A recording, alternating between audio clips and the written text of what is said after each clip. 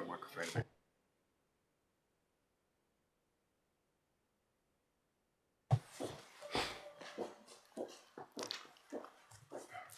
Right, so can you all hear me? Okay. Well, thank you to everybody for attending this meeting. It's the biggest attendance I think we've ever had for a regulatory meeting. So I think we all understand the importance of the decision which we will make today, which will come later on today, hopefully. So this meeting is being recorded, and the webcast is now live on YouTube via the County Council website. Filming is also permitted by the press and public, and so by remaining in the meeting, you are consenting to be potentially being recorded. Please be aware that filming is only permitted in the room whilst we're debating and whilst the meeting is taking place. Filming during any breaks is not permitted. We're not expecting a fire drill today, but in the event there is a fire alarm, please exit and follow everyone across to the Great Hall in Castle Avenue, I'm told. Like to welcome all members and officers to this meeting, as well as those who are here to speak and observe.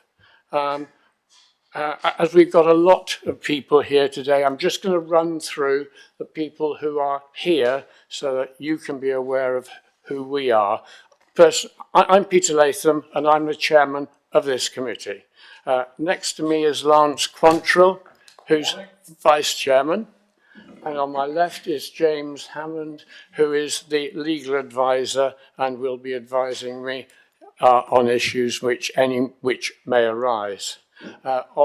Across the tables over there, we have the lead planning officer, Lisa Kirby-Hawkes, who I expect many of you have known if you've been involved this from a Hamble point of view, and supporting officers from planning, highways, democratic services, and officers from the lead local flood authority are also in attendance today, but aren't at the main table, but they may come into play later on as the meeting develops.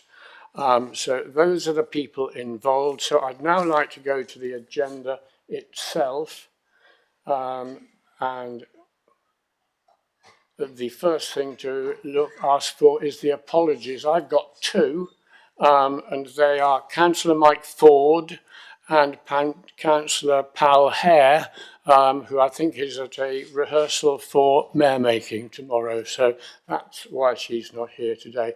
We have no other apologies, and we have no other substitutes who are sitting in their place. So item number 3. Next one is declarations of interest. Some of you may have personal declarations of interest, and if you do, can I ask that you declare them now? Lance. I am appointed to the River Hamble Committee. It's a personal interest, but it's not prejudicial, so I intend to stay on the meeting. I'm also appointed to the River Hamble Management Committee. I'm a berth holder on the River Hamble and a member of one of the Hamble Yacht Club's, personal interest. Councillor Price.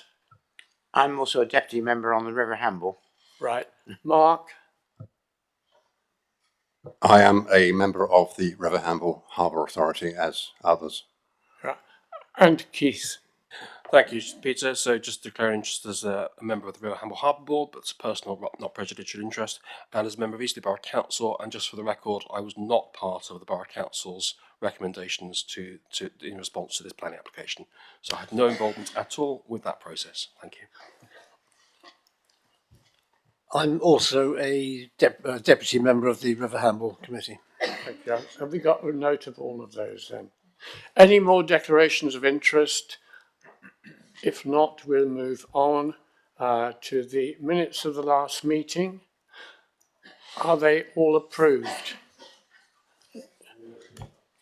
Councillor Broomfield. Sorry, this is probably the least important thing we'll be discussing today, but in last month's attendees, you've got councillors Jackman, Minahan and Pankhurst down twice. Yeah, twice, I yeah. don't think their contribution was worth it. Yeah, I did see that, but I wasn't going to raise it. Moving on then, deputations. I think we've got a record number of deputations today. We've got 9 deputations, or 10 is it? 10. We've got 10 deputations today from members of the public, and we've got 4 local county councillors speaking this morning. I'll invite you one by one to come up to speak at the lectern, where you'll have up to 6 minutes to speak. And afterwards, you may be asked any questions of clarification from the committee. I ask you to remain at the lectern when you've finished your presentation and the questions have been, until the questions have been completed. Once any questions have been dealt with, you're welcome to stay if you want to. So that's the process. Is there anything that, James, you wanted to add to that? Not particularly, Chairman, other than just to remind councillors that questions to deputies should be for purposes of clarification. Therefore, close questions, please, eliciting you for a yes or no answer or a short, direct response. If you have a general question about the application that comes up during a deputation, please direct that to the officers during officers' questions. Thank you. Okay. Moving on then to item 5, which is Chairman's announcements. Haven't really got any, other than to say that this is going to be a long meeting. There will be breaks. I can't say at this moment in time when those breaks will be. Obviously, we'll stop for lunch, but we'll obviously have a break during the course of the morning at an appropriate time if people want a comfort break. If you need a comfort break urgently, let me know and I will stop the meeting. Okay? Right, so that is that. And so strictly we move on to the only item of the day, which is item number 6, which is the application for the Hamble Airfield. If you'll bring up the item on the screen.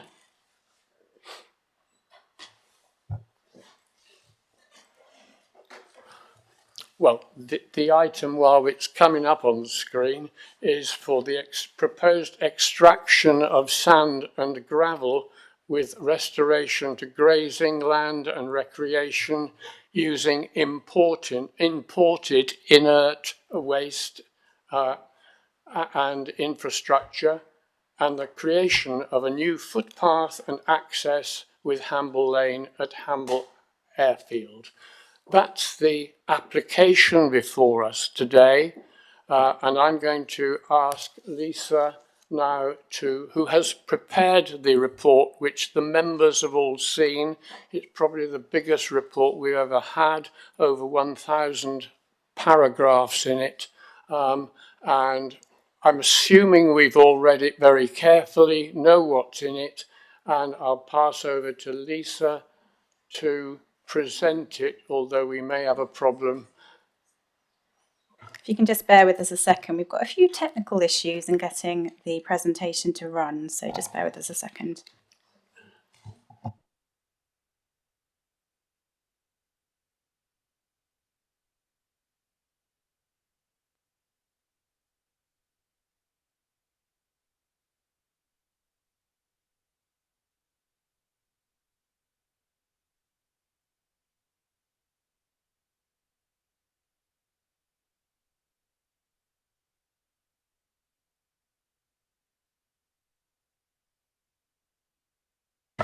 So, apologies everybody for the slight technical hitch, always the way on a big meeting like this. So, as Councillor Latham has said, we are here today to consider item number 6, which is for the proposal at Hamble Airfield. The description is up on your screen now, and what I'm going to do today, members, in the normal way, is run through some of the key aspects of the planning application for you. The report, as Councillor Latham has already said, is exceptionally detailed. The weight of public interest here is significant, as you are well aware, and so officers have taken an extraordinary amount of time to run through every single representation that has been received by the Planning Authority, and the length of the report very much reflects the issues that have been presented to us. So I'm not going to spend lots of time on the detail. The detail is in the report. I'll draw your attention to relevant sections in the report as I go through. And of course, reminder, obviously, you can ask us questions on the detail when we get into the appropriate time. A couple of other points before I start. You will know from dealing with many quarry applications as a committee, you'll know what the key issues are. Key issues for mineral quarrying are very similar. The focus today is on whether this is an acceptable development or not in this location. So that's very much the what we've got before us today. Other thing to note, we've got obviously officers here to answer any questions from the Highway Authority and the Lead Local Flood Authority. And just to introduce my colleague Jane Rarick. Jane is an officer that has been helping to determine the planning application in the team, and you'll see a bit more of her going forward, I'm very pleased to announce, because she will be joining the team permanently from July. And I'm very pleased to say that. Other thing to note, we are not the authors of the technical documentation for this planning application. The applicant is. You have an opportunity to ask those questions of the applicant. They have specialists here from highways and air quality and other matters with them. So please direct technical questions to them.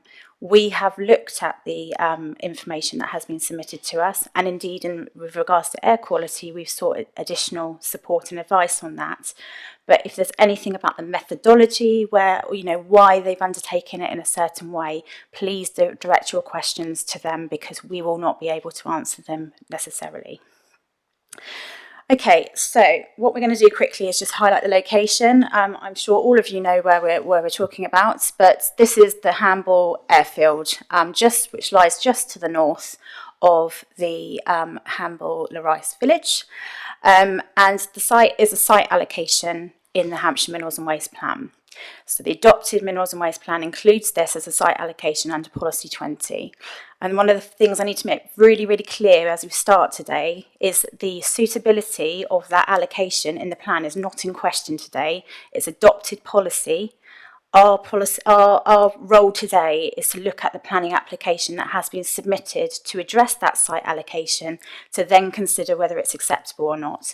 So I'm not going to answer any questions about whether it's suitable within the adopted plan, because it's adopted policy. It has been adopted by and independently examined by the Secretary of State.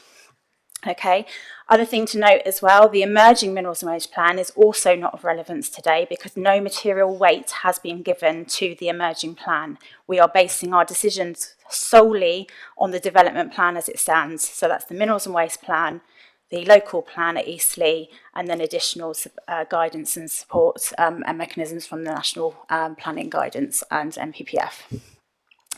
Okay, so back on to the location. What I've tried to do is just kind of draw out some of the key names and areas that we're going to hear in discussions today. So you can see the red line area in the centre here of the disused airfield. The site was airfield till the 1980s and has been disused since then. And members, when you visited the site, you can see how that site has then developed since the end of the airfield uses. It's located on its northern boundary closest to Hamble School. So that's the secondary school to the north. You've got the West Coast rail line running on the northern boundary. And again, we showed you that on, I think it was the 4th and 5th point of your site visit a couple of weeks ago. The Police Training Centre is located off Hamble Lane. So this is the main Hamble Lane here, the B3297, which runs along the peninsula and then back up towards junction 8 of the M27. And the access for the Police Training Centre is off Hamble Lane. And again, we showed you that when we went onto site. The first point of our visit was located adjacent to Hamble Primary School. So again, members, you've seen the location of that and indeed the frontage of the closest residence along Hamble Lane on your site visit. And then moving to the south of the site, I've pulled out a couple of the big businesses locally, so Hamble Aerostructures, the BP Oil UK site, and Cooper Vision. So those are all located to the south of the site as proposed. You will also know, members, from the visit that we have a number of marinas in and around Hamble, and so we've pulled out Port Hamble Marina, which is the site that we actually pulled into. And then further up, you've got the Mercury Yacht Harbour and other such sites, similar sites further up the river as well.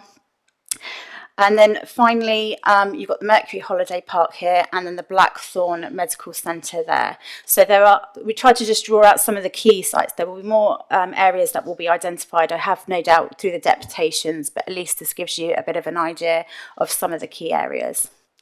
A couple of other things to note on this plan is the location of the nearest designations. So we've got local designations and international designations in the locality. So the closest local designation, which is a site of importance for nature conservation, is located here. And members, you'll recall when we pulled up, I think it was on point 4 of our site visit, and we got out at the top of the site, essentially where the coach was parked was essentially the beginning of the COPS area. You'll notice a couple of other little sink designations dotted around on the peninsula as well. And then also more notably is the international designations. So previously they would have been European designations. They are now considered to be international designations because we've left the European Union. And so we've got a number of those located in and around the River Hamble, including SAC, which are sites of areas of conservation, SPA, which are special areas of special protection areas, and at the Ramsar site. So those are located in and around the River Hamble, approximately 300 to 400 metres from the nearest boundary of the site. Other thing just to note before we move on is the location of rights of way. So you will recall when we visited the site, we talked about the impact on public access, and that's an important thing to note as we go through this presentation. You saw when we visited the site, the level of use locally for the site. The site is in private ownership.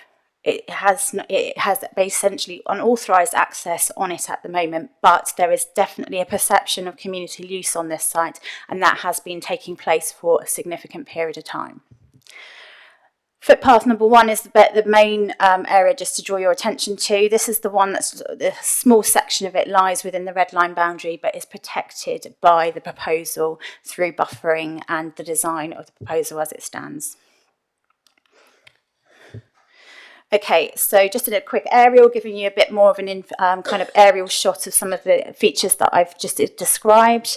There's a couple of key aspects on the slide which I haven't touched on yet. The site is in a countryside location and it is within the settlement gap. Members, you all know that when we deal with mineral applications, a countryside allocation doesn't necessarily mean that minerals can't take place in that area. So it's about the acceptability of that allocation within that area. And a couple of other key things just to note is the quality of the agricultural land. So the applicant had to do quite a fair amount of assessment work on the B&V potential on the site. As it stands, Natural England's classification shows that part of the site is grade 1 with a mix of grade 2 and 3A on the rest of the site. But a really important point here is that the site hasn't been in agricultural production for over a century, and the evidence before the planning authority is showing that a significant amount of intervention will be required to bring that site back up to agricultural uses. So just a reminder on the allocation, I mentioned it a little bit earlier. This is policy 20 of the Minerals and Waste Plan, and the allocation is set out in part 3 of the policy. And just a reminder as well about having an allocation in a plan means that there are development considerations attached to it. And so I've just included on the slide a copy of the allocation development considerations for this site.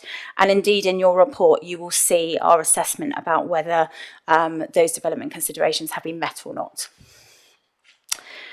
So just moving on to the actual proposal, obviously the extraction has been proposed by the applicant in a phased manner. So it's very similar to every mineral extraction that you will see is that it is undertaken in a phased manner, and that means it can sit in accordance with the provisions of our plan. So phased extraction will take place over a number of phases, which you can see on your plan here. So phase 1 being at the top of the site, where they would establish, extract and then establish silt and freshwater lagoons. And then essentially the site would be worked in a phased basis, moving down like this across the site. So I did some little arrows just to show you what that looks like. And in the middle of the site, you can see where the proposed area for the plant is, and also the fact that the site, as is common with all extraction sites, would include a conveyor. So the conveyor would be used to move the mineral from each phase back to the site plant area before it is then transported out the site and up Hamble Lane. This plan, this is in your pack actually. I've tried to identify on each of the slides where it's located in your report, just in case you want to look at it in a different form. This is the method of working. So you can again see the phases that were presented on the last plan. But the key thing with this one really is to show about the bunding that's been proposed. So in your report, there's a lot of information about the bunding and the buffer zones. So you can see the difference in height proposed along this, along the outside of the site. So 3 metres along Hamble Lane to this point, 5 metres behind the properties on Hamble Lane, 5 metres from the closest frontage with Tutor Close and the surrounding area there. 4 metres up the side along kind of the Satchel Lane, the close frontage, and then up the top by the railway embankment, 4 metres. This plan just gives an idea of the elevations that are proposed. I've indicated that there's various pieces of plant that are essentially proposed as part of the development. So this gives you an idea of what those would look like. And Appendix E in your pack gives an idea of the revised access that has been proposed by the applicant.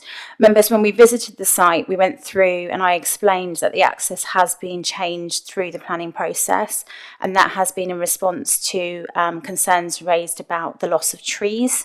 So the revised access in particular reduces the impact on those trees, in particular with regards to T8, which is this tree here.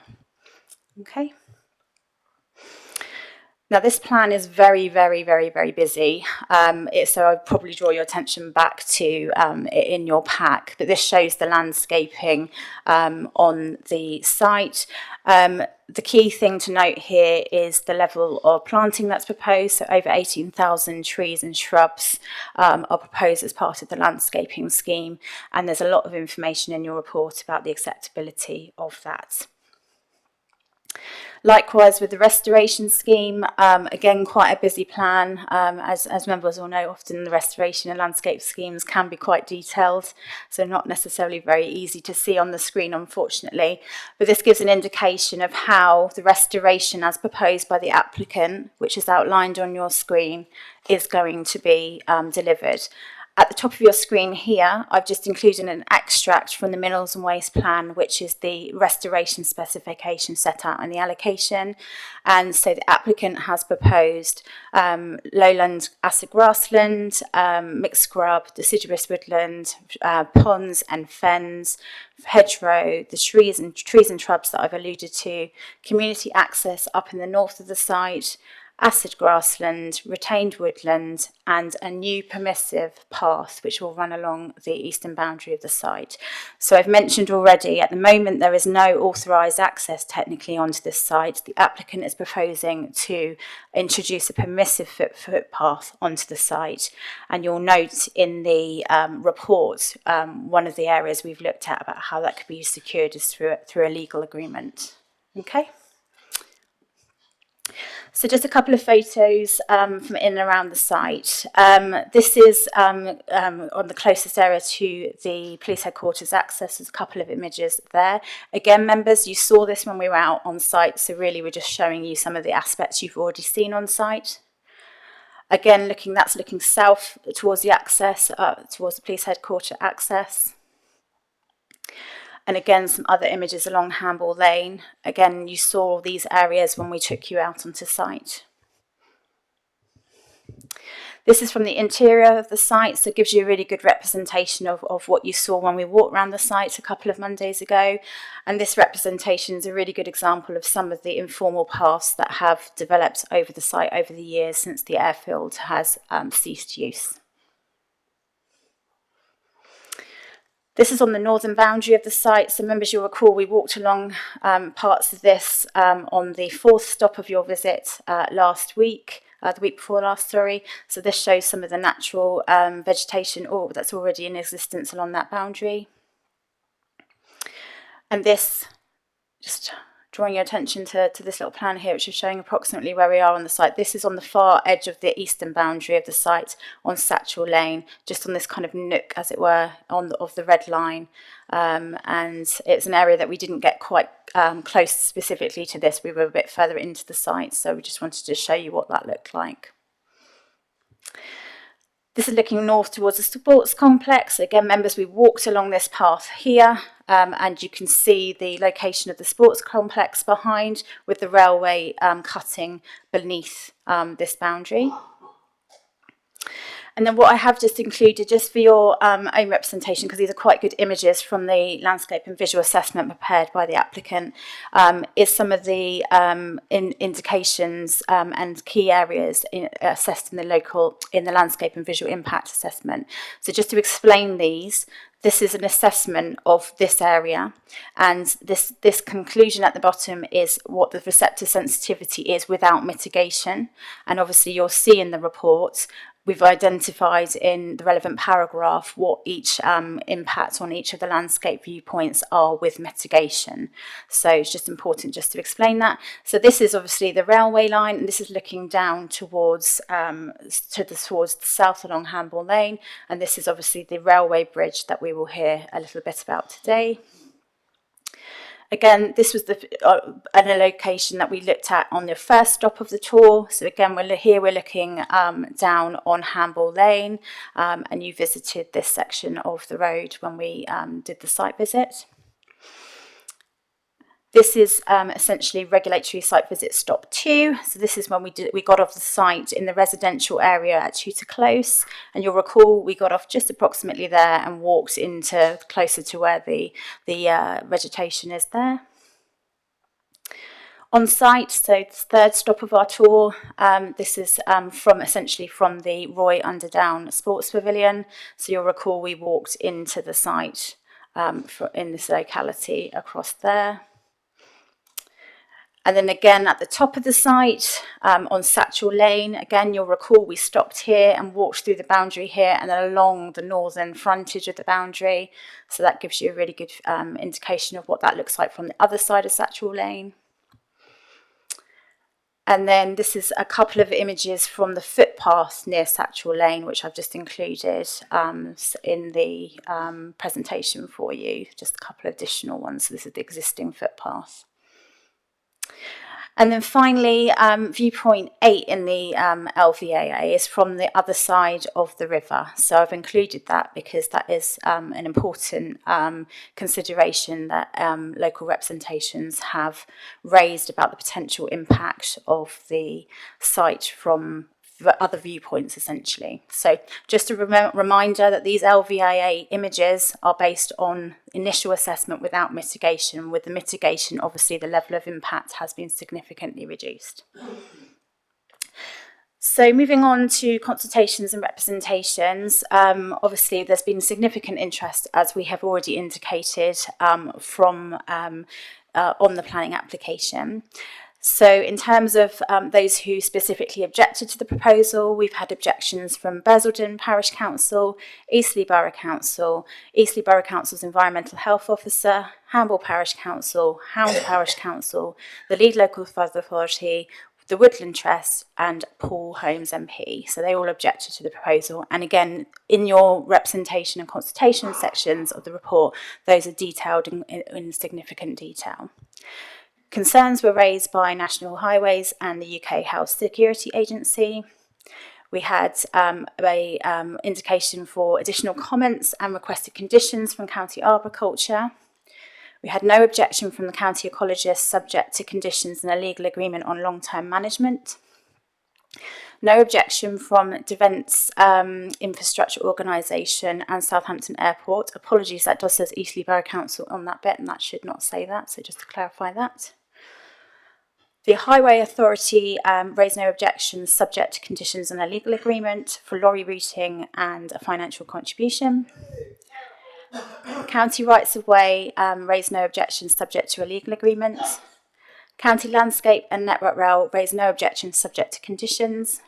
Natural England, Public Health, River Hamble Authority provided comments on the proposal. Southern Water provided comments and support for the Lead Local Flood Authority position. And finally, County Councillor House was notified of the proposal. You will note from your update report that we were waiting for Natural England to respond on the Habitats Regulation Assessment. We had a response at 5:30 last night, which essentially raises concerns about the HRA in terms of the impacts on air quality on the designations. What I want just to say to you, to members, we can deal with this more in officers' questions. The county ecologist fundamentally disagrees with the position that Natural England have taken because they haven't looked at the correct documentation. But I have a duty to report that to you today. And we can discuss how that is managed through officers' questions going forward.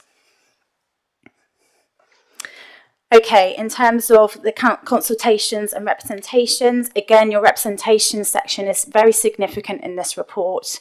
As of the 1st of April, and we've had no subsequent ones submitted to us since that point, we had a total of 5,744 representations from 4,630 representatives. So in terms of public interest, we're looking at a very similar level of public interest to the Alton Energy Recovery Facility that you determined 2 years ago. Okay. In terms of the issues that I've raised, I have kind of tried to summarise those very loosely on the slide for you. They are there in detail in your report, and so I'm not going to say any further than that, other than to just remind you that officers have looked at every single representation that has been submitted to us and have considered it all through the planning process. So moving on then to the key issues. Again, all of these relate to sections of the report. The first relates to the need for the development.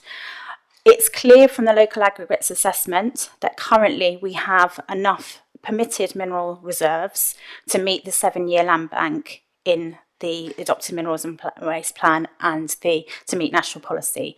But this is a reminder, the land bank is a minimum requirement, it's not a maximum. And so it's very important that it's considered with that in mind. The other thing to note here is the local aggregates assessment is really, really clear where it says the security of supply within those permitted reserves is questionable. 50%, over 50% of our current land bank is based on one site in the New Forest on the edge of Hampshire.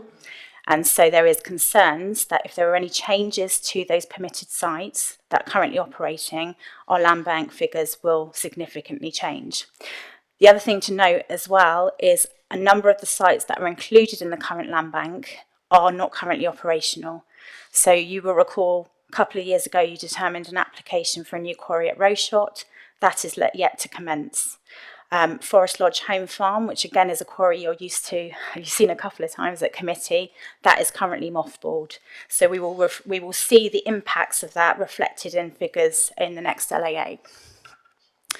Suitability of the location is absolutely critical for today. So what we obviously have looked at in the report is how and whether it's acceptable in relation to policies 5, 10 and 20.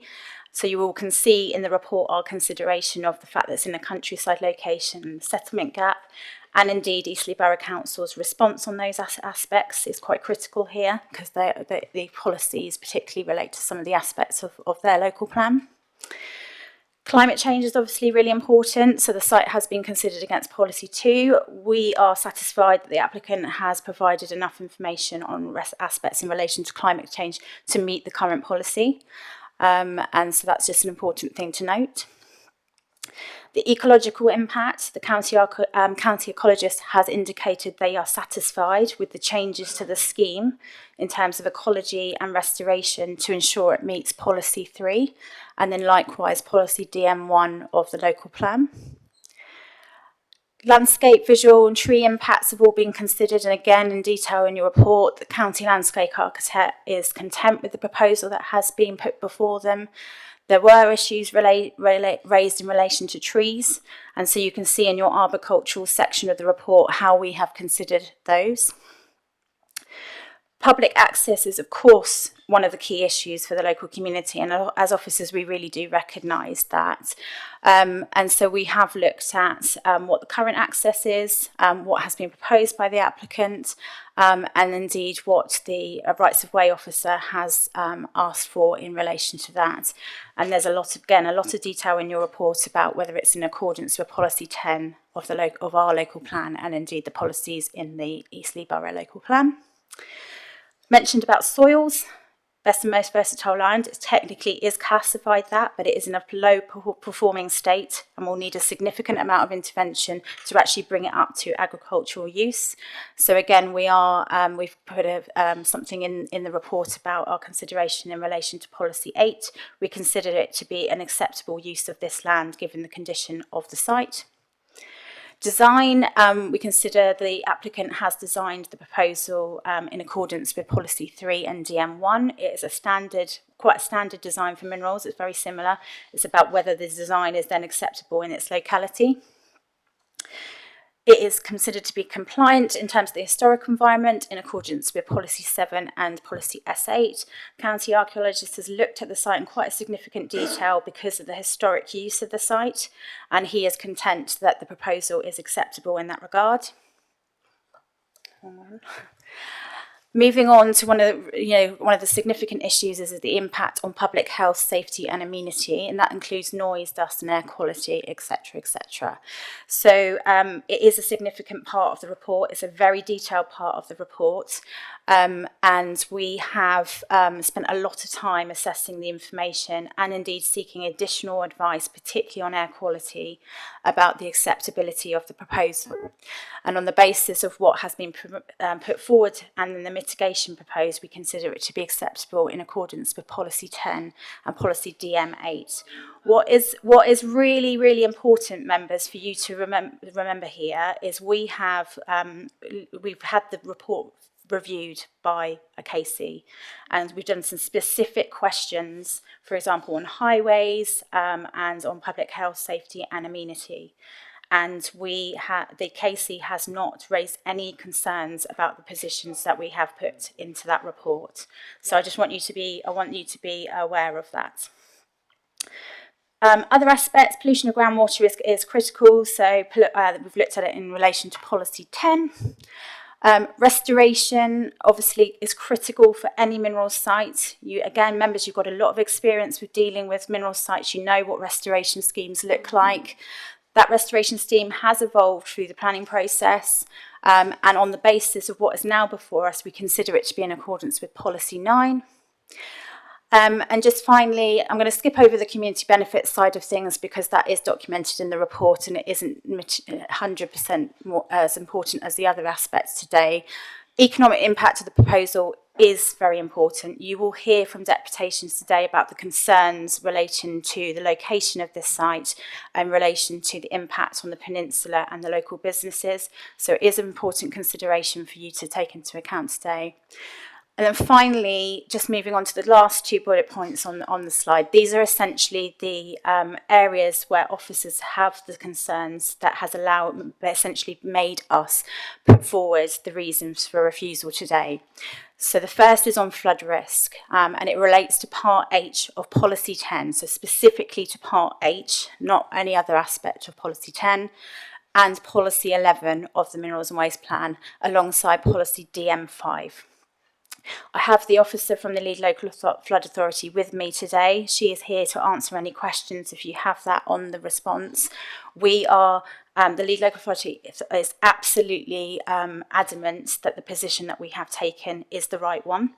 And so officers have then considered that, and that has led to the reason for refusal that's been put forward to you today. And then finally, in highway safety impacts, we again have looked at all of the information that has been presented to us, and indeed the response that has been submitted to us from the Highway Authority. And the critical thing that we have in front of us at the moment is a concern by officers about the mitigation that has been proposed. And so for that reason, we have included a reason for refusal on the security of that mitigation to offset the impacts on the highway. And so again, Philippa and Ben are here today to answer questions on the response that they put together. But the position in terms of mitigation, please direct those questions to me, not to the Highway Authority, because that's the position I've taken, not the Highway Authority, and we'll come on to that in officers' questions. Okay, so on that basis then, and as you know from the report, the recommendation is that subject to confirmation that the Secretary of State does not intend to call in the planning application, and that's an important thing just to explain. You will recall those members that were on the committee for the Energy Recovery Facility at Alton, that there was a third-party request to call that in. There's a third-party request to call this application in. And so essentially the recommendation is subject to them ratifying the decision that you make today. So subject to confirmation that the Secretary of State does not intend to call in the planning application for determination that planning permission be refused for the below reasons and as outlined in Appendix A. So the first reason is on the basis of the information submitted and notwithstanding the proposed mitigation, it's considered that the proposal is likely to result in an unacceptable flooding impact contrary to the requirements of Part H of Policy 10 and Policy 11 of the Minerals and Waste Plan, as well as Policy DM5 of the Eastleigh Borough Local Plan. And then secondly, on the basis of the information before the Minerals and Waste Planning Authority, the proposal is considered to be contrary to Policy S11 of the Eastleigh Borough Local Plan and paragraph 114 of the National Planning Policy Framework, insofar as it does not encourage walking, cycling and the use of public transport, and appropriate opportunities to promote sustainable transport modes have not been taken up as part of the development. So for that reason, on the basis of those reasons, the proposal is considered to be contrary to Policy 1 of the Minerals and Waste Plan because it does not constitute a sustainable minerals and waste development. Thank you, Chairman.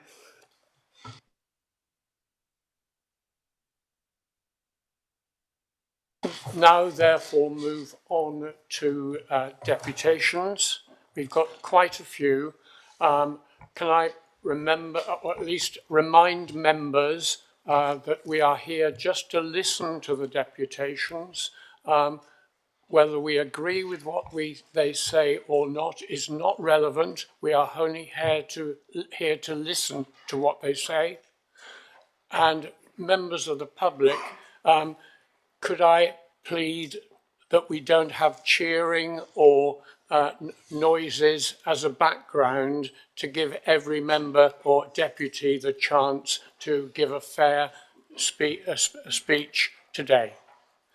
So I'll call the first deputy this morning, and that's Paul Holmes MP. Paul, you have 6 minutes.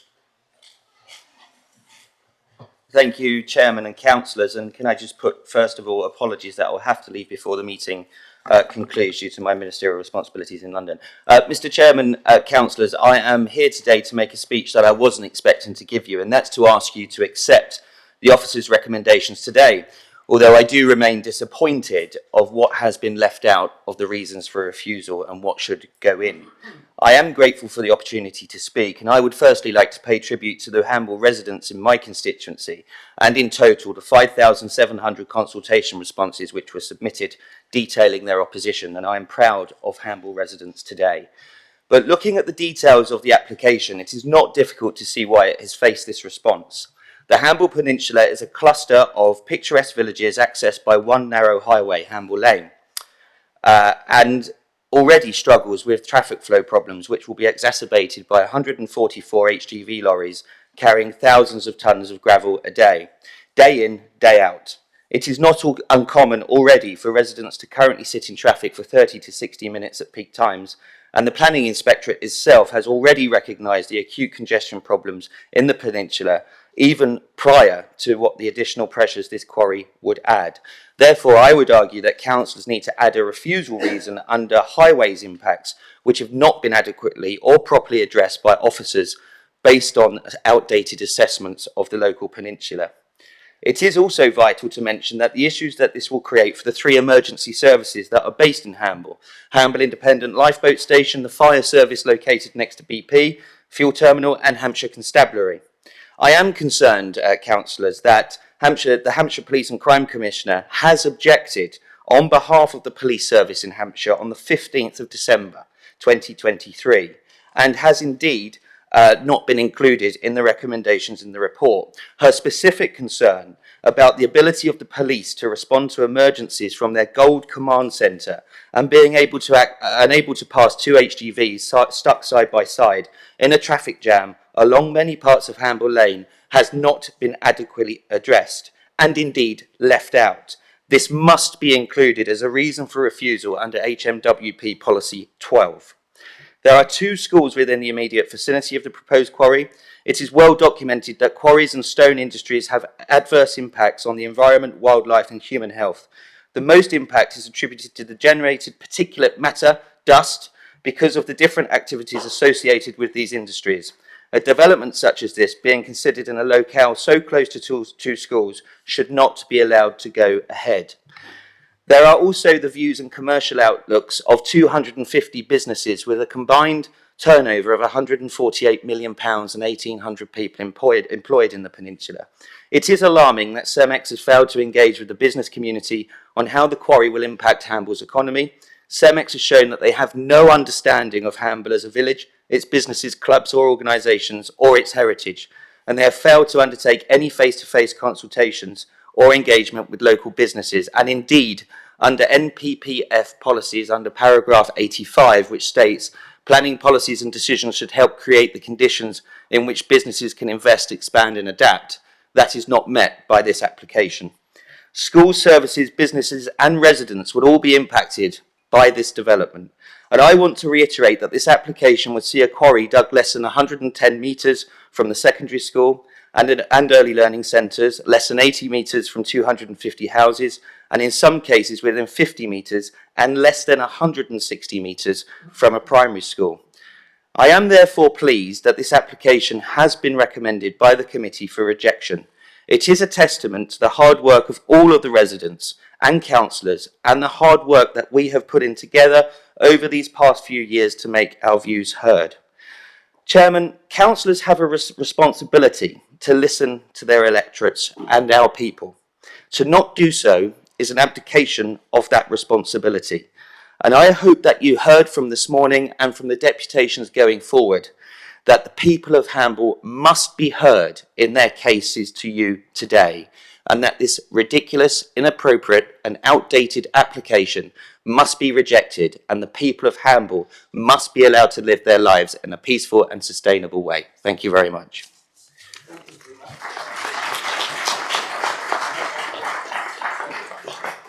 Members, do you have any questions of Mr. Holmes? Would appear not, Paul. Good, thank you. Off you go. Thank you very much.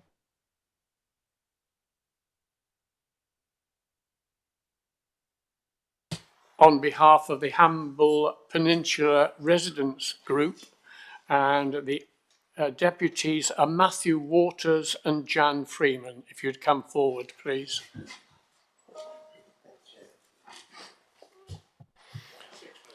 Thank you. I'm Matthew Waters. And I'm Jan Freeman. We're speaking on behalf of Hamble Peninsula Residents Group. While we agree with the Office of Recommendation to refuse, we'll make the case for additional grounds for refusal. As a community, we have many concerns.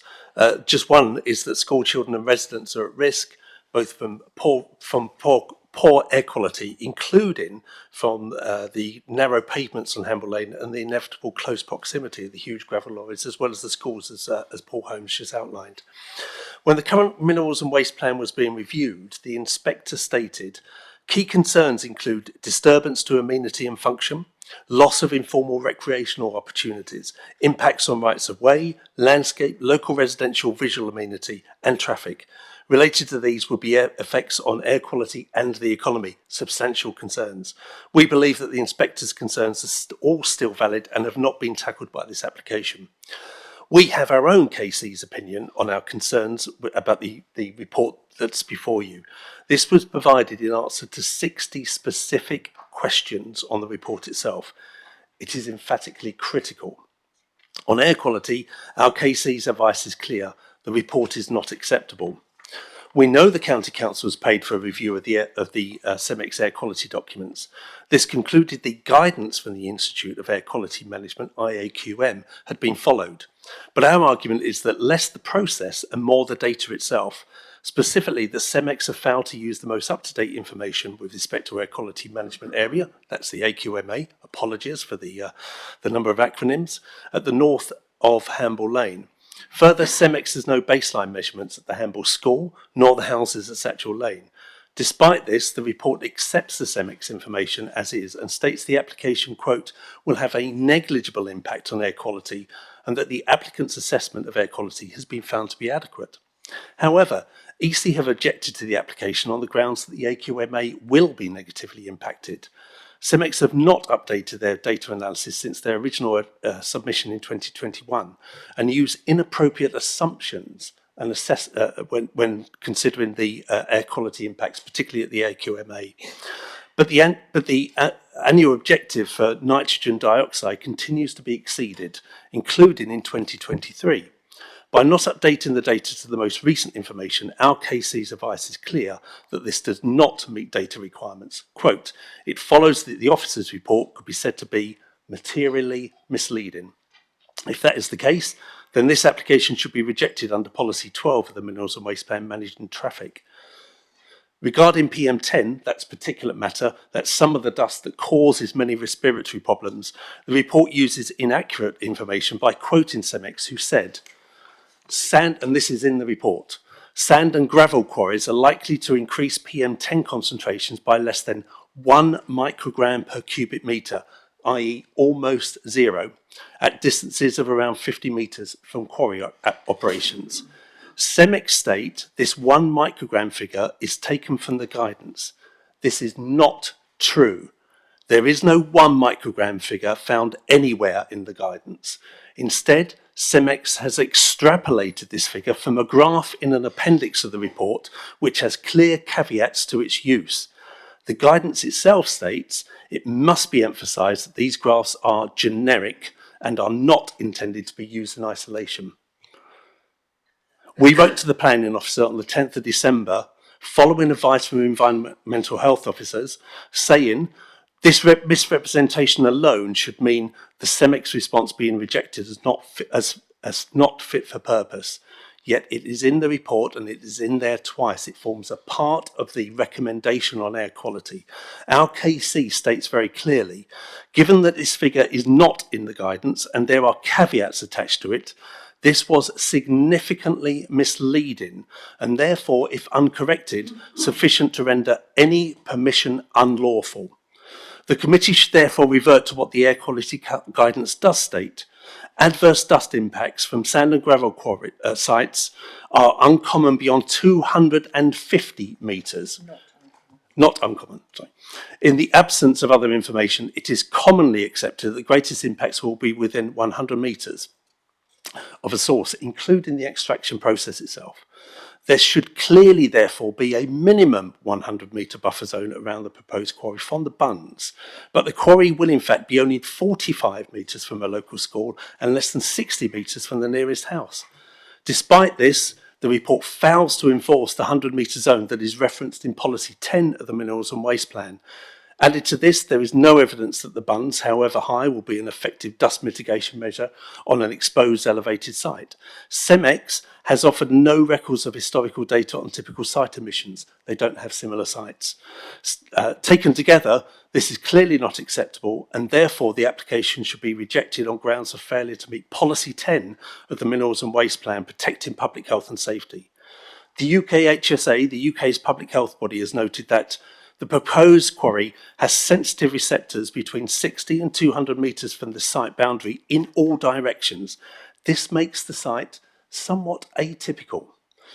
In fact, it would be unprecedented in Hampshire and in any site operated by CEMEX in the UK.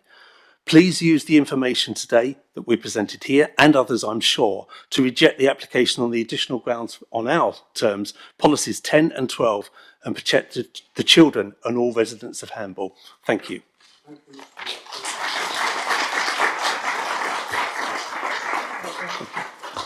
Thank you. Members, do you have any questions of this deputy?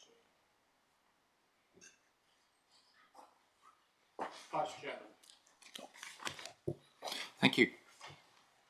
From what you've just said, if the site was reduced, would you, and the bunds were moved in from the perimeter, would you approve of it? No, the first part of the objection was on grounds of the air quality management area. That doesn't change however the site itself is managed. That would not change. The air quality management area has been subject to assessment by CEMEX, and you'll see the assessment in the officer's report. However, the assessment is based on a whole series of assumptions that CEMEX have made. Can I give you just one example? Is that acceptable? No, I've got your answer, and Okay. I've read the report, so I'm satisfied with what you've told us today. And thank you very much for that clarification. Thank you. The third deputy, who are Councillor Chris Jones and Steve Tilbury on behalf of Hamble Parish Council. Good morning, members. Good morning. Your officer's report correctly acknowledges that the impact of this proposal on the highway network is one of the greatest concerns of residents, businesses and the Parish Council. In a 2019 report, the Director for Economy, Transport and the Environment set out with admirable clarity his assessment of the capacity of Hamble Lane to cope with additional traffic. Until at least the preferred scheme for the northern section has been implemented, it is considered inappropriate from a traffic perspective for further development to be permitted or allocated along Hamble Lane. The preferred scheme was a comprehensive programme of improvements to roads and junctions, including upgrades to the cycling and walking infrastructure on which the local community was consulted in 2017 and 18. That scheme has not been implemented, and there is no prospect that it will be. In addition, National Highways has been forced to abandon their proposed upgrade to junction 8 and the Windhover roundabout for the foreseeable future following the failure of their CPO. We have consistently pointed out that the conflict between the proposed development policy 12 of the Minerals and Waste Plan and the provisions of the National Planning Policy Framework. Our colleagues at Eastleigh Borough Council and neighbouring parishes have done the same. The Highway Authority agrees with us. A clear statement of their position is found in correspondence with CEMEX's consultants in February 2023, where the Strategic Transport Manager says, the traffic impacts along the Hamble Lane corridor demonstrate that traffic capacity is already reached at certain junctions and that the proposed development traffic would have an unacceptable impact by worsening performance. The language in the report before you is less direct than it might be, but the conclusion is the same. Without even challenging CEMEX's data or modelling assumptions, the proposed development is unacceptable on highway grounds. There is no need for any debate about the starting point for your decision today. Planning law is very clear. In the absence of measures that will mitigate the unacceptable impact identified by the Highway Authority, the conflict with the development plan and with national policy means that the application should be refused. What mitigation is proposed? Following private negotiations with the Highway Authority, CEMEX have offered to pay £500,000 towards a small package of improvements to cycling and walking infrastructure. The Highway Authority has indicated that this is acceptable, but it can provide no assessment of the extent to which the works proposed would reduce congestion on Hamble Lane. It can produce no evidence that they would result in a reduction in delays or improve the operation of junctions to offset the impact of 144 daily HGV movements. In fact, there is no evidence before you that these very minor works would reduce the unacceptable impact of the development or constitute mitigation at all. Your planning officers have rightly and necessarily asked the Highway Authority to justify their favourable assessment of the mitigation package. Like us, they have not received a satisfactory response. As a result, they correctly advise you that the planning obligation which is offered by CEMEX cannot be considered as mitigation against the identified impact of the planning application. It is important that you understand the full implications of this statement. It is not simply a technical matter for later resolution by lawyers. It is not just a question of some further documentation that needs to be exchanged about walking and cycling data. It actually goes to the heart of your ability to determine whether the local road network would ever be able to cope with the additional traffic generated by sand and gravel extraction at Hamble Airfield. The Highway Authority tells you unambiguously that the impact of the proposal will be unacceptable as it stands today, and you have no evidence, information or advice before you as to what mitigation is required or, and this is crucial, whether it would be affordable and practical for CEMEX to deliver. CEMEX could have proposed their own package of measures for consideration, but despite years in which to do so, they have not. In the absence of acceptable mitigation, the application is in direct conflict with Policy 12 of the Hampshire Minerals and Waste Plan, and this should be referenced specifically in the reason for refusal, not just the policy conflicts already which are mentioned.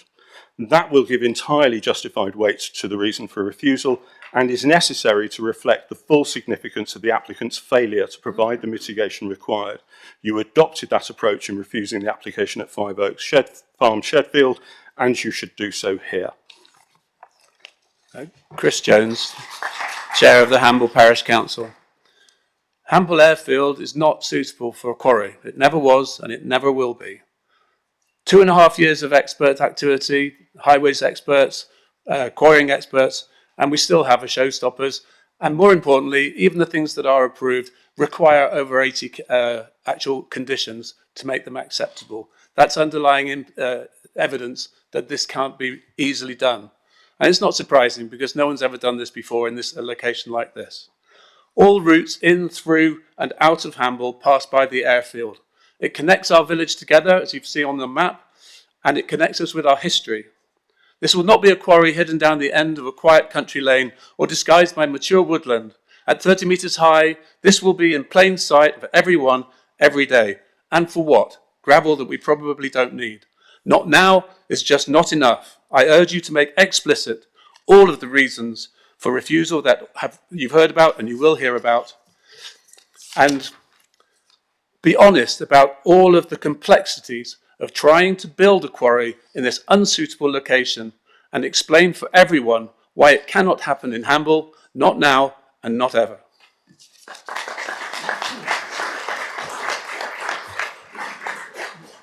Members, do you have any questions of either of these deputies? Yeah, one coming in from France. Councillor Chris, you mentioned it would be in plain sight. Do you disagree with the height of the buns? No, it's the height of the buns isn't the issue. The issue is that it's up on the top of the plateau, and it's the very highest point in the land around. And with the apex of the things being 30 metres high, you'll be able to see it, well, from here probably, to be honest.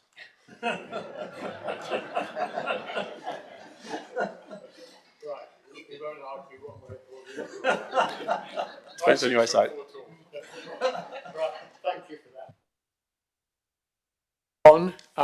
And the fourth deputies are Dr. Mark Thompson and Professor Sir Stephen Holgate on behalf of the Blackthorn Health Centre. I'm Dr. Mark Thompson, Senior Partner at Blackthorn Health Centre, representing 18,000 patients in the villages of Hamble, Netley and Bursledon. We have twice written to object to this proposal, highlighting the health impacts on our patients. Our objections have been dismissed as negligible, without consultation and without medical expertise. The quarry proposal, adjacent to where my patients live, work, study and play, will cause local environmental changes, increasing air pollution, dust, noise and loss of green space, directly affecting their health.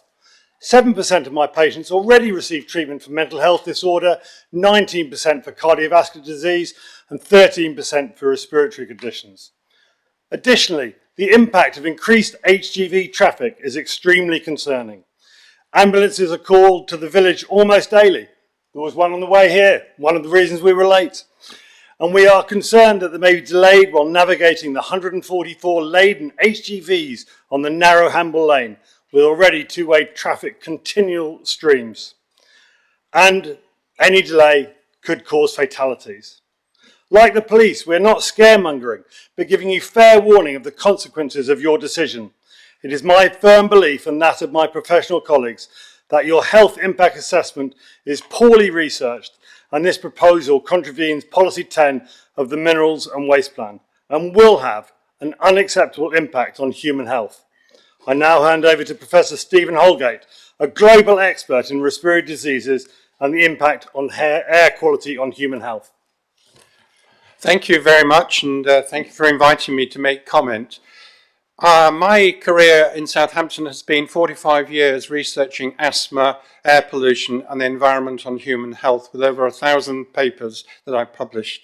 I was the incoming chairman of the government's committee on the medical effects of air pollutants. So I've had a long time interest in this, and I gave the medical and clinical evidence for the inquiry into the overturning of the inquest of Ella Kissi-Debrah in London in 2020, attributing her very severe asthma to exposure to air pollution, in that she lived 30 metres from the South Circular Road. The last decade has seen an explosion of new knowledge about the role of air pollution in chronic human health, and in particular, air pollution and particulates in particular penetrate every single organ of the body. Most recent research not only says that these air pollutants can initiate asthma, can accelerate asthma, but in Ella's case can cause death from asthma. Moreover, we now know that these particulates can penetrate the brain, accelerate Alzheimer's disease and cardiovascular dementia. And we also know in pregnant women it can cross the placenta into the fetus and blunt the growth of both the lung, heart, and more recently the brain, and impair intellectual quality in children. The important reasons for pointing all this out is that recent research has shown there are no safe levels of air pollution. The graph goes through zero.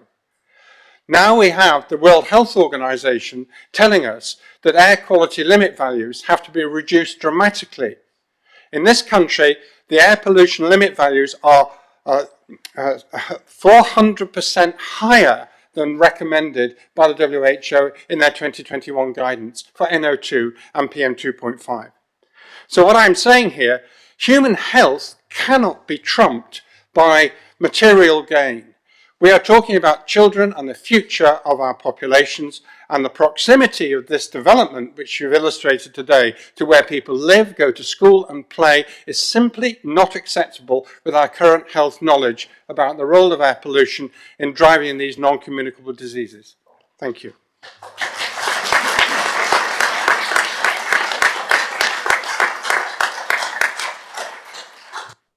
Members, do you have any questions of these deputies? Yep, just one. Dr. Mark, you quoted some statistics for your existing residents for respiratory and cardiovascular. Do they meet the national averages?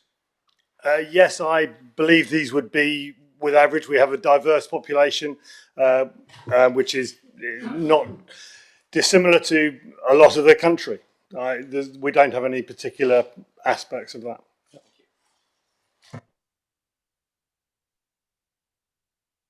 Next deputy is Susie Fielding, a local resident. Susie.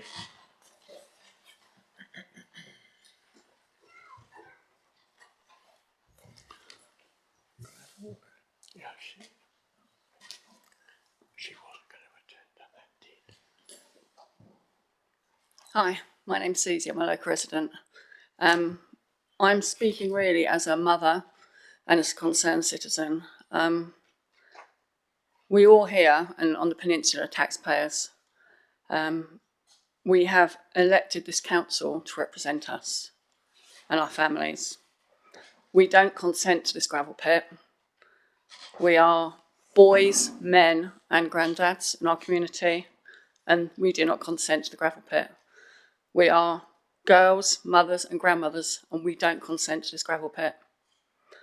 We are the local people, and we do not consent to this gravel pit.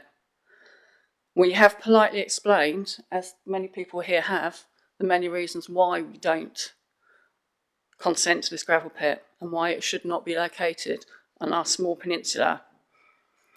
We have a large community, a close community, a lot of people who own horses on our peninsula. They value their freedom and they freely roam the roads on their horses and in their traps.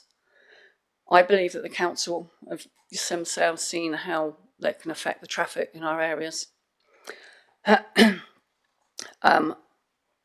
can be very slow at times, and I'm sure with more lorries there will be more people on horses and traps, and that will slow the traffic even more. There are also many mothers and grandmothers who have had enough of the council allowing excessive building on our small peninsula on all the green spaces. So our children need green spaces, they need healthy areas. We need a healthy environment for our children to grow up in. The mothers in the area are like lionesses and they want to protect their cubs. There are grandmothers of an age in our community who remember Greenham Common, where the women were so outraged that they chained themselves to fences and set up camps. There are many older women living on the peninsula who feel the same way. When you know something is wrong in your heart, you need to speak out and you need to act accordingly. If you vote to approve this debacle after everything you hear today, you are accountable and it will remain on your conscience for eternity. Shame on you if you vote for this. We do not consent. Thank you.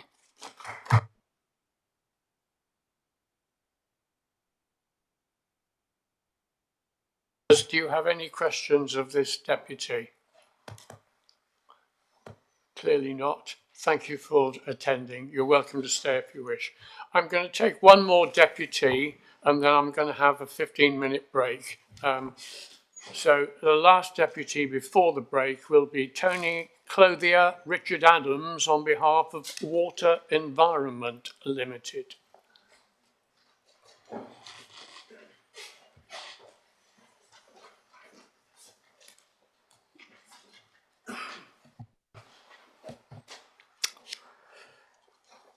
My name is Tony Clothier. I'm a chartered civil engineer, a chartered water and environmental manager, and a chartered environmentalist with a PhD in engineering hydrology and more than 25 years of experience in my profession. My experience includes the assessment of impact on numerous internationally important designated ecological sites. I have carried out a detailed technical review of hydrology-related information submitted with the application, and I visited the site in 2023. During my site visit, I observed groundwater springs at 5 locations around the perimeter of the site. The springs are all located at the interface of the upper level sand and gravel deposits, which the applicant wishes to harvest, and the less permeable clay, silt and sand which lies beneath. These springs feed small streams which ultimately flow into internationally designated habitat sites. My visit followed an extended dry period of 3 weeks, and from the flow in the springs on that day, it demonstrated how the sand and gravel deposits act as groundwater reservoir and aquifer, which sustains the flow in the surrounding streams for long periods of time during dry weather. The hydrological assessment submitted by the applicant focuses on the proposed drainage strategy, which has been analysed using simplistic methods that fail to capture the complexity of the groundwater hydrology. In the proposed drainage strategy, the site runoff would be directed towards a pond and discharged to trench soakaways around the perimeter of the site. The premise of the analysis is that there will be very little change in the flow regime of the springs because the site rainfall is ultimately discharged to ground. This is incorrect because it fails to account for the inflow, throughflow, and storage within the aquifer. Their drainage solution effectively bypasses most of the aquifer and its ability to store water and gradually release it to the streams during dry periods. Reports submitted by the applicant to date have all failed to provide a credible response to this issue, and it remains unresolved. It is my professional opinion that removal of the sand and gravel aquifer and replacement with relatively impermeable material will change the flow of the surrounding spring-fed streams. This impact to the stream flow ultimately represents a likely significant effect on the nearby designated habitat sites into which the streams flow. Richard will explain the implications of this. Thank you. My name is Richard Andrews. I'm a professional ecologist and a chartered environmentalist with 30 years experience, and I'm a fellow of my chartered institute. I have extensive experience of preparing, reviewing, and providing training in Habitats Regulations Assessment, or HRA as it's abbreviated. I was the author of national guidance on HRA for the UK water industry. It is my professional opinion that Hampshire County Council's HRA, relying as it does on the applicant's shadow HRA, is flawed and does not meet the requirements of the regulations. On a minor note, but significantly, in its opening paragraphs, it claims there are only 3 internationally designated sites within 320 meters. There are in fact 4, and the closest is more like 280 meters rather than 320. In summary, both assessments wrongly screen out likely significant hydrological effects on the internationally designated sites, and so they fail to examine such effects through a full appropriate assessment. The reason these effects should not have been screened out are twofold. Firstly, because of the significant scientific doubt cast over the applicant's hydrological assessment by the work of Tony Clothier, who you've just heard from. The regulations require the planning authority to be satisfied beyond reasonable scientific doubt as to the absence of adverse effects. Under the precautionary principle underpinning the habitats regulations, this residual uncertainty renders any consent unacceptable and at risk of challenge through judicial review.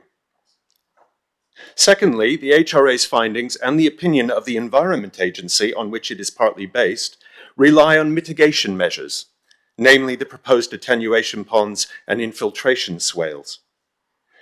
The People over Wind judgment by the European Court in 2018 clarified that when making HRA screening decisions, competent authorities cannot take into account any mitigation measures.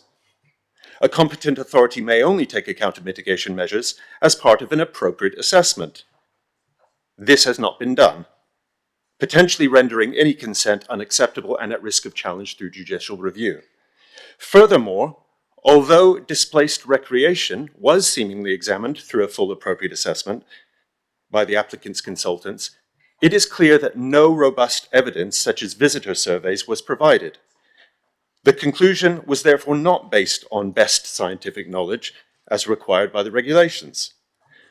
On this basis, Hampshire County Council is strongly advised to include 1, the failure to undertake an appropriate assessment of hydrological effects, and 2, inadequate appropriate assessment of recreation effects as reasons for refusal. Thank you.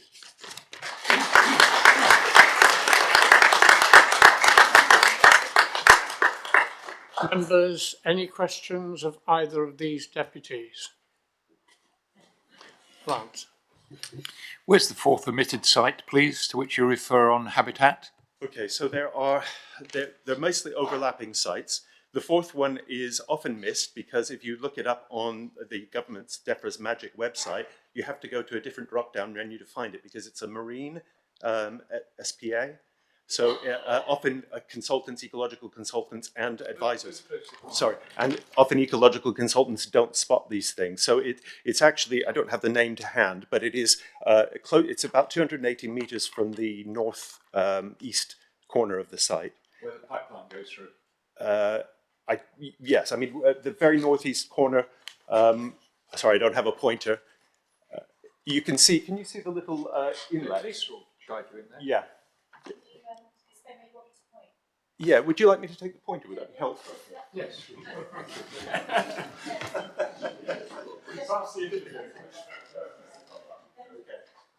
So this is the corner of the site I'm referring to. So the red line boundary here is about 280 metres from another fourth European or international designation, which is situated roughly here. I'm sorry, I should have the name to hand, but I don't. That's fine. That's fine. I've stood on that spot, so I know exactly where you are. Thank you very much, Chairman. Thank you. Right, I'm proposing to take a break now at 11:20, and we're going. Tell us what time to be back. Yeah, I'm just about to. Right, I'm breaking until 25 to 12 so that we all have 15 minutes. Thank you.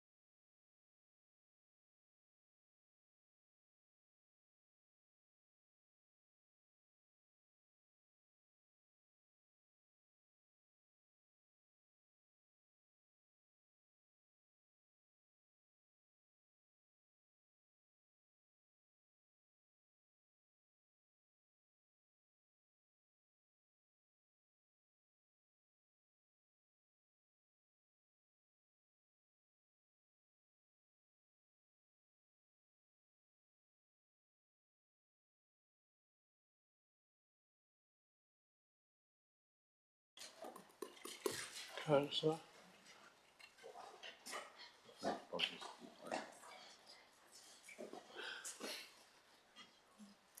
Okay. Right, we're back online again then. It has been mentioned to me that the people in the back are having difficulty hearing us. So can I ask that everybody speaks up, please? So moving on then to the next deputies. They are from the schools, and they are Hannah Craggs, Chair of Governors, Oscar Hill, a student, Louisa Cambridge, a head teacher, Christian Walton, Vice Chair of Governors. So those are the next speakers, and you've all got between you 6 minutes. So I hope you prepared well on that. Good morning, my name is Oscar Hill and I'm proud to be a head student at the Hamble School. I also attended Hamble Primary and I live in Hamble, and I've lived in Hamble for over 7 years. On a personal level, I'm in year 11 and therefore will not be at the school if the proposed quarry were to go ahead. However, my brother at the school will experience the impact and I will still live within the community after I leave the school. I am deeply upset to think that our future will be affected so much due to the issues I will outline today. Our student voice survey revealed that over 90% of students are also deeply concerned about this proposal. We get to school either by walking across the airfield or cycling along Hamble Lane. Currently, when lorries go past on our bikes or when we are walking on the pavements, it can be scary because some sections are very narrow. I am very concerned that 144 heavy goods vehicles a day will be using the same route, and I'm terrified about the safety of my family and the students at the 2 local schools. I have high aspirations and want to be successful in life. I think the Hamble School has provided me with an excellent education. This is because they have very good staff who support me every day. If a quarry is built, other students will not have the same life chances because the school will not be able to recruit high quality teaching staff. Who would want to sit in traffic every day on their commute to and from work? Who would want to walk around a site breathing in dust and not be able to teach because of noise? As for the students, with a lack of staff in every lesson disrupted by the noise and terrible air quality, and the exam room being under 50 metres from the proposed site, what future will they have? In fact, why would any parent send their child to the Hamble School if the quarry was to go ahead? It may close down. I leave you with this thought. Hamble is absolutely the wrong location. You would not build a school next to a quarry, so why would you build a quarry next to a school? Thank you.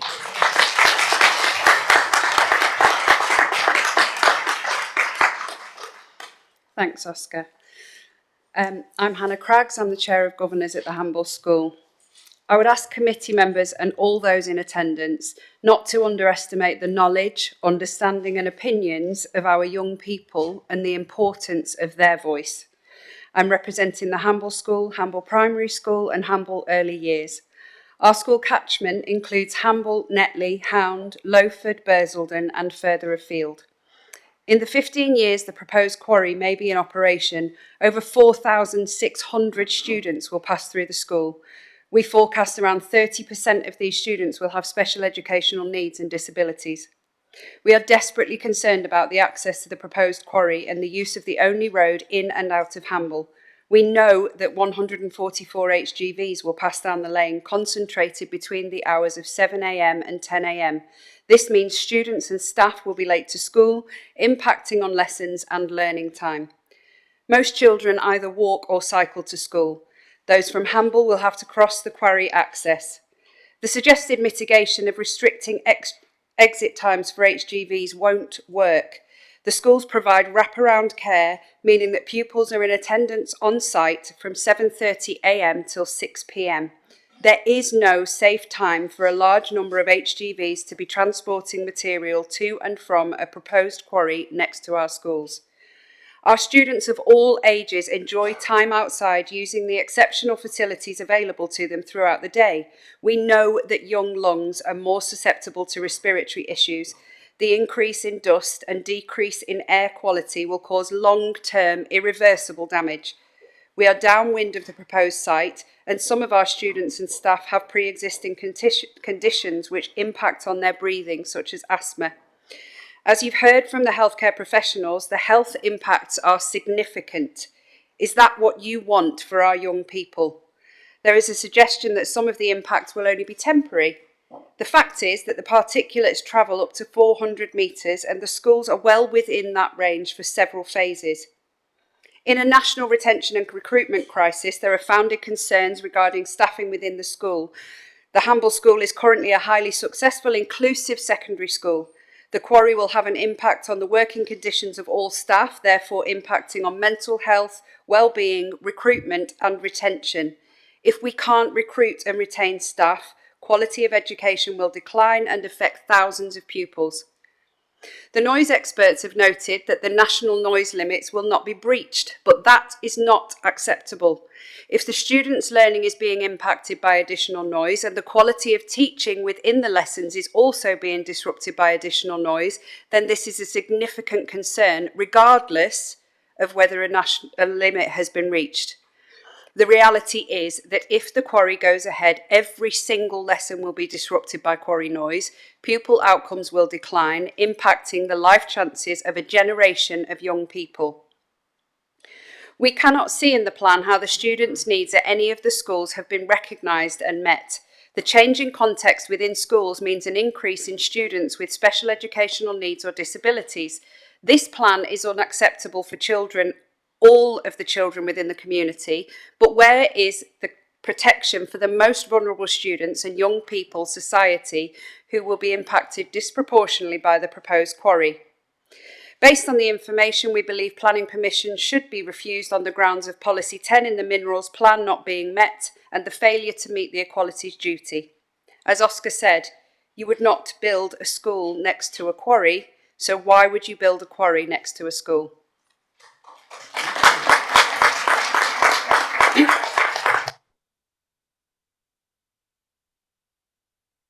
Time for you. Okay, fine. Do you have any questions of these deputies? No? Thank you very much. Keith. I'd quite like to hear what the others had to say. Sorry? I'd quite like to hear what the others had to say. Yeah. So technically, they're here to support if there were any questions. So I was speaking on behalf of everyone and they're here just in case there was any questions that I couldn't answer. So thank you though. No, just hang on 2 seconds, one more coming in. Can I ask how many of the children cycle to school, please? So I don't have the actual figures with me right now. We did a survey of students and it showed that over 50% of students walk or cycle to school. So we have 1,200 pupils. Can we ask Oscar that same question? Yes. Give us a guess, Oscar. Well, I'm not sure, but as someone who walks to school and cycles to school myself, I do know many people that do. So I don't have an exact figure, but a lot of them. Great. Okay. Thank you. Thank you.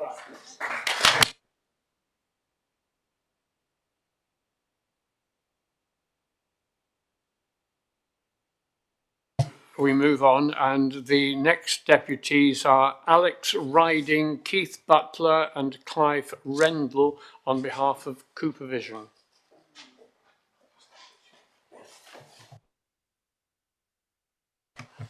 Good morning. Alex Riding's away on business at the moment, so I'm Keith Butler, this is Clive Rendell. We're here to represent Cooper Vision. We're a medical device manufacturer making contact lenses in the UK, with additional sites around the world, Costa Rica, Hungary and the Americas. We employ 3,000 people in Hampshire, of which 1,700 are employed in the Hamble campus. We operate 24/7 with over 1,000 of the employees working a 12-hour shift on a 4-day on, 4-day off basis. The daily shift pattern changes at 7 AM and 7 PM. In the report, there is little evidence on the effect of increased traffic on the infrastructure of Hamble Lane. The report clearly states that there will be an increase in HGVs expected to be over 100%, and although the theoretical traffic difference is nominal, the effect of HGVs on the junctions and roundabouts of Hamble is poorly thought through. Having worked at Cooper Vision for over 20 years, I'm more than aware of the gridlock that can be caused on Hamble Lane. We believe the risk of increased severe congestion to be high, and increased congestion would therefore impact productivity and profitability.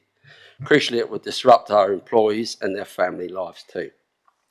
Many of our employees choose this shift pattern as it allows them to hand over children to other partners or allow them to complete school duties.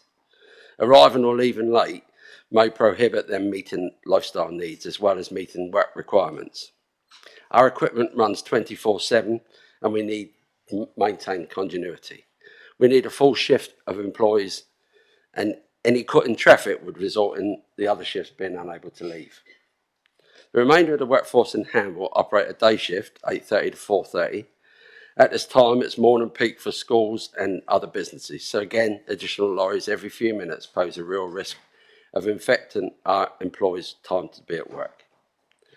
If this disruption becomes commonplace, it could lead to employees searching for alternative employment. The cost of the company in recruiting, replacement employees, training, etc. will be high and unnecessary. We know Hamble Lane is already a risk as we've had employees comment in exit interviews about traffic. This is at its current levels. In the Pans, no lorry will arrive before the allotted time and no lorry should go past the quarry. But when one does, as it inevitably will, the only place for an aggregate lorry to turn around would be at the top of Ensign Way or at the fire station. Turning at the top of Ensign Way is tighter than it looks and there is a risk of blocking the road, risking obstruction to our facilities.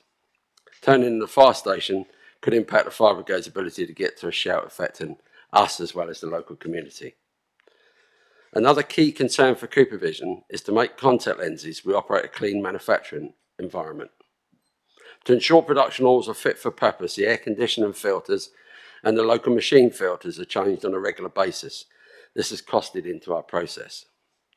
There is scant data on the level of dust the site would generate, let alone particulate size, to special projections or chemical makeup of the dust. Having driven past other open gravel quarries in the local area, there are clear indicators on vegetation of the dust travelling some distance. If the dust blows to our facility, which is likely to fall within the P1 and P2.5 PM, which we know can travel over 1 kilometre, this will likely impact the frequency of filter change, and this additional expense would increase the cost of manufacturing and may affect the viability of our site. A final comment is on the resources. To make contact lenses, we use water and electricity in our process. Any disruption to these key utilities would have a significant impact to the site and to its ability to operate. An example of this most recently was a mains water break at the Hound Netley roundabout. It lasted around 8 hours, and anybody in the area at that time would know it caused absolute chaos. It also led to us being within 1 hour of shutting down the facility. So that's a consideration for us. Thank you.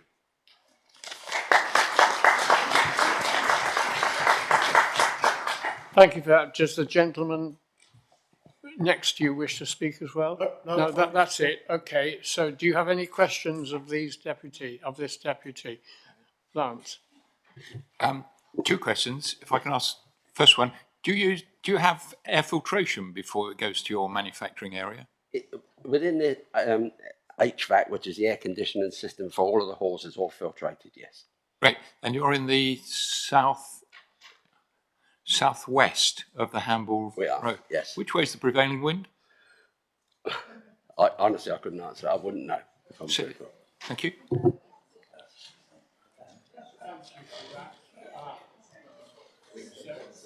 Thank you.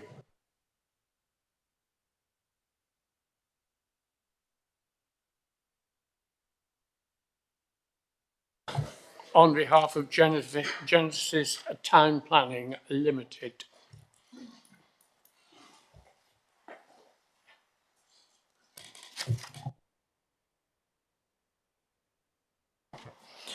Thank you, Chairman. I'm here representing local businesses located along the River Hamble foreshore. The officer's recommendation to refuse the proposed development is welcomed by the local business community.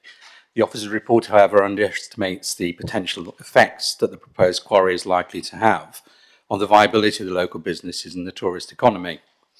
This is an important consideration that needs further assessment and justifies its own reason for refusal. The River Hamble is a UK centre for the sailing and boating industry. It has many small businesses and sole traders who rely on the various marine industries for their livelihoods. The yachting and marine sector provides for a significant proportion of the jobs locally and contributes in excess of £24 million to the local economy each year. In addition, there are sectors within the retail, leisure and tourism industries that are also dependent upon the thriving marine economy. All of these need to be safeguarded so that they continue to sustain the local economy. Hamble also contains other large international businesses, including BP Oil, Hoya, Cooper Vision, as you've just heard, and Hamble Aerostructures. There are also many other businesses involved in manufacturing, production and distribution. And hospitality plays an important part in the local economy, with a wide range of pubs, cafes, restaurants, bars and holiday accommodation. Overall, it's estimated that around 4,000 people are employed directly and indirectly in the local economy. Paragraph 85 of the MPPF is clear and confirms that planning policies and decisions should help create the conditions in which businesses can invest, expand and adapt. Significant weight should be placed on the need to support economic growth and productivity, taking into account both local business needs and wider economic opportunities for development. Paragraph 193 confirms that planning policies and decisions should ensure that new development can be integrated effectively with existing businesses and community facilities. These should not have unreasonable restrictions placed upon them as a result of development permitted after they were established. Paragraph 5107 of the explanatory text to policy DM20 of the Eastleigh Local Plan makes specific reference to the importance of the boat yards on the River Hamble. It confirms that these make an important contribution to the economy of the borough and the sub-region and are important for tourism and recreation. It is important that they are retained in this use. Paragraph 774 of the explanatory text to policy 20 of the Hampshire Minerals Waste Plan confirms that any development of the allocated mineral sites would be subject to various development considerations, and these include protecting local businesses and the amenity of local residents. So the main concerns of the business community are a lack of effective consultation by either the applicant or Hampshire County Council. There's been no face-to-face consultation or engagement with local businesses. This means the applicants have failed to properly understand the context of the local economy and how the proposed development will affect it. Traffic congestion in the area, particularly along Hamble Lane, is already severe. This will deteriorate further with an additional 144 HGV vehicles per day. This will make it more difficult for employees and delivery vehicles to travel to and from workspaces, increasing travel times and costs, and staff retention and recruitment. Business efficiency and the overall attractiveness of the area to employers, employees and visitors will also be reduced. This conflicts with Policy 12 of the Hampshire Minerals Waste Plan. Air quality. Whilst the proposed development includes measures that limit the amount of dust pollution, this will not prevent all forms of dust pollution. Additional dust will be generated by gravel extraction, resulting in increased operating costs for sensitive businesses, many of which require clean production areas. Boat building and maintenance costs will increase as the workplaces and boats will need cleaning and more frequently to remove sand-blown dust. This could also discourage boat owners from mooring their boats on the Hamble. There would therefore be a clear conflict with Policy DM8 of the Eastleigh Plan. In May 23, Neuron Capital Limited carried out a survey of local businesses on the Hamble Peninsula. In total, 62 businesses responded, a response rate of 31%, which is high for any survey. The key findings: 48% of businesses representing 420 employees and £44 million of turnover said they would consider relocating if the quarry is implemented. A number already have plans in place.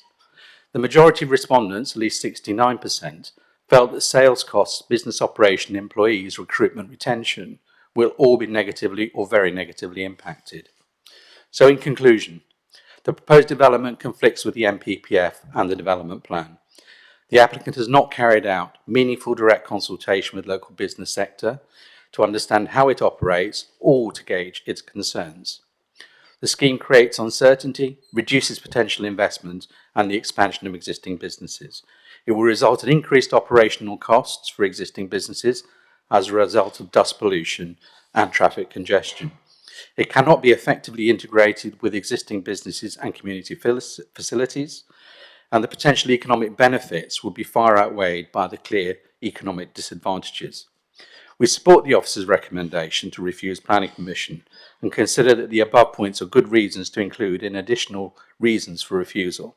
This should be based on the adverse effect of the proposed development that would occur on existing businesses and the local economy, in conflict with Policy 12 of the Hampshire Minerals Waste Plan and Policy DM8 of the Eastleigh Borough Local Plan that deals with dust pollution. Thank you.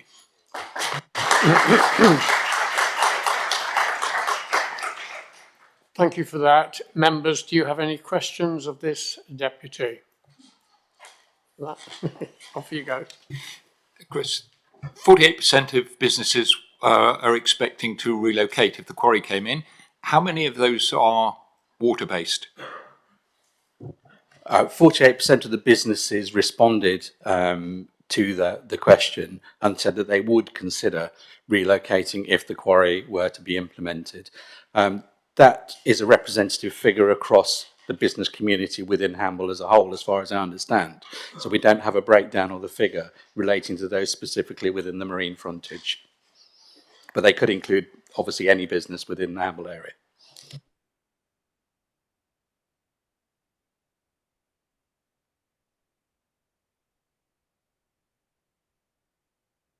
Chance to speak, and you've got 10 minutes each.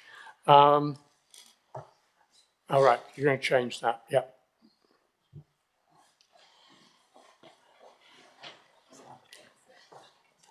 Sorry, Peter, the applicant before the county councillors.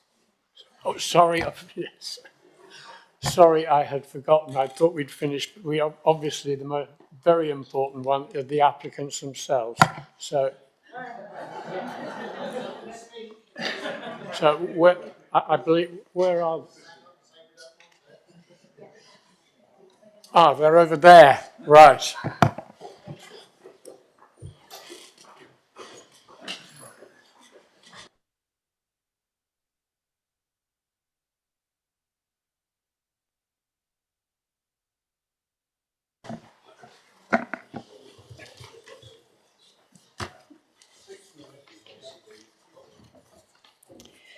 Good morning, Chairman and members. My name is Emma Pearman and I'm a development planner for CEMEX.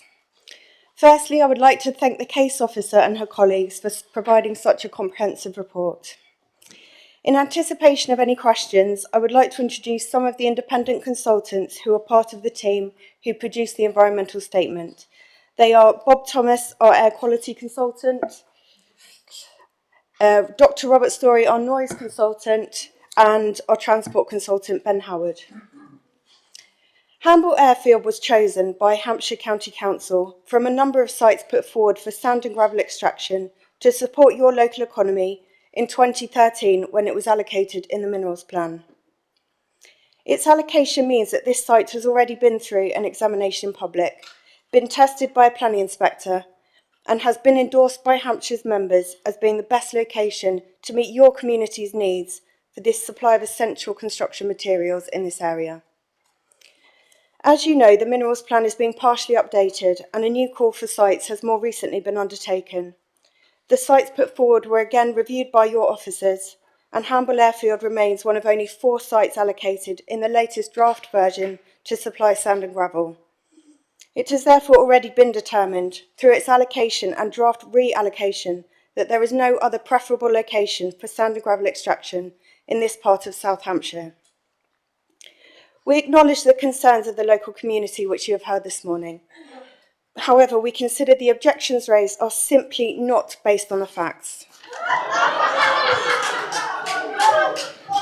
The planning application Can I please ask you to give the deputy a chance to speak? The planning application was accompanied by a robust environmental impact assessment prepared by independent experts in their various fields, which has demonstrated how the extraction of minerals from the site can take place without harming the environment, amenity, or the health of individuals or the community. As you all know, planning decisions must be taken in the wider public interest, which means in the interest of the residents of your county as a whole. We sincerely hope that in reaching your conclusions today, you will take the following facts into account. Sand and gravel is essential for almost all building projects. A shortage of sand and gravel in this area will result in insufficient supply for the local building industry, which will mean higher prices for new housing, making it even more difficult for young people to afford. Costs and delays for local people's home extensions to schools, as well as for road projects and repairs, and important projects for the local economy, such as the Southampton Airport expansion. Hampshire is severely constrained by designations such as national parks and national landscapes, with very limited areas outside these designations where sand and gravel can be found. Hamble is free of sensitive environmental and landscape designations, unlike other sites. There are no other sand and gravel sites in this area. Most of the sand and gravel sites in Hampshire are concentrated around the New Forest or the northeast of the county. This means that supply to Hamble and areas to the east towards Portsmouth, Fareham and Gosport currently comes from much further afield.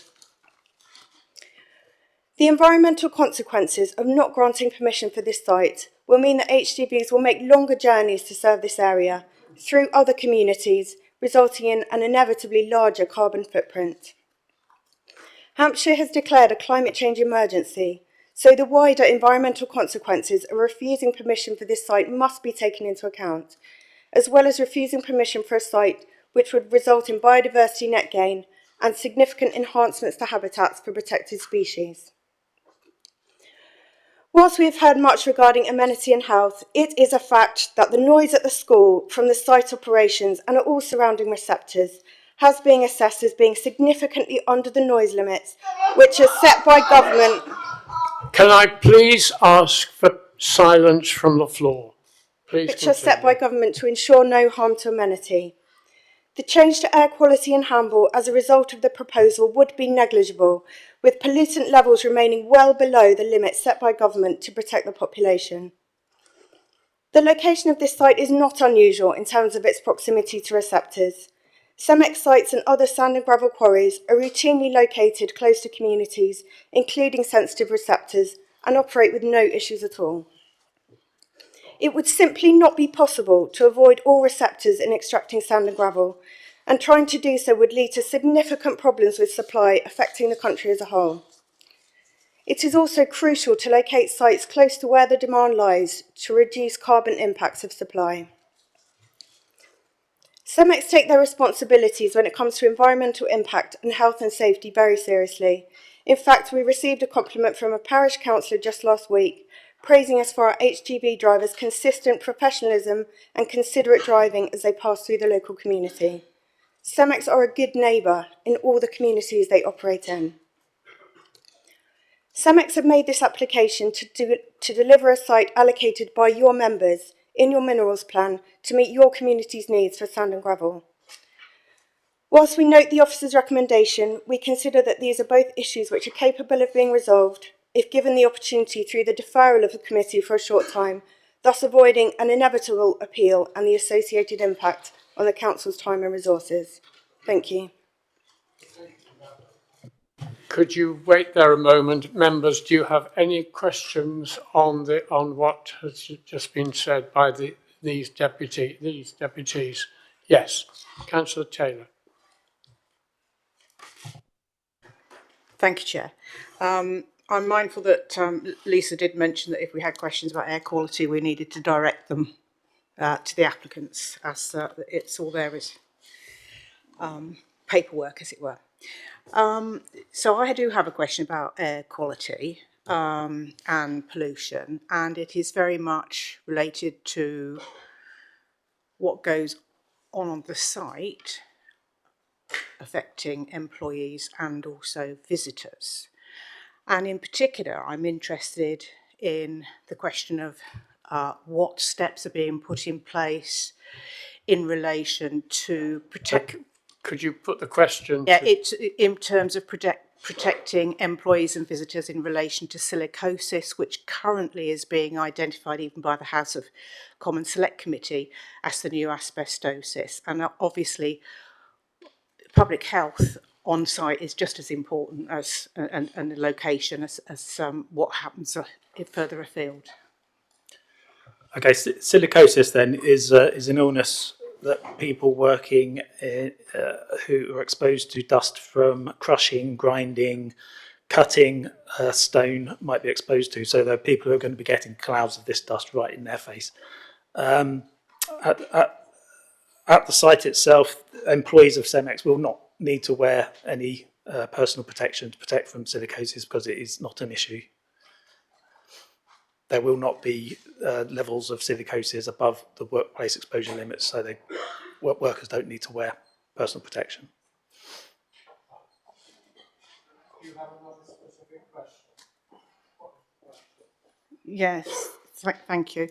And is that assessment for PPE being made with regard to the data that's coming out in relation to mining and quarrying, also producing high levels of silical dust for employees?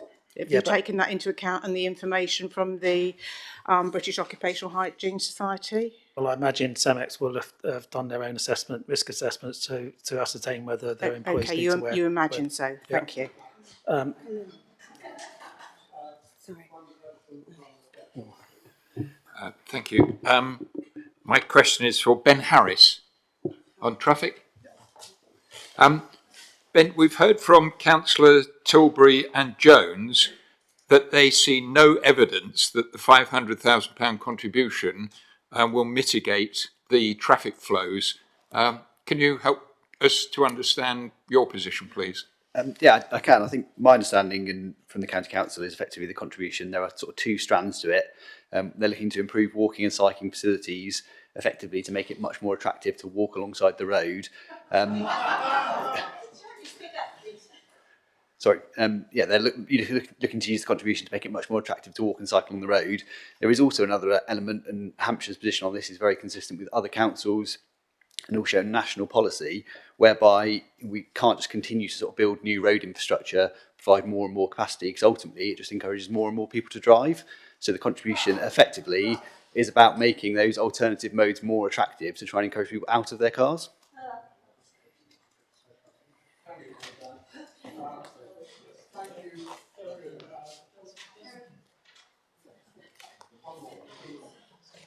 Thank you. I'd be interested in some information from the applicant on the level of experience they have of operating a site of this scale immediately adjacent to a secondary school.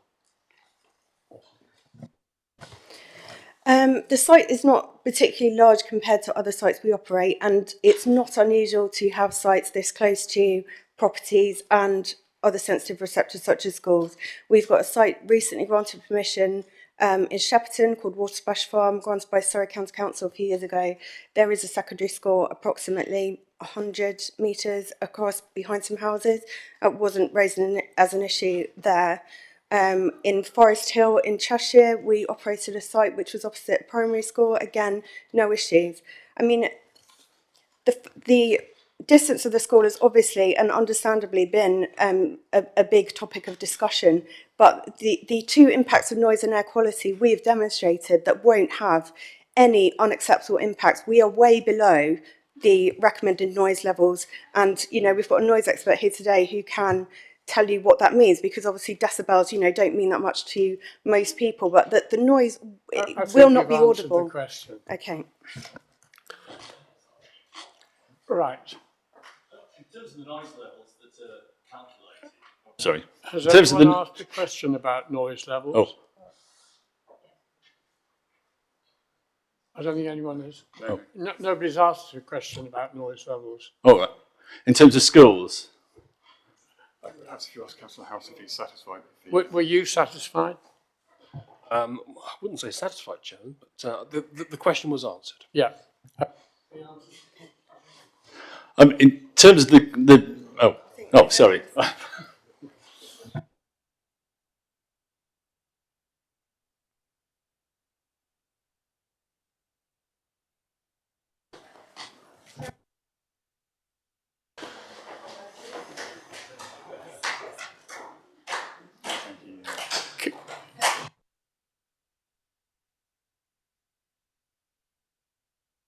can't ask a question. No, you can't. No.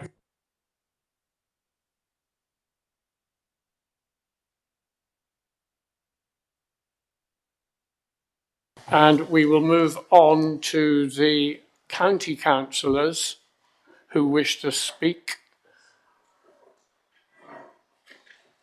And they have 10 minutes each. The first one is Rupert Curl.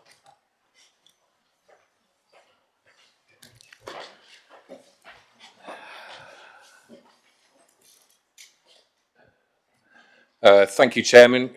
Committee members, thank you for allowing me to speak today. I'm the County Councillor for Botley and Hedge End North, a neighbouring county division to Hamble.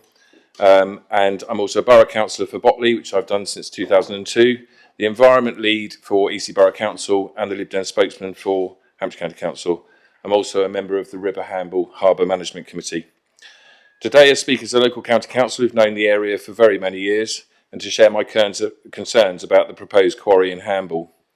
I also support the officer's recommendation to refuse. Hamble, as you all know, is acknowledged as a heritage village and surrounded by conservation areas. Firstly, I would like to outline my concerns about the adequacy of the HRA. The lead local flood authority has objected over the restoration and associated drainage schemes. Neither the shadow HRA from CMEX nor the HCC's HRA attached to the report have addressed these issues. Therefore, without this, I cannot see how it can be taken that the HRA submitted with this report could possibly be acceptable.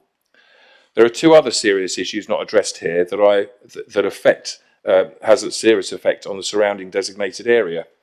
The change to the aquifers caused by the drainage schemes and the displacement of users. Firstly, there is discrepancy within the definition of the severity of the effect to those surrounding designated areas. The old Bursledon Conservation Area is only 50 metres from the airfield and will only be 100 metres from the edge of the quarry. Hamble Conservation Area is located 150 metres from the quarry. The report states there is no evidence to suggest that the conservation areas would be unduly impacted by the proposal. However, the phrase unduly impacted carries with it no definition of whether any harm would be caused. Surely, if there would be no harm at all, this would have been stated. So paragraph 206 of National Planning Policy is relevant here. This states that if any harm would be caused, this should require clear and convincing justification. There is no such justification supplied. If it is accepted that harm will be caused, National Planning Policy requires a test of public benefits outweighing the harm. However, public benefits are minimal as the land is private and harm would be only caused as a result of this proposed development. As a result of this, the impact on heritage sites, however minimal, have not been assessed, and this fails the test of National Planning Policy. Importantly, it also fails Policy 7 of the Minerals Plan, conserving the historic environment and heritage assets. This states minerals and waste development should protect and, wherever possible, enhance Hampshire's historic environment and heritage assets. The report fails to address this point of Hampshire's policy and therefore, in my view, is a clear ground for refusing the application. Listening to the consultant earlier on hydrology, the concerns for the effect to the aquifers from the airfield to the designated European protected sites have also not been identified as an issue in the HRA. This should also be a key reason for refusal, together with flooding. Flood risk and aquifers are all subject to weather conditions. Does the proposal help the area adapt to the impacts of climate change? In the applicant's mitigation planning, they have applied a 10% increase in runoff. It should be noted, however, that data from the Met Office, 1991 to 2020, reports a 10% increase compared to the preceding 30 years in average winter rainfall, which on the face of it may seem that the applicant has adequately mitigated for a predicted increase in runoff. This 10% increase is an average winter rainfall increase when we know that our current weather patterns are about an increase in intensity. The residents in the surrounding areas of lower elevation will not be pleased on the occasions their houses flood. During each storm episode, the increase in intensity is likely to be significantly higher than 10%. Any development plans need to account for the unprecedented nature of weather and climate and the knowingly unpredictable future we face, not the average. So the answer is no. The proposal is contrary to your own Hampshire Minerals Waste Plan policy and does not help avoid an area already vulnerable to climate change and flood risk and provide adequate adaptation measures. There are 7 climate planning policies as well as national planning guidance together targeting carbon emissions and climate adaptation. These policies are listed in your officer's report and the proposal fails to deliver on any of them, namely Hampshire's Minerals and Waste Plan Policy 2 on climate, National Planning Policy Framework paragraphs 159 to 164, planning and climate change. Policy 158 states plans should take a proactive approach to mitigating and adapting to climate change, taking into account the long-term implications for flood risk, as well as other climate change related risks. The Eastleigh Borough Local Plan, Policy DM3, adaptation to climate change, development should reduce the potential impacts of surface water flooding. Hampshire Local Transport Plan 2024 commits to creating a carbon neutral, resilient Hampshire. Policy C4, place climate change at the heart of decision making. Policy FM2, accelerate the transition to low and zero emission vehicle use. National Planning Policy Guidance, PPG, Climate Change on the 15th of March 2019, paragraphs 1 to 7 and 11.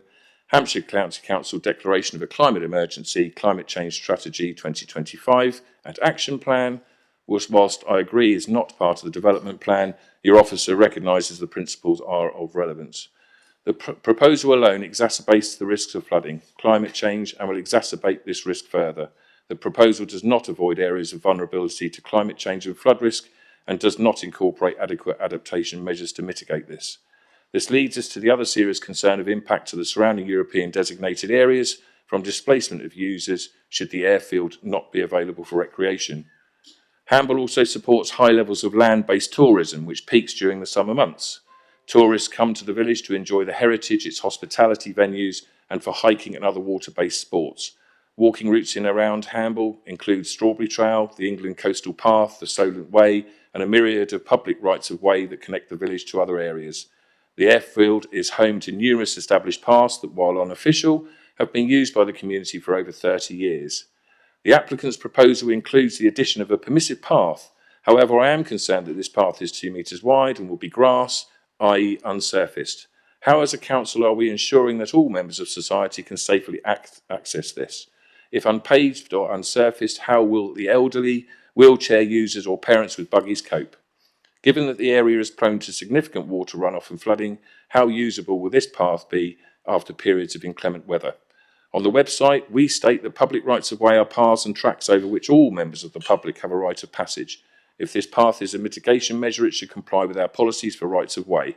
In fact, the officer's report, paragraph 494, page 165, specifically states not surfacing the public right of way is considered to be unacceptable by the countryside rights of way team.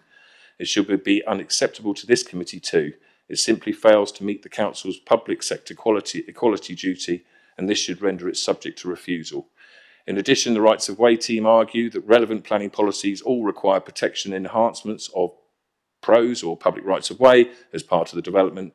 The enclosure of the PRO with bunds and loss of landscape character it sits within is typically against Hampshire County Council service positions on this, and this is clearly not being achieved. The report further states that in the same paragraph, while the Countryside's rights of way team position is acknowledged, the Minerals and Waste Planning Authority considers this position to be acceptable due to the need to protect the root protection of trees and ensure wider ecological benefits. It is unclear to me, however, which tree roots and which ecological benefits warrant the clear discrimination against vulnerable members of the community having access. The proposal also includes bunds which will be between 3 and 5 metres, which will tower over the footpaths and will be in very close proximity to sensitive receptors, including the nearby secondary school, which is only 44 metres away, and approximately 200 residential properties, many of which are less than 60 metres away.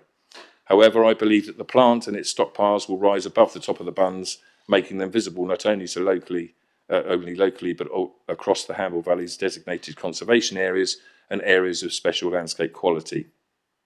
I'd also add my concern to others with respect to the high number of planning conditions as per the officer's report. Is it normal and reasonable? Who will agree and enforce these and protect the community? This will either be an enormous burden to this council or they will not be enforced, which would make the application non-compliant. In summary, the potential impact of the designated area is not correctly defined, nor is the HRA adequate to protect these sensitive areas from potential disturbances and the loss of key trees without overriding justification for their loss. Added to this, the concerns with climate change that have not been addressed in relation to flooding. This report fails to make its case. It clearly fails on key grounds. Policy 10 of the Minerals Plan for the heritage site and equality duty with regards to the inadequate solution for the displacement of users by providing a path that is usable by many members of society, namely those with mobility or disability issues. Members, being a local county councillor who knows this area very well and represents the nearby historical village of Botley for many years, which has the A334 running through the middle of it. I'm 2 seconds, if I may, just to finish. I'm all too aware of the impact that traffic and polluting heavy goods vehicles have on air quality, environment and heritage, along with the daily impact that this has on the communities that live and work in the area. And this is the same for the residents of Hamble Peninsula. So this application, I would urge members, please do refuse. Thank you.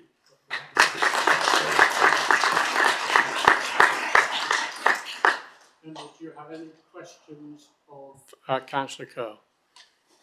No. Oh, right. Why do you think the £68,000 commuted sum is inadequate for the path maintenance? For the what maintenance? Path maintenance. Path maintenance. Well, the path is being proposed is to be grassed. It's not an all-weather surface, and therefore it's not going to be accessible to a significant numbers of the local community who may wish to use it, and therefore it doesn't comply with our own equalities duty policies, and therefore it should do. If this is a mitigation to saying that this is, shall we say, something that therefore is a mitigation against the impacts that this is going to be giving to the wider community. It should comply with our equalities. Muted sum for £68,000, my question was. Well, I didn't mention the £68,000 in my. I don't agree that the path report does. Sorry? The report does. Well, the report mentions lots of things, but I didn't refer to it in my address to you. £68,000 is a drop in the ocean when you're looking. I don't want to get into a debate on this. But I wasn't. I didn't refer to £68,000 in my deposition, did I? Okay. Thank you. Thank you for that. Next one is Councillor Brad Paynes. Thank you, Mr. Chairman. Today I'm speaking on behalf of the residents of Hamble in support of the recommendation to refuse this application. I'd like to personally thank every Hamble resident that has contributed in the effort to oppose this application. Hamble is not the right place for a quarry, not now, not ever.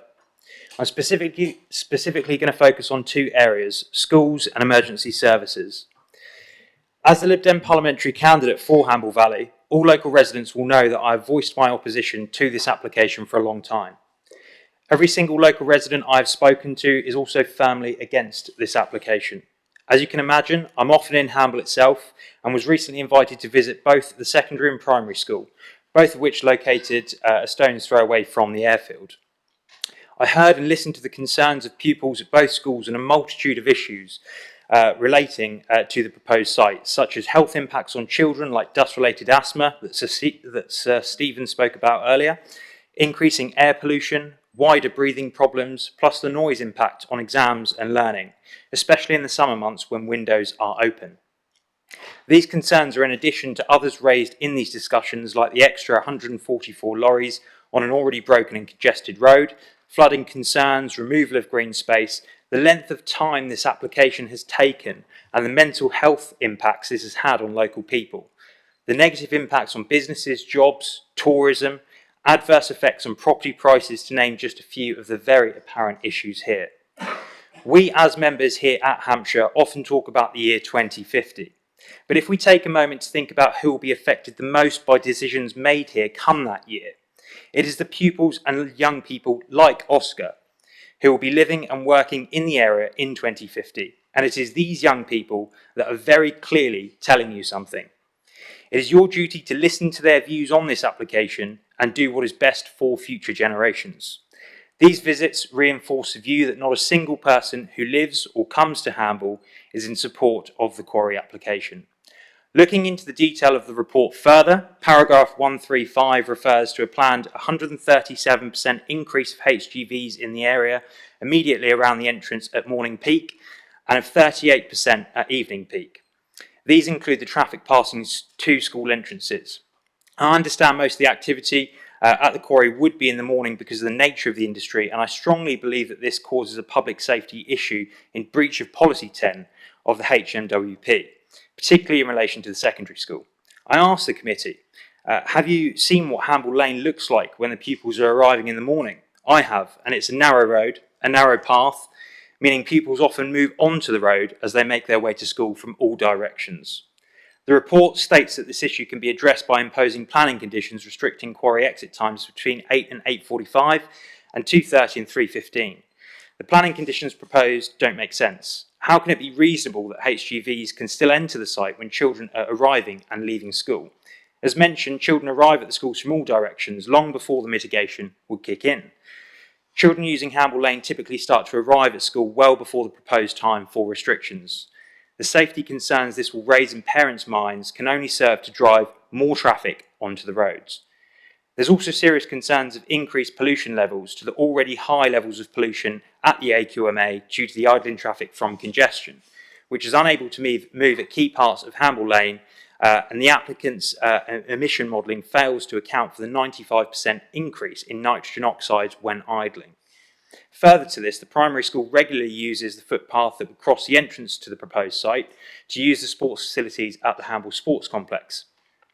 This important activity may have to be cancelled as the risk to children with the changes and increased traffic would be significant, and I've spoken to the head teacher about this very issue. Both the safety of the children walking to and between the schools and the likely impact of increased school traffic are issues under Policy 12 of the HWMP, which cannot be mitigated by imposing restrictions on one-way movements from the quarry site. Why has refusal not been recommended on these grounds alone? It doesn't matter how well a site entrance is designed, crossing it still presents a danger. As Oscar rightfully said, you wouldn't build two schools next to a quarry, so why would you build a quarry next to two schools? I would now like to move on to the subject of emergency services. Having served as a Hampshire firefighter, this is an area of particular concern to me. I feel that the report hasn't given sufficient weight to the objections of the emergency services that are based in Hamble.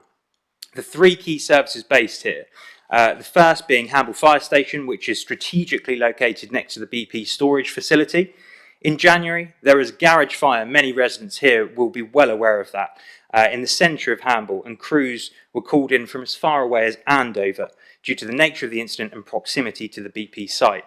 Hamble Station is a retained station, with the crew being based in the community until pagers go off, having to travel to the station in order to attend fire calls. The second service based here is the Hamble Lifeboat, which houses one of the teams covering Southampton Water Inshore Rescue Service. It's a 24-hour, 7 days a week service crewed by many members that don't live in the village and require access by road. The third service is the Hampshire Constabulary Southern Support and Training HQ, a Gold Command Centre based here with its entrance only metres from the airfield site. As mentioned earlier, the OPCC submitted an application on December the 15th, which hasn't yet been addressed or responded to. They stated that despite the assurances that appear to have been given by Hampshire Highways, it is difficult to understand that a major gravel extraction and restoration development with a projected duration of 12 to 14 years will only have a modest impact on traffic volumes. The road is additionally constrained by a narrow railway bridge close to the proposed access point to the development site. Netley is a Gold Command Centre for response for critical incidents on both a local and national level, and is a base to host multi-agency hubs on such occasions. We already experience issues in access to the police site at peak times and changeover of shifts. If officers need to respond from Netley, then increased traffic volumes will have significant impact on the ability to respond effectively, and the proposed entrance to the development site is very close to the main entrance to Netley HQ. This is an additional and very considerable concern because of the risk of traffic incidents due to the proximity of the two site entrances. We strongly believe that the inevitable increase in traffic on Hamble Lane will lead to a disruption of critical police operations at Netley HQ, and for that reason object to the proposed development. The fire service also commented that any increase in vehicular traffic or congestion along Hamble Lane as a result of new activities associated with this development could have a negative impact on the ability of the fire and rescue service to respond to a large incident occurring in Hamble, as Hamble Lane is the main route into the village. Hamble Fire Station can be called to either provide operational response cover for Southampton or respond to larger incidents as required elsewhere within the county. Any restrictions on the speed at which this might happen could be detrimental in terms of performance, as Hamble Lane would be the main route out. I understand that all representatives from these three key services based here in Hamble have objected and would like to ask if these objections have been communicated to this committee, Mr. Chairman, as they aren't explicitly referred to in the report. I understand that HPRG have taken legal advice on this very issue, and that the failure to report this objection could be materially misleading, as it speaks directly to public safety. The impact on emergency services should be a reason for refusal under Policy 12. Finally, I'd like to raise some awareness of the BP oil storage facility, as it's something that's absent in the report. The only road access to the site is via Hamble Lane. The facility stores a range of flammable products in tanks, each with a capacity of 22,000 tonnes. Consequently, it's subject to government safety regulations known as COMA, control of major accident hazards, and it's unclear and not referenced if HCC have consulted with BP and how its COMA plans could be affected if there was a quarry built, especially as the airfield was, at one time, Mr. Chairman, used as the village evacuation platform. I'd like to raise the issue of the number of proposed planning conditions, as others have this morning. There are 78 areas where planning conditions are suggested as mitigation for issues raised by consultees and those objecting, with a further 8 legal agreements required. How would HCC propose to manage this number of conditions over the proposed next 15 years? Clearly, this is a very complex application for a heavy industrial site right in the middle of a picturesque village. The refusal should of course be upheld, but I am very surprised and concerned that these are the only 2 reasons for refusal at this stage, as there should be countless more. I want what is best for the Hamble community and will continue to stand alongside local residents in objection to this application and urge you members to do the same today. Thank you very much.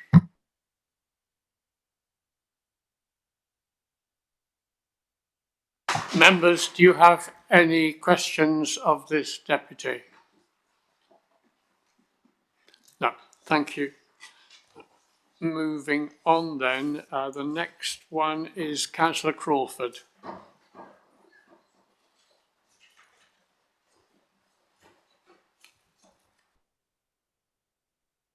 Thank you, Chairman. I'm County Councillor for Aldershot North, which is as far away from Hamble as you could possibly get in Hampshire, apart from Farnborough, of course. But when I saw this extraordinary application to have a quarry right in the middle of a lovely Hampshire village, my wife and I went there last year just to see how it might affect the local community. Going there, I drove down the narrow Hamble Lane, past the proposed site entrance to the Roy Underwood Sports Pavilion and tennis courts, where I parked. Hamble Residents Group kindly agreed to show us around the site and introduced us to local businesses so that I could gauge the impact of the proposed development.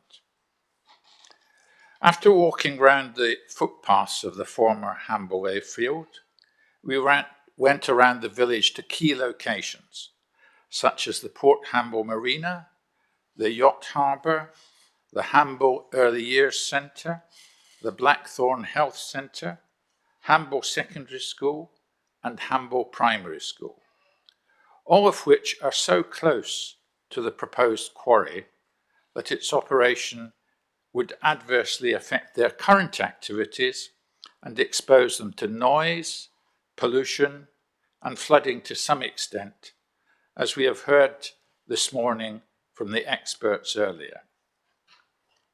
Also, Hamble has successful businesses appropriate for the location in a historic Hampshire village. I hope that their views, members, will be taken seriously. Why would anyone want to ruin the charm and the attraction to tourists by operating an industrial scale quarry in the middle of it?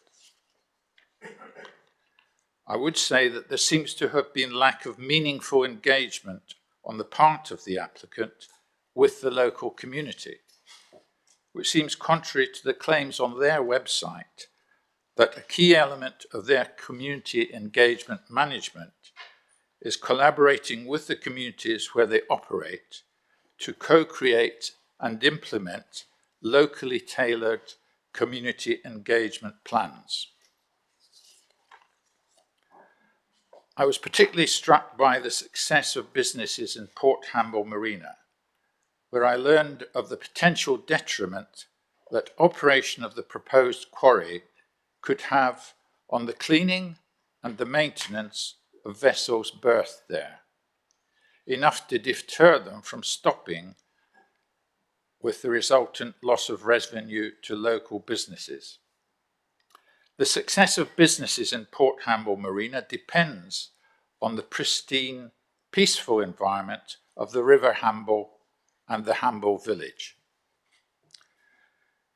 We have all seen the impact of serious flooding this year with heavy rainfall throughout Hampshire, with warnings that such events will increase greatly as a result of climate change being more than previous forecasts.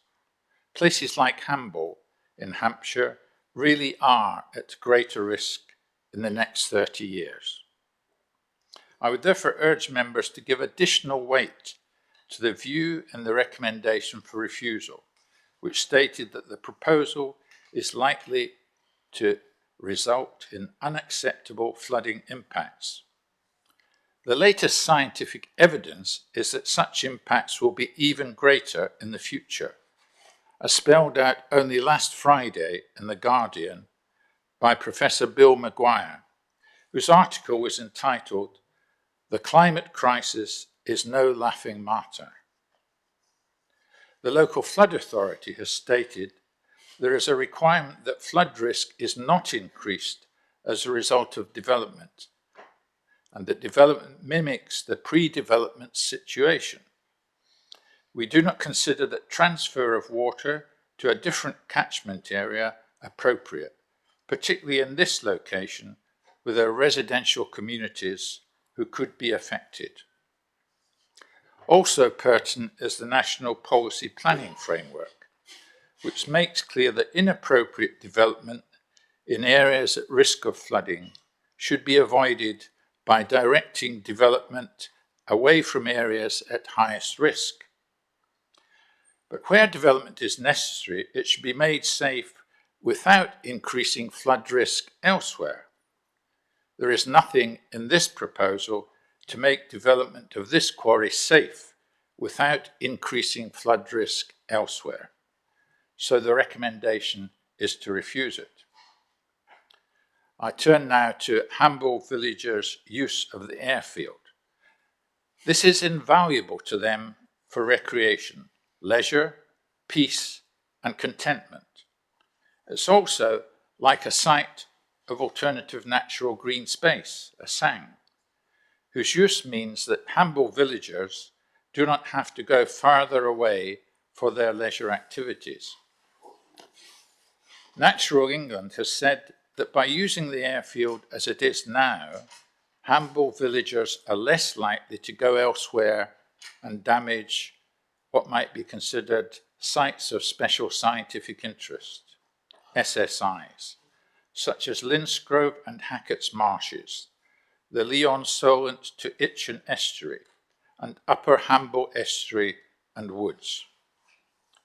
Reading the report and the Habitats Regulations Assessment, HRA, I cannot see that the issue of where Hamble Airfield's users will go has been adequately addressed, nor could the King's Council advising Hamble Peninsula Residents Group.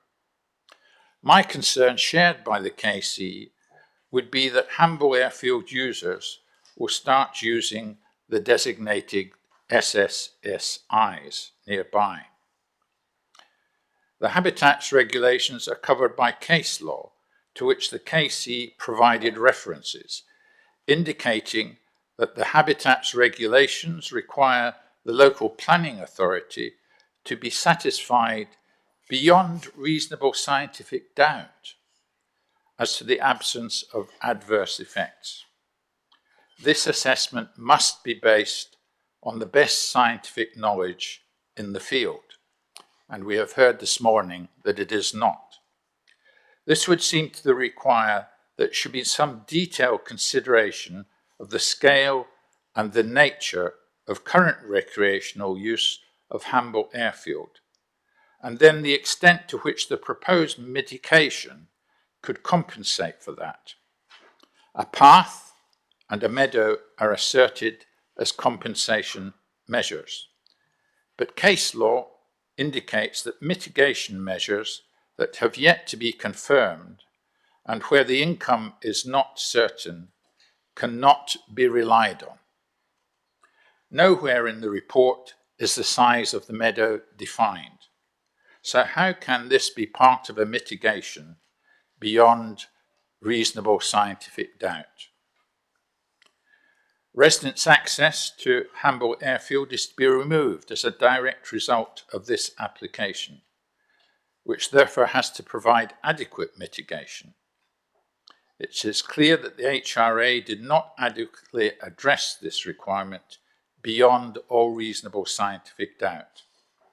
As a result, the application should be rejected on these grounds in addition to those in the report, Mr. Chairman. Thank you.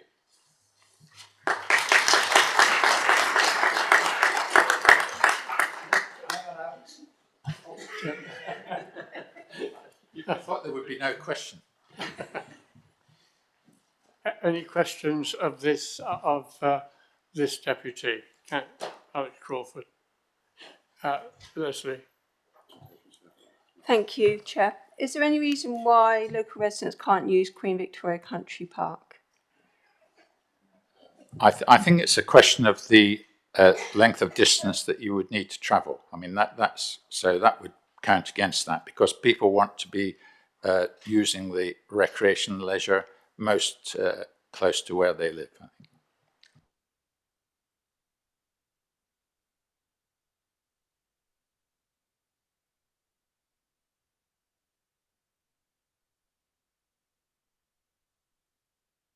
Councillor Malcolm Wallace, our new councillor, who was, I think, elected a fortnight ago. Welcome.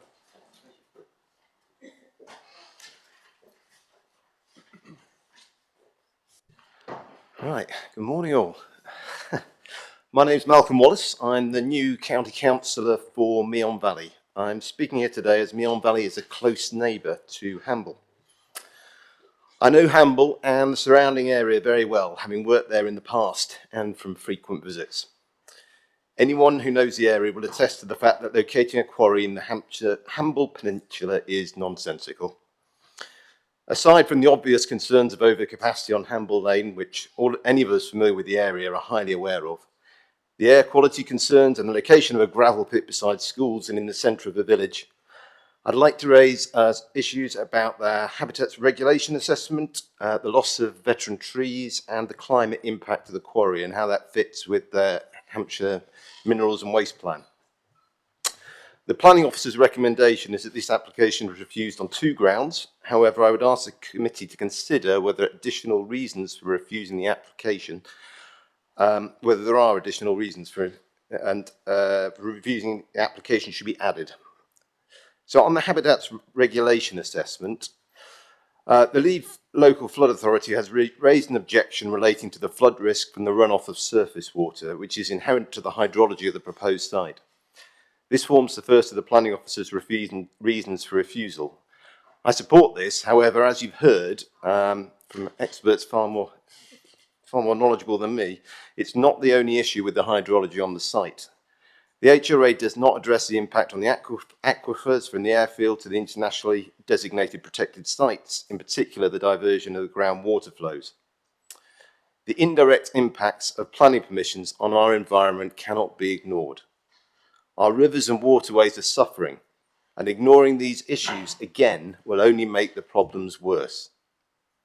The HRA cannot be acceptable without consideration of the full impacts of the development on the environment, including on the groundwater. On trees, we all know there is a need to protect trees from development, and there is regulation in place for this purpose. However, too often we are accepting of the exceptions and allow trees to be sacrificed in the name of development. In this instance, trees will be lost due to the need to provide an entrance to the quarry site. Two of these are considered ancient or veteran trees. These are protected under paragraph 180C of the National Planning Policy Framework, which states that development resulting in the loss or deterioration of irreplaceable habitats, such as ancient woodland and ancient or veteran trees, should be refused unless there are wholly exceptional reasons and a suitable compensation strategy exists. The note to that policy defines wholly exceptional circumstances very specifically as infrastructure projects where the public benefit would clearly outweigh the loss or deterioration of habitat. The officer's report states that the grounds for not applying the national policy is for exceptional reasons. This is not adequate. Hampshire's own arboricultural team, as well as the statutory consultee, the Woodland Trust, have both strongly objected to the trees being removed. The KC who spoke earlier is very clear that the legal status and position of trees on and close to the site has not been addressed. The report does not identify any public benefits that clearly outweigh the loss. Moreover, a suitable compensation strategy has not been identified. Mitigation measures are not a compensation strategy. The application should therefore include an additional reason for refusal as the failure to meet MPPF paragraph 186 and the Minerals and Waste Plan Policy 7 on conserving historic environment and heritage assets. Finally, on supply and demand for sharp sand and gravel and the impact this has on climate change. As you heard from the planning officer earlier, Hampshire has already fulfilled its requirements for sharp sand and gravel, having secured enough supplies through to the mid-2030s. Moreover, based upon the Minerals and Waste Plan update proposals, these supplies could be extended to at least 2044 without the need of the Hamble Airfield site. In other words, Hampshire's already satisfied national planning policy and its own requirements. Extraction of excess sharp sand and gravel over the targeted supply is not required. The fact that several of the existing sites are currently mothballed further illustrates the fact that the demand is currently below the supply that is available. As you know, Hampshire declared a climate emergency in 2019, which aligns with the UK government climate targets and the legally binding target to become net zero by 2050. This requires a 50% reduction of carbon emissions by 2030, only 6 years' time, and 90% by 2050. As part of achieving UK legal net zero requirements, measures are being taken to reduce both the aggregate and construction industry carbon emissions. These measures include reducing the need for sand and gravel in future years. Taking these points together, it's clear that the proposed quarry at Hamble Airfield is unnecessary to enable Hampshire to fulfil its supply requirements and is contrary to meeting the challenges of climate change. In summary, I support refusal of this application. The proposed quarry at Hamble Airfield does not align with the national Hampshire policies. In addition to the reasons set out by the planning officer, I would ask the committee to consider adding additional reasons for refusal on the grounds of paragraph 186 of the MPPF with regards to ancient trees, policy 7 on conserving the historic environment and heritage assets, policy 2 on climate change, and policy 17 on aggregate supply. Thank you.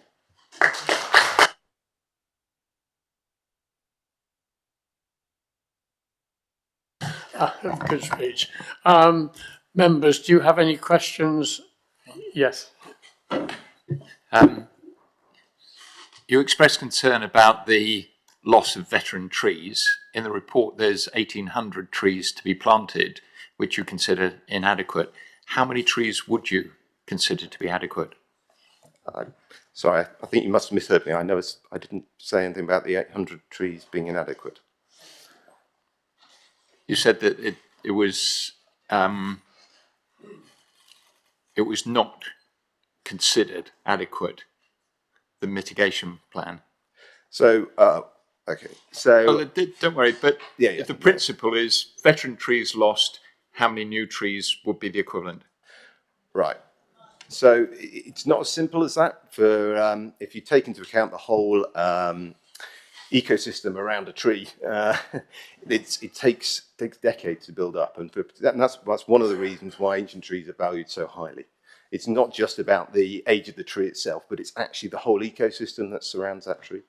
And there's tree officers know better than me, but it's several hundred species are based on each of these ancient trees. Thank you.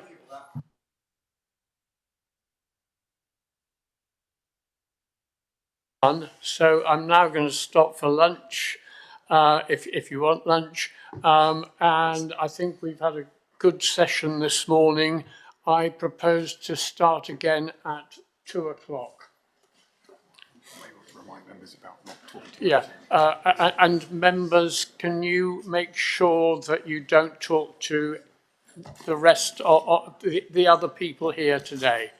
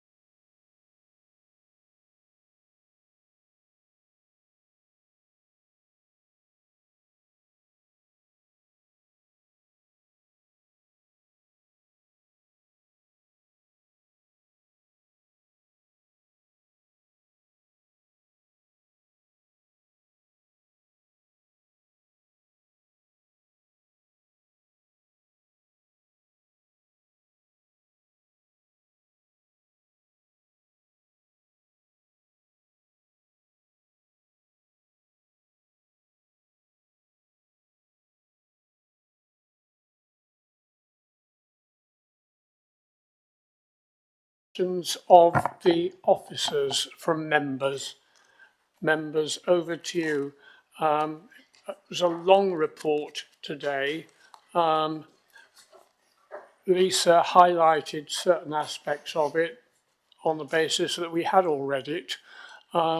Is there anything in either the report or what she said today which you want clarification on?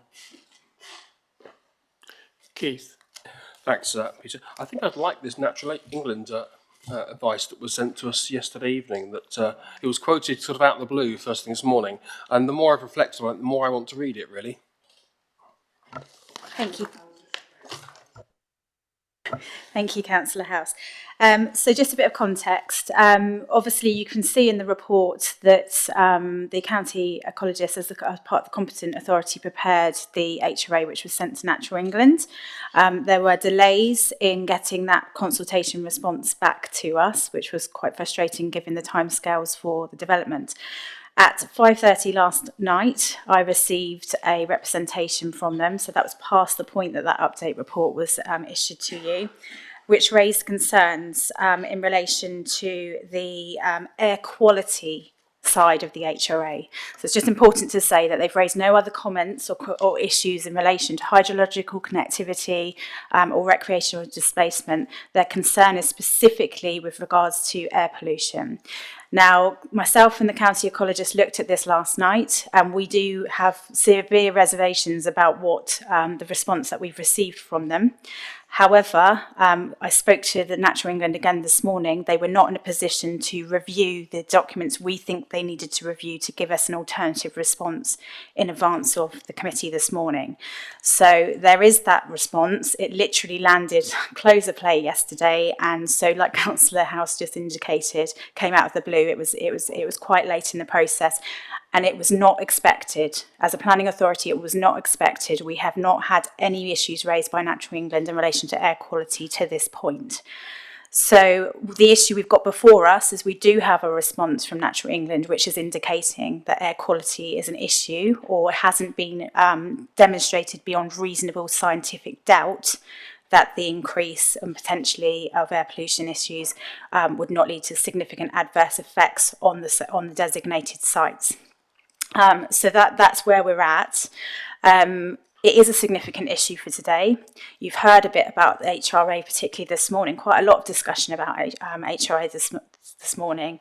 But as I say, this is specifically related to air quality, and it's quite different to the consideration of air quality matters in your section on public health, safety and immunity, because that's specifically looking about the impacts on the human population of Hamble. So we have this before us, and so members, it will be down to you to consider whether you think a reason for refusal should be added onto this.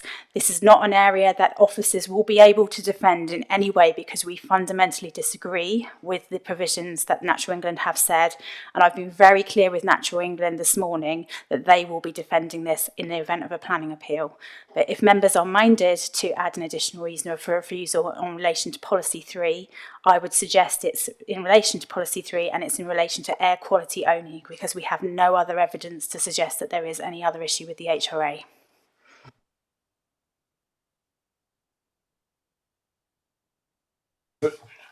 Do members understand that? Well, like everyone else, I'm looking at policy 3 now. Yeah, absolutely. Yeah. So would we like to just all look at policy 3 then?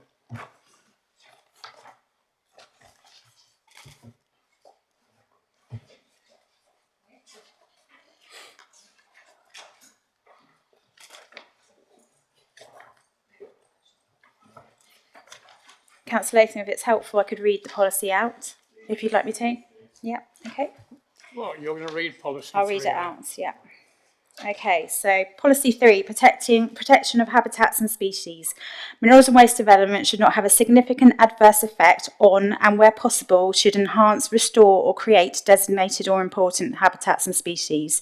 The following sites and habitat species are protected in accordance with the level of their importance. So A is internationally designated sites, including special protection areas, special areas of conservation, Ramsar sites, any sites identified to counteract adverse effects on internationally designated sites and European protected species. B, nationally designated sites, including sites of special scientific interest and natural nature reserves, nationally protected species and ancient woodland. C, local interest sites, including sites of importance of nature conservation and local nature reserves. D, habitats and species of principal importance in England. E, habitats and species identified in the UK Biodiversity Action Plan or Hampshire Authority's Biodiversity Action Plans. Development which is likely to have a significant adverse effect upon these such sites, habitats and species will only be permitted where it is judged, in proportion to their relative importance, that the merits of the development outweigh any likely environmental damage. Appropriate mitigation and compensation measures will be required where development would cause harm to biodiversity interests. And just one final additional point that I probably should have mentioned this morning, the air quality assessment work in this report is very clear that there's a negligible impact on these designations. So that's what the basis of our position is in relation to this. So that's why we're in contrary to the advice that Natural England has given us. Can I just, in my own head, Natural England have said it doesn't comply with policy 3 on air quality. They have indicated that the HRA as it stands cannot be on air quality. And you we as you as officers disagree with that analysis? We do. And the Environment Agency say that they were satisfied that with the attenuation ponds, etc., they were satisfied that it could be regulated as well. Is that correct? In relation to hydro-connectivity, yes, that's correct. Not in relation to air quality, because they commented on the hydro-connectivity aspect. So if we do agree to put an additional condition on this, another recommendation, you're saying that it could not be defended, but at the moment, because Natural England say we can't agree to it, on air quality, we have to support that recommendation for the time being. So as officers, we will not be able to defend it. Natural England have been told very strongly this morning that they will have to defend this position at appeal. So do we all understand the implications of that? So the decision, I suppose, is a political one as to whether we want to add that as another condition for refusal. Yeah.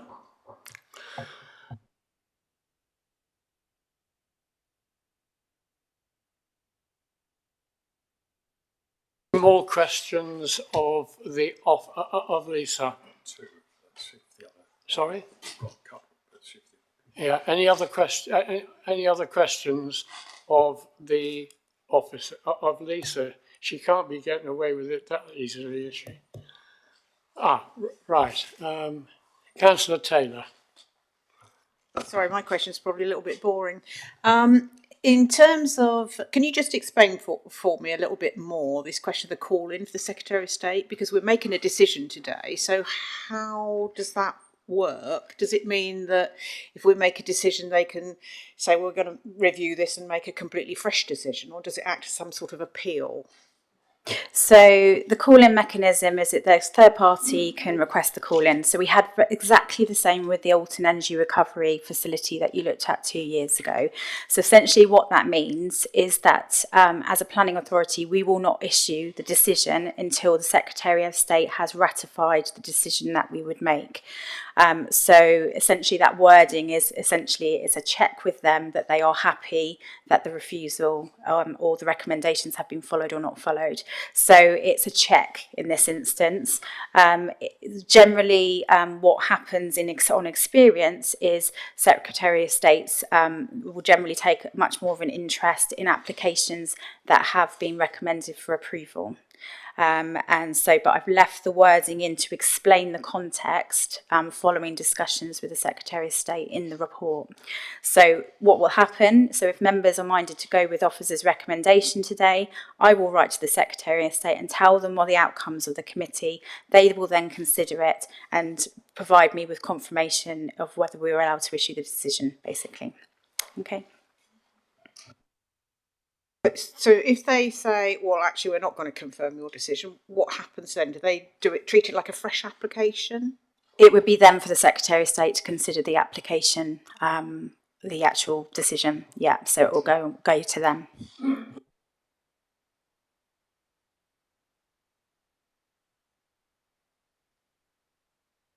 Yes, a question, Chairman, to the officers, if I may. It relates to the proposal and the various tonnages involved. Now, I understand the tonnages of material going out of the site, but it also refers to the fact that there are going to be 1.8 million tonnes of inert materials brought into the site at 150,000 tonnes a year during the exploitation of the site, and at 250,000 tonnes per year after the site has finished producing gravel. Now, you know and I know that a lot of the sites we go and see, we have been told that there's a significant shortage of inert material to infill these sites, because these days a lot of the building material and so forth that is recycled is indeed recycled. In other words, it's processed, it's sorted, and it's passed on to the trade. So how can we rely on the figures we have here, that there's only a 14 to 15 year life for this site, when we know from other sites inert material is very, very hard to find to fill it back in again? That's my key question for the moment anyway. Thank you.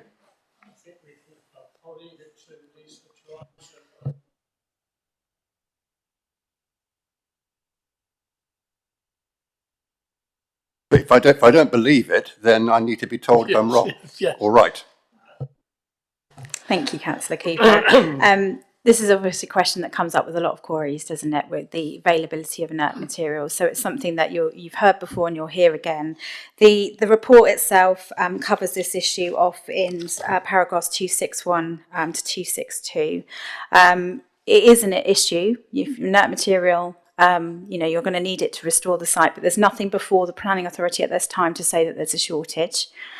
We can only determine the planning application on what's before us, and it's down to the applicant to secure the necessary material to ensure the restoration of the site is done in accordance with any approved plans should permission be granted. So that would be looked at, through the monitoring and enforcement of any permission that were granted. There's a lot of talk this morning about how mineral permissions are enforced, and so just for clarification on that point, we have a proactive monitoring enforcement team at the County Council, which actively monitors all minerals and waste developments that we grant permission for. So it's quite different to how district enforcement works. And so we have officers that go out and regularly inspect these to ensure compliance with all the permissions granted. So we would expect this to be fleshed out by the enforcement team. And indeed, if there was an issue with supply, that would have to be considered by a subsequent planning application. But at this stage, there's nothing to suggest there is any issue on that front. A second question, Mr. Chairman. We've heard a lot today about dust and particulate matter, and I note that our own air quality research was done by RSK Environmental for the County Council, who say there isn't an issue. And yet this morning we heard Professor Sir Stephen Holgate say there was an issue, and I know of his reputation, and I don't know of RSK's reputation. So how do we balance those two completely contradictory points of view in a chamber like this? Yeah, I mean, it's a challenge often that we have these competing views, isn't it? I'm going to hand across to Jane just to answer a bit more on some of those aspects, if that's okay, Jane. Yes, thank you, Lisa. The applicant has carried out an air quality assessment in line with the guidance in the PPG and the guidance in the air quality management guidance, and has determined by that process that there will be a negligible impact on air quality, both in terms of the traffic impacts and the and operational impacts from the site. We have to make a decision based on the evidence that is in front of us, and that is the evidence we have. And as you rightly say, we have been out to an independent consultant to verify that evidence, and they have come back and they have approved the methods used in the assessment, and they have verified the data and validated the air quality assessment as robust, and agreeing those findings. If I can also just add, members will be aware that we've got a KC review of the reports, and one of the specific questions we asked was in relation to public safety, health and amenity, and no issues were raised by the KC in relation to the position that the County Council has taken on that matter. Councillor Latham, can I just ask you to put your mic on and keep it on, please? Keep it on, thank you.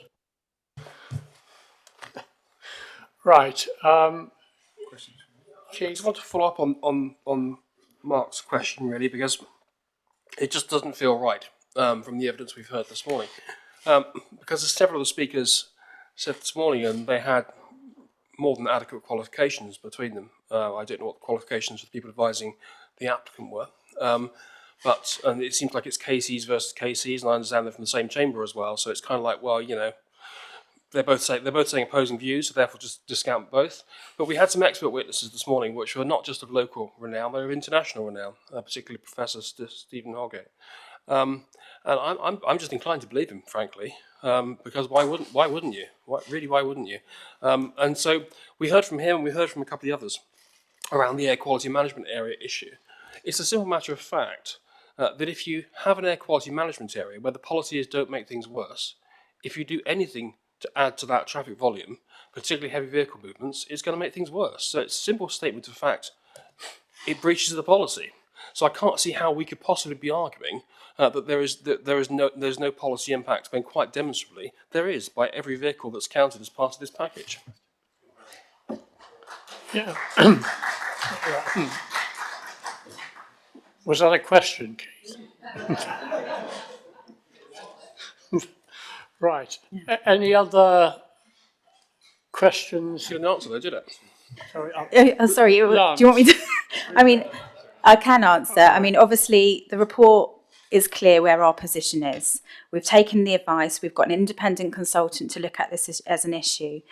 If we'd seen there was an issue, we would have recommended refusal on grounds in relation to protecting health and safety and amenity. As officers, we have not been able to include that as a reason because we don't think the evidence is there, and we do not think we can defend it at a planning appeal. So it's as simple as that. Right. Who's next? Thank you. It's one for the traffic officers, if I may, please. We heard from councillors Tilbury and Jones earlier on today that they thought that there was no evidence of mitigation from the £500,000 which was to be contributed for traffic controls. Would you like to comment on that?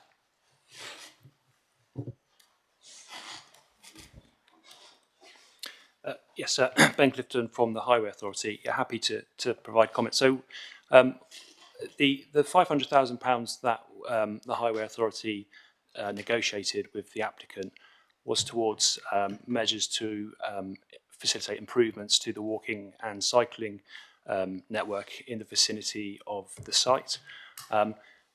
As a previous speaker said, there were two principal reasons behind that. One of which was being to encourage that walking cycling to improve that walking and cycling environment in the immediate vicinity of the site.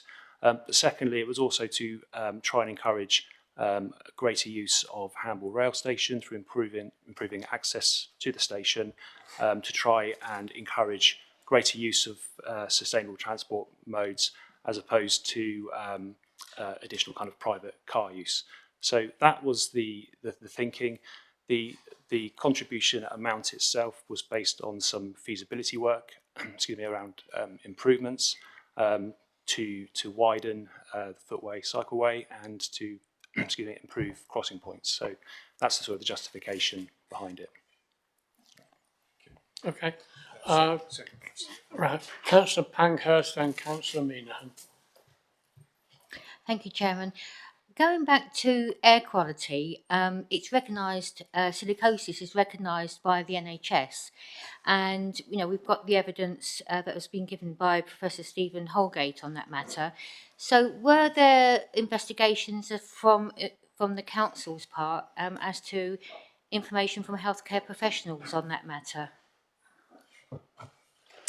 Thank you, Councillor Pankhurst. So I'm just going to draw your attention to the relevant sections of the report initially, so just bear with me a sec.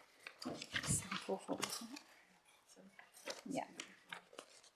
So paragraphs 744 onwards covers the issue of silicosis. So we have taken additional advice. We've taken advice from the KC on this aspect. Whilst we recognise the concerns of the local community, there is no demonstrated impacts from silicosis in relation to this type of development.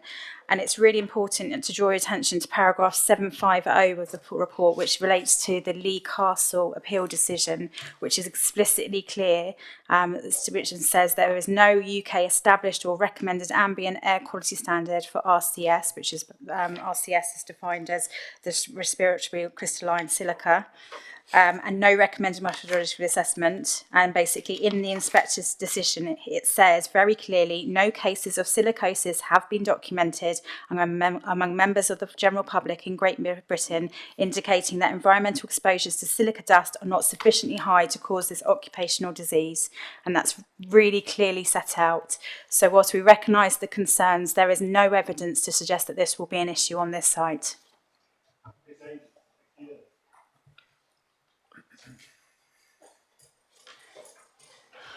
Right, that's Councillor Minahan. Thank you, Chair. You spoke about we have enough permitted reserves for 7 years. My question is, I understand some sites are mothballed. So my question is, what is the need for this site? Thank you. Thank you. So the officer's report goes into quite a lot of detail on it. I mentioned about the mothballing of sites this morning. So Forest Lodge Home Farm is a really good example of that being mothballed, mainly due to the adverse weather that we've had and the fact that they can't get into the site and operate it because of the amount of water that has collected in the site because of the weather we've had over the winter. That's a safety issue. So they've mothballed it on that grounds. I've been very clear this morning that the land bank, the 7-year land bank required, is met by our permitted reserves, but that is a minimum, it's not a maximum. So that's the first thing. And the second thing, I've also been very clear that there is concerns over the security of supply within that 7-year permitted land bank, again documented in the officer's report. So it's about looking at those factors, but also recognising that the majority of sand and gravel currently worked in Hampshire is on the Dorset side of Hampshire and the very north of the county. So we've got not a great deal other than Roke Manor in the South Hampshire area. Councillor Barman. Thank you. My question really is about the emergency services. We've heard today from various deputies and also read statements from the emergency services and also the Police and Crime Commissioner, Donna Jones, about the impact the increased weight of traffic is going to have on call-out times. Is there no weight at all to these sort of objections with regards to the decision we're making? We have considered those. So it was noted this morning that it wasn't in the officer's report. It is. It's in the representation section of the officer's report. So they may not be noted in the consultation section because they weren't specifically statutory consultees on the process. But the matters that were raised this morning have all been considered by officers. And indeed, when we've looked at the highway side of things, the implications of that. So it's been assessed. Right. Members, yes, Mark Lance. Thank you. We had Chris Mitra and also Councillor Crawford express some concerns about consultation with businesses, no face-to-face consultation with businesses and lack of meaningful engagement with residents. I wonder if you'd like to comment on that. In the context of the county council or the applicant? I took it to be the county council. So the representation section is very clear about how we've consulted the local community in relation to this planning application. So members, you all know we've got the statement of community involvement which sets out the 100-metre buffer zone for planning applications.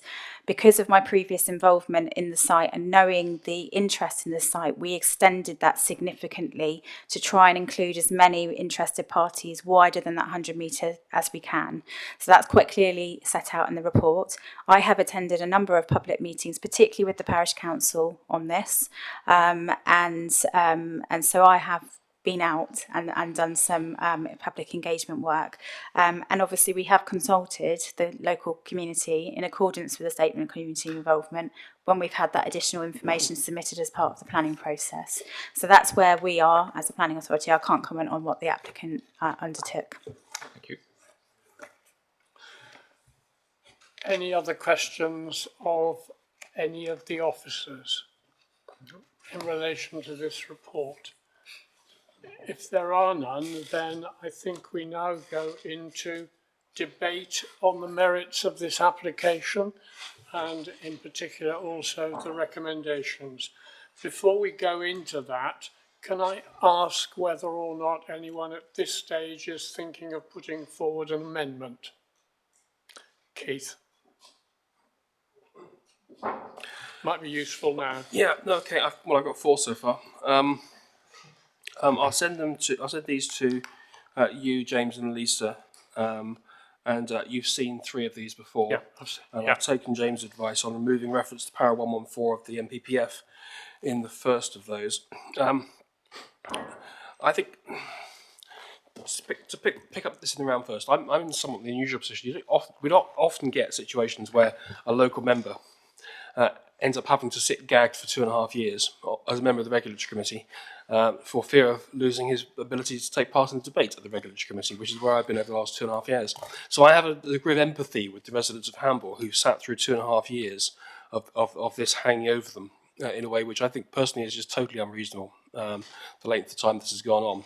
And whether that sits with the County Council or the applicant or the system matters not. It's not a good planning system that delays a major decision like this for 2.5 years.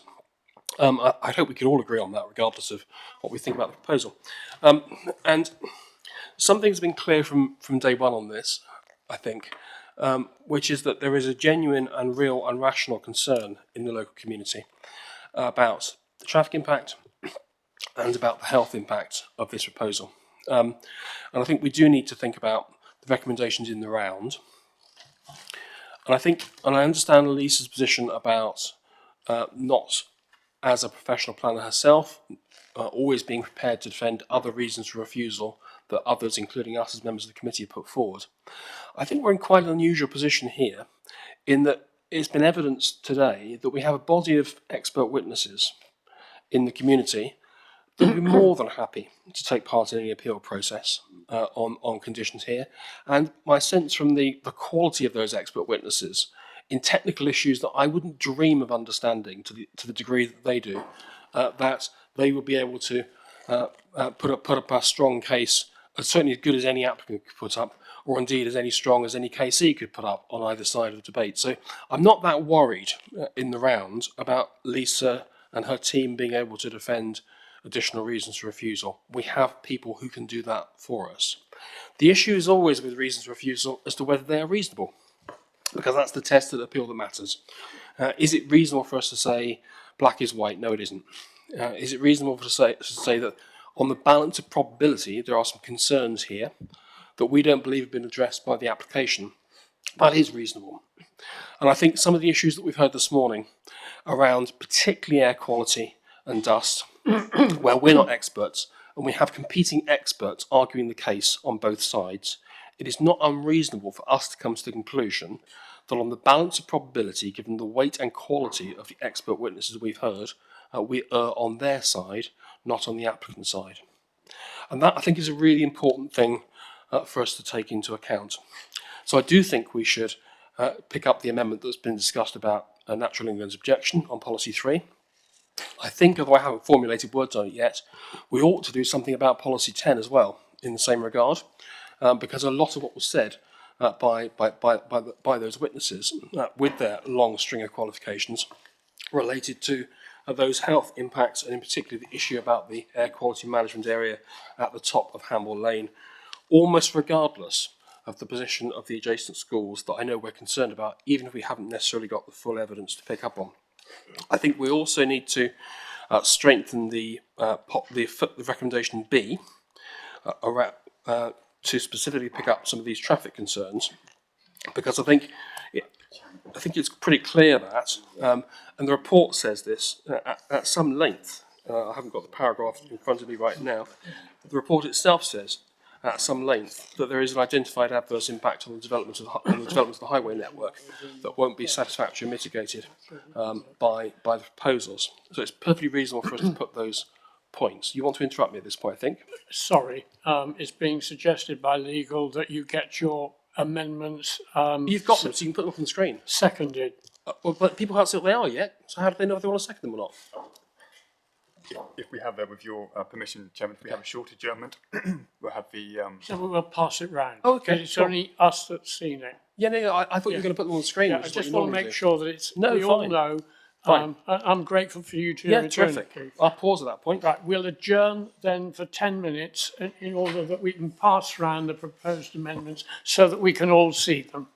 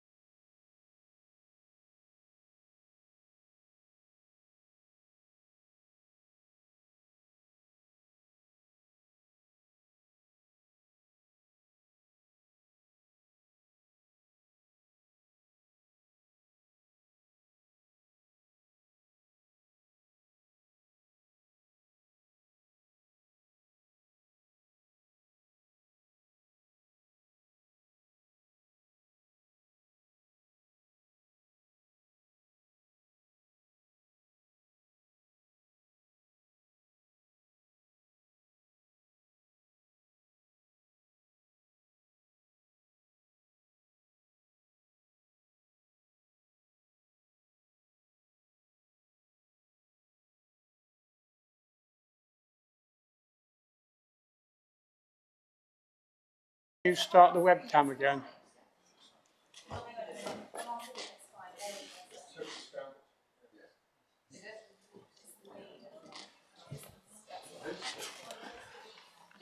Right.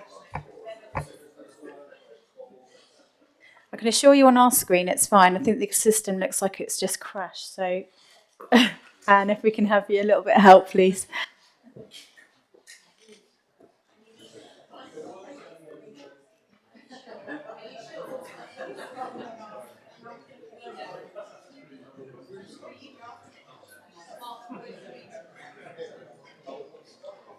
What's the first one?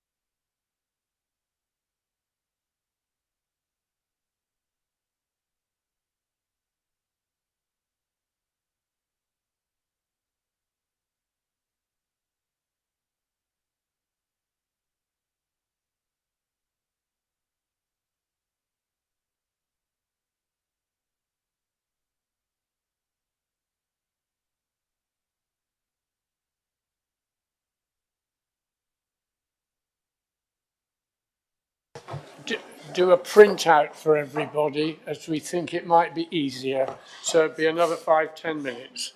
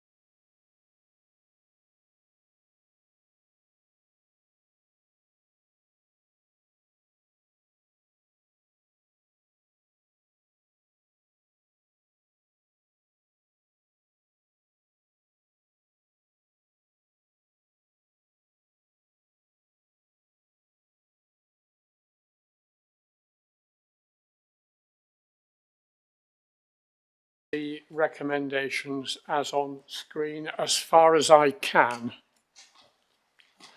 So you can see up there, strengthening of recommendation B.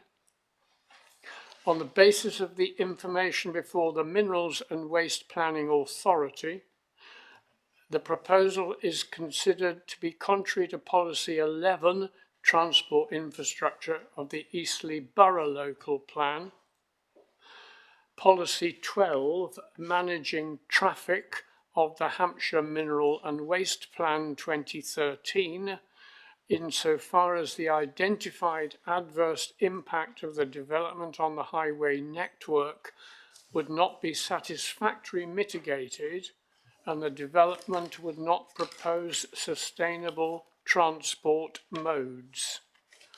And the reason for that given is the proposal is contrary to Policy S11, Transport Infrastructure of the Eastleigh Borough Local Plan, and Policy 12, Managing Traffic of the Hampshire Minerals and Waste Plan. Actually, this is just repeating what I've just said. Insofar as the identified adverse impact of the development on the highway network would not be satisfactorily mitigated and the development would not promote sustainable transport modes. Now that is a proposed strengthening of the recommendation of our own officer's recommendation in paragraph 1b. Call for a second, Chairman. So, yeah. So is that now seconded by anybody?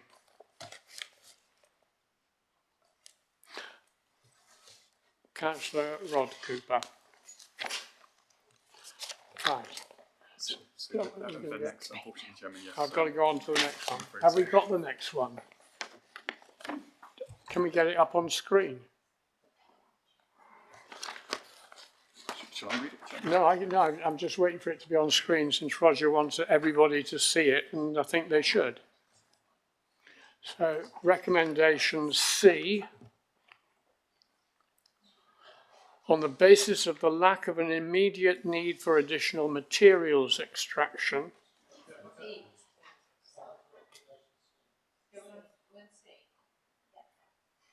all right, got it?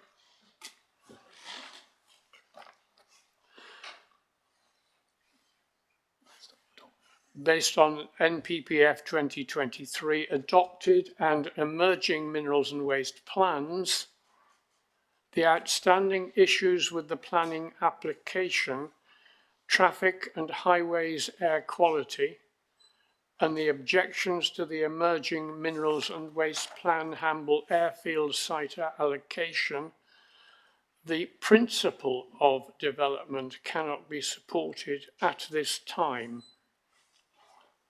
And the reason is this will enable the planning application to be subject to the further assessment required to determine its suitability, and the principle of the site allocation to be reconsidered through the emerging minerals and waste local plan. Is that seconded? Right. And then additional recommendation D. The proposal conflicts with Policy 5, New Development in the Countryside, and Policy 6, Protection of Settlement Gaps of the Eastleigh Local Plan, due to the urbanising effect of the proposed site entrance, loss of mature trees, and gravel extraction compound and activities detrimental to the character of the countryside. And the reason for that is that on the basis of the information before the Minerals and Waste Planning Authority, the proposal is considered to be contrary to Policies 5, New Development in the Countryside, Policy 6, Protection of Settlement Gaps of the Eastleigh Local Plan, due to the urbanising effect of the proposed site entrance, loss of mature trees, and gravel extraction compound and activities detrimental to the character of the countryside. Additional recommendation, is that seconded, by the way? Councillor Broomfield. And recommendation E, on the basis of the information before the Minerals and Waste Planning Authority, the proposal is not considered to be in accordance with Policy 3, protecting habitats and species of the Hampshire Minerals and Waste Plan, Policy DM11 of the Nature Conservation of the Eastleigh Borough Local Plan, as it has not been demonstrated beyond reasonable scientific doubt that the air pollution would not lead to adverse effects on designated sites alone or in combination with other plans or projects. The reason on this one is the proposal is considered to be contrary to Policy 3, protecting habitats and species of the Hampshire Minerals and Waste Plan, and Policy DM, Nature Conservation of the Eastleigh Borough Local Plan, as it has not been demonstrated beyond reasonable scientific doubt that the air pollution would not lead to adverse effects on designated sites alone or in combination with other plans or projects. That's and seconded, yes, Councillor Pankhurst. That's a lot to take in before I think we're able to debate this properly. And I would like to therefore adjourn the case for another 15 minutes. I know you all want to get on with it, but having said that, this is so crucial and important that we get it right and we understand what is being proposed in relation to what is before us in the reports. So I'd like, so I would like a 15-minute adjournment in order we can just weigh up what those recommendations or amendments are talking about. So I'll call it a day.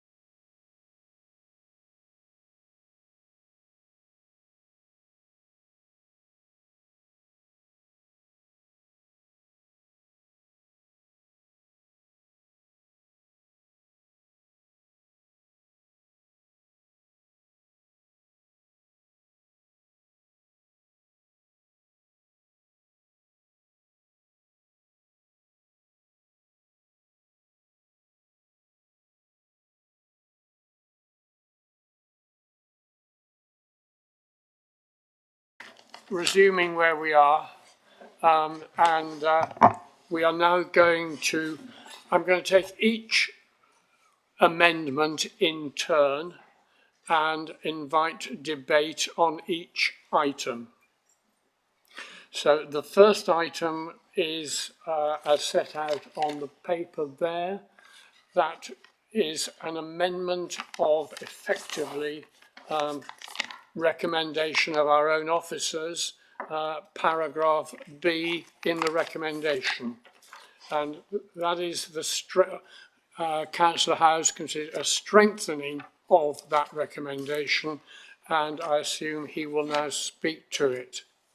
Chairman, I'll be relatively brief on each of these because I think the issues have been quite carefully debated already this morning. But this does, as you say, build on the officer recommendation, and it picks up that throughout the highway section of the report, it's clearly acknowledged the development would impact on the operation of the highway network, and that a financial contribution towards highway improvements is required to offset the impact and make the development acceptable. And paras 946, 968, 975 and 979 make that point. In fact, in paragraph 979, it specifically states the off-site impacts have been assessed and it has been demonstrated that the additional trips, though temporary in nature, would impact the operation of the network, which is already operating at or close to capacity. And then goes on to say, it is clear that to make the developments acceptable, highway contribution is required to enable access improvement schemes to come forward to help offset this impact, together with planning conditions to manage environmental and amenity impacts. And of course, as we now know, the financial contribution that would do those things around junction improvements, etc., hasn't been secured. All we have is a modest sum towards some footpath improvements. So therefore, that demonstrates that the contribution isn't there, and that therefore we can't rely on it for mitigation.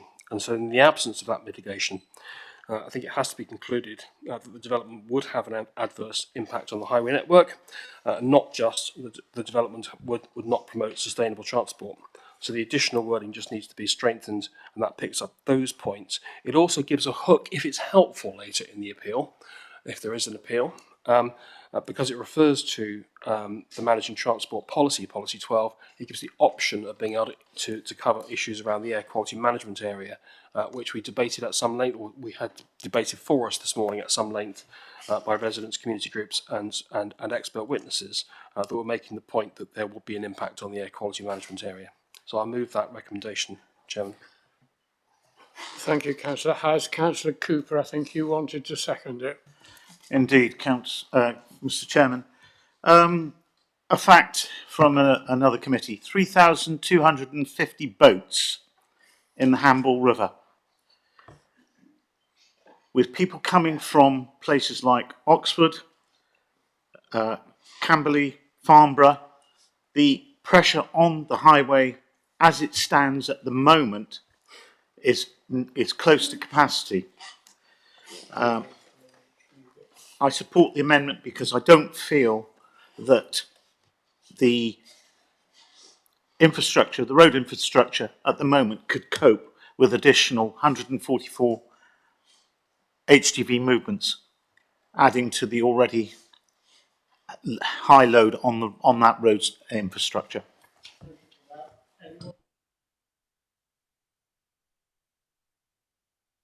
Councillor Latham, please can you turn your microphone on? Yeah. Right. Anyone wish to speak in support of that amendment? I'll speak against it. Yeah, right, I'll speak. Do you want me to do it? Oh, okay. Shall I do it? Okay. I am not in favour of this amendment. I certainly support recommendation B, which is the recommendation of the officers to refuse for the reasons as set out in paragraph B of our report, which is that it is contrary to paragraph 104 of NPPF for the reasons as set out in that report. Our report sets out fully the reason that although the traffic, there will be an impact, of course there will, any more traffic going on that road will increase. But we should remember that in terms of accidents. There have been no accidents caused by HGVs. That is what the report says. We should remember that the report, that if it were approved, it could be mitigated in terms of the school by the schools, by vehicles leaving the site at times when the school is not taking in pupils and leaving pupils. In addition, in terms of appeal and NPPF, it makes it very clear that in highway terms, this can only be refused if the impact is severe, and that has been confirmed on a number of occasions by inspectors on appeal. Therefore, I accept there will be an increase in traffic. I accept that it's close to capacity, and at one stage it will go over.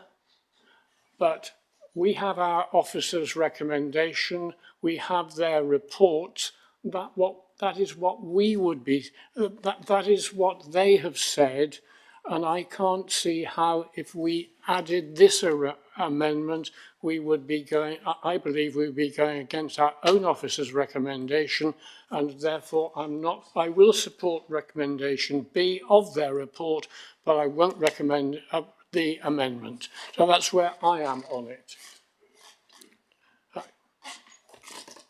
Councillor Parker. Thank you, Chairman. At one level, I don't disagree with this amendment, but there's another level where I've got a problem with it. The problem is this. Whenever you go on a planning refusal, particularly, with lots of and another thing type rejections, you tend to dilute the effect of the valid reasons for refusal.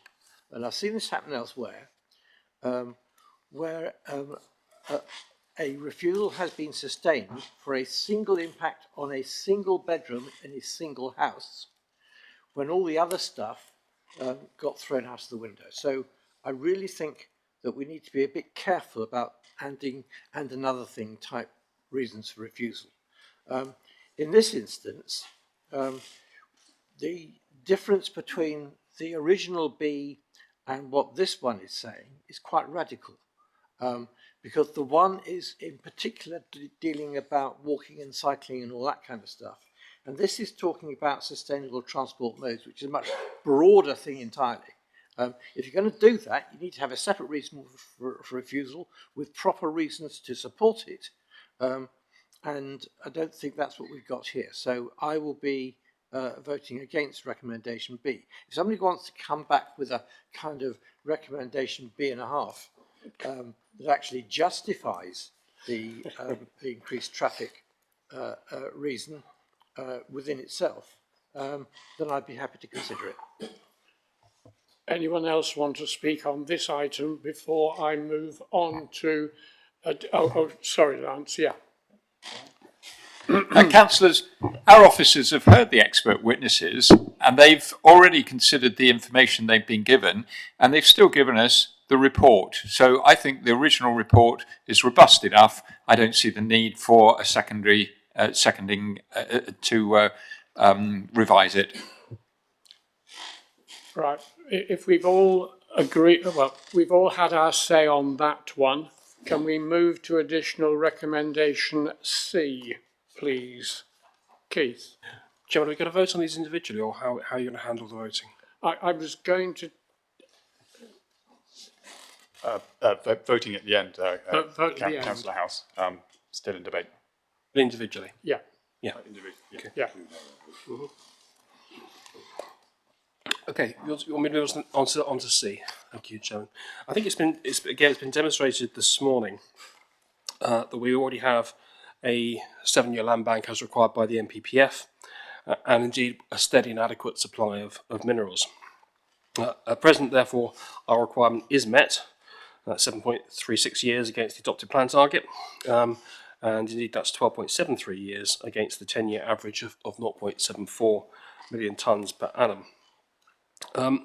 Clearly, there are issues around other sites coming forward, has been heard, but equally, it's pretty clear that there is a lack of demand, which is one of the reasons why sites aren't coming forward.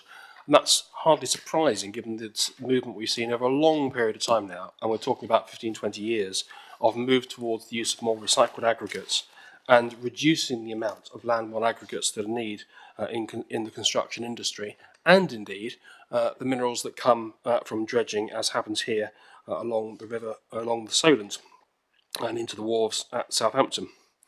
So these are all relevant points that are worth thinking about. In the context here is that we do have an emerging minerals and waste plan review at an advanced stage. And that plan's sharp sand and gravel target is based on a 10-year average of 0.74 million tonnes per annum, which is also considered to provide a robust forecast for the future. And that again tips us to having a land bank currently of 12.73 years, which is substantial and meets the point that Lisa was raising earlier of needing a supply that's more than 7 years. So from a base date of 2022, assuming average rates, this extends to approximately 2035, even with the minimum 7-year land bank starting to be lost from 2028.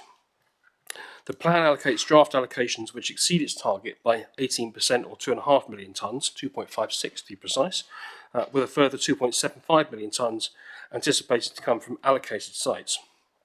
So, whilst the qualitative points issues here point to an element of risk, the overall picture doesn't point to that being immediate or pressing and give us a need to permit the site at this stage, given the number of unanswered questions there are. And it's the unanswered questions that I think that are one of the things that really bedevils this application, even after 2.5 years of backwards and forwards between the council and the applicant trying to bottom out what's in the proposal, what's not in the proposal, and what mitigation there is. Given that the advanced stage that our new plan has reached and the outstanding issues, there is no reason at this stage why the Minerals and Waste Plan Review couldn't be completed first, and that would enable fresh and independent scrutiny of the overall position regarding supply and the relative pros and cons of different potential sites, including the current allocated Hamble site. The point about the Hamble site, I think, is one which has become more and more evident and clear as we've heard the debate go through today, which is that whilst it is an allocated site, we all accept it's an allocated site, whether we like it or not is a different matter, but it was agreed by the County Council and it is in the adopted plan. All a site allocation does, it says the principle of development is accepted. It doesn't say that any development application is acceptable. And it's perfectly possible to have a situation where you can agree the principle of something that works, but actually find that when you come to the detail, it's not possible to get to a satisfactory detailed application that is capable of being implemented. Macro, micro, weighing of those scales and the balance of plan versus reality. And that feels to me the position that we've reached with this site, where it would actually be of everyone's better interest to be able to say, this application is in such a delicate state and difficult stage now, where it clearly can't meet the tests that are in the plan. We can argue back and forwards the nuances about whether we add 3 or 4 additional recommendations, as Lance questions, and yet the underlying picture is still obfuscation and lack of clarity, and therefore this additional recommendation gives us the ability to make that case and make that point. Thank you, Councillor Howes. Who seconded? Councillor Cooper again. I think you seconded that one as well, did you? No. Councillor Pankhurst, perhaps you'd like to second it. Thank you, Chairman. I agree with Councillor House that there is a land bank for the next, is it seven years? And actually, when you look at the way that developers are building, a lot of developers have got the resources, they're just not building, and a lot of the time is because they're wanting to maximise profit. I have a given the information again regarding air quality, that is a sticking point in my view. Thank you. Thank you. Is anyone going to speak or discuss that one further? Yes, yeah, you go on. Yes, We've heard the answer from the officers this morning. It's a minimum, the existing plan. We're not here to discuss the economic merits of the building industry. We're here to decide for the people of Hampshire, for the people of Hamble, the merits of this application. And I think this is irrelevant, and I think it's diverting as well. And we've also been told that we're not to look at the emerging minerals and waste plan. Yeah. We have to decide what's in front of us today. So I won't be supporting this recommendation. Councillor Parker again. Thank you, Chairman. I think my problem with this is that we appear to be trying to defeat the allocation in the waste plan by the back door. The allocation is the allocation, and it's there until such time as we have a new minerals and waste plan. When we do, it may or may not be in there, but for the time being, it is in there, and we need to accept that and deal with the planning applications in the light of that, which is what we're doing today. I think the refusal from the officers will give us exactly what we need, actually, to satisfy Councillor House's needs, in that it will go away for long enough for us to get the new minerals and waste plan in place. So I think that this is, at best, superfluous. I would support that for the reasons which have been identified. Firstly, the emerging plan. This report makes it clear that the emerging plan should not be considered in our deliberations today. Secondly, the report clearly identifies and recognises that at the moment there is a shortfall, but the requirement is a minimum of 7 years. That's where it's short at the moment, but the local quality assessment for this area, which is not confined just to Hampshire, has identified that there is a need for additional minerals in this area because of the amount of development that is taking place in this area. And a lot of us live on the south coast and around there, and as we drive up here today and every day, we see the need for the sand, gravel, the materials which are the lifeblood of our infrastructure. And we should also remember that paragraph 230 of NPPF says that, if I can find it, paragraph 239 of the NPF says that minerals can only be worked where they are found. And regrettably, they have been found on Hamble Airfield. So regrettably, I do not support this recommendation. I consider it's clearly covered in our report today. So that deals with amendment C, recommendation C. Recommendation D is policy 5, new development in the countryside, and policy 6, protection of keys.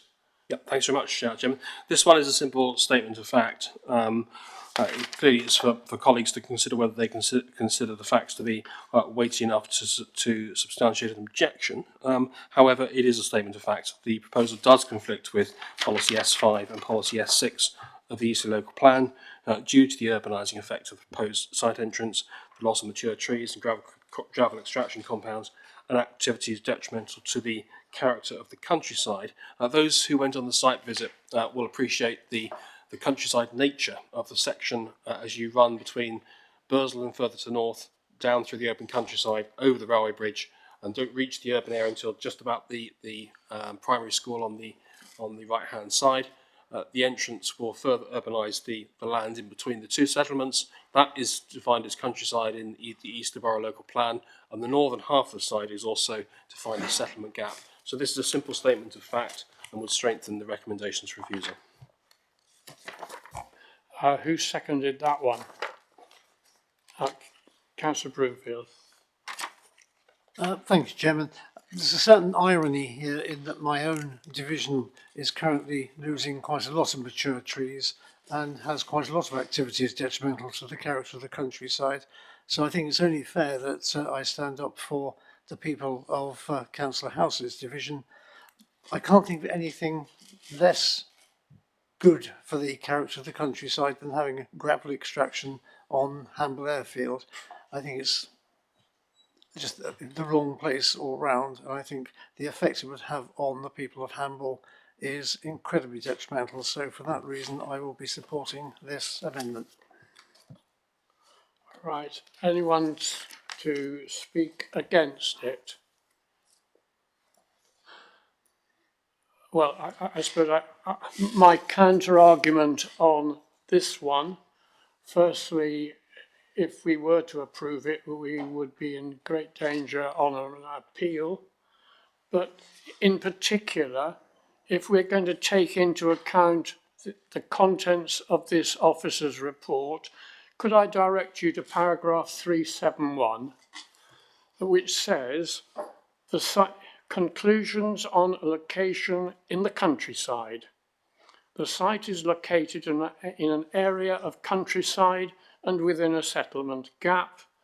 As a time-limited mineral extraction proposal, the site meets the policy requirements of Policy 5 of the HMWP 2013, so it complies with the countryside policy, as well as Strategic Policy S5, New Development in the Countryside, and Strategic Policy S6, Protection of Settlement Gaps of the Eastleigh Borough Local Plan 2022.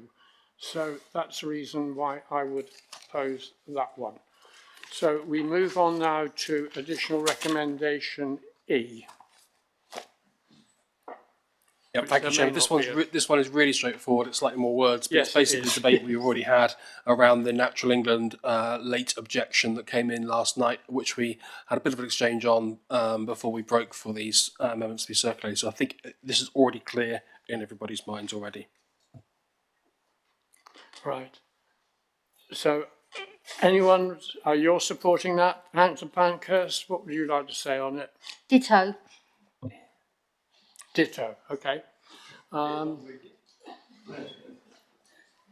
I think in summary on this one, I think we support the amendment here. The reality of it is that this has all come at a late stage, and Natural England have not given us a definitive answer on it. And for that reason, and that reason alone, we have to put a stop on our approval under Policy 3. So I'm not objecting to that amendment. Yeah. Well, that's where I come on that one. So that's the amendments that we have discussed. Do we want to go now into further debate? Yeah, this should be conclusion of the debate. So if any members want to debate any other right. Are there any other items that members want to discuss in relation to this debate and the recommendations put forward by the officers?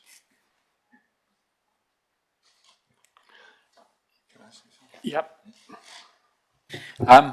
Going back to where we were at 10 o'clock this morning, the officers have given sound reasons to refuse this application. They've done an awful amount of work, and I think Councillor House is right. 2.5 years is a long time, and it took me longer than that, it seems, to read through the report.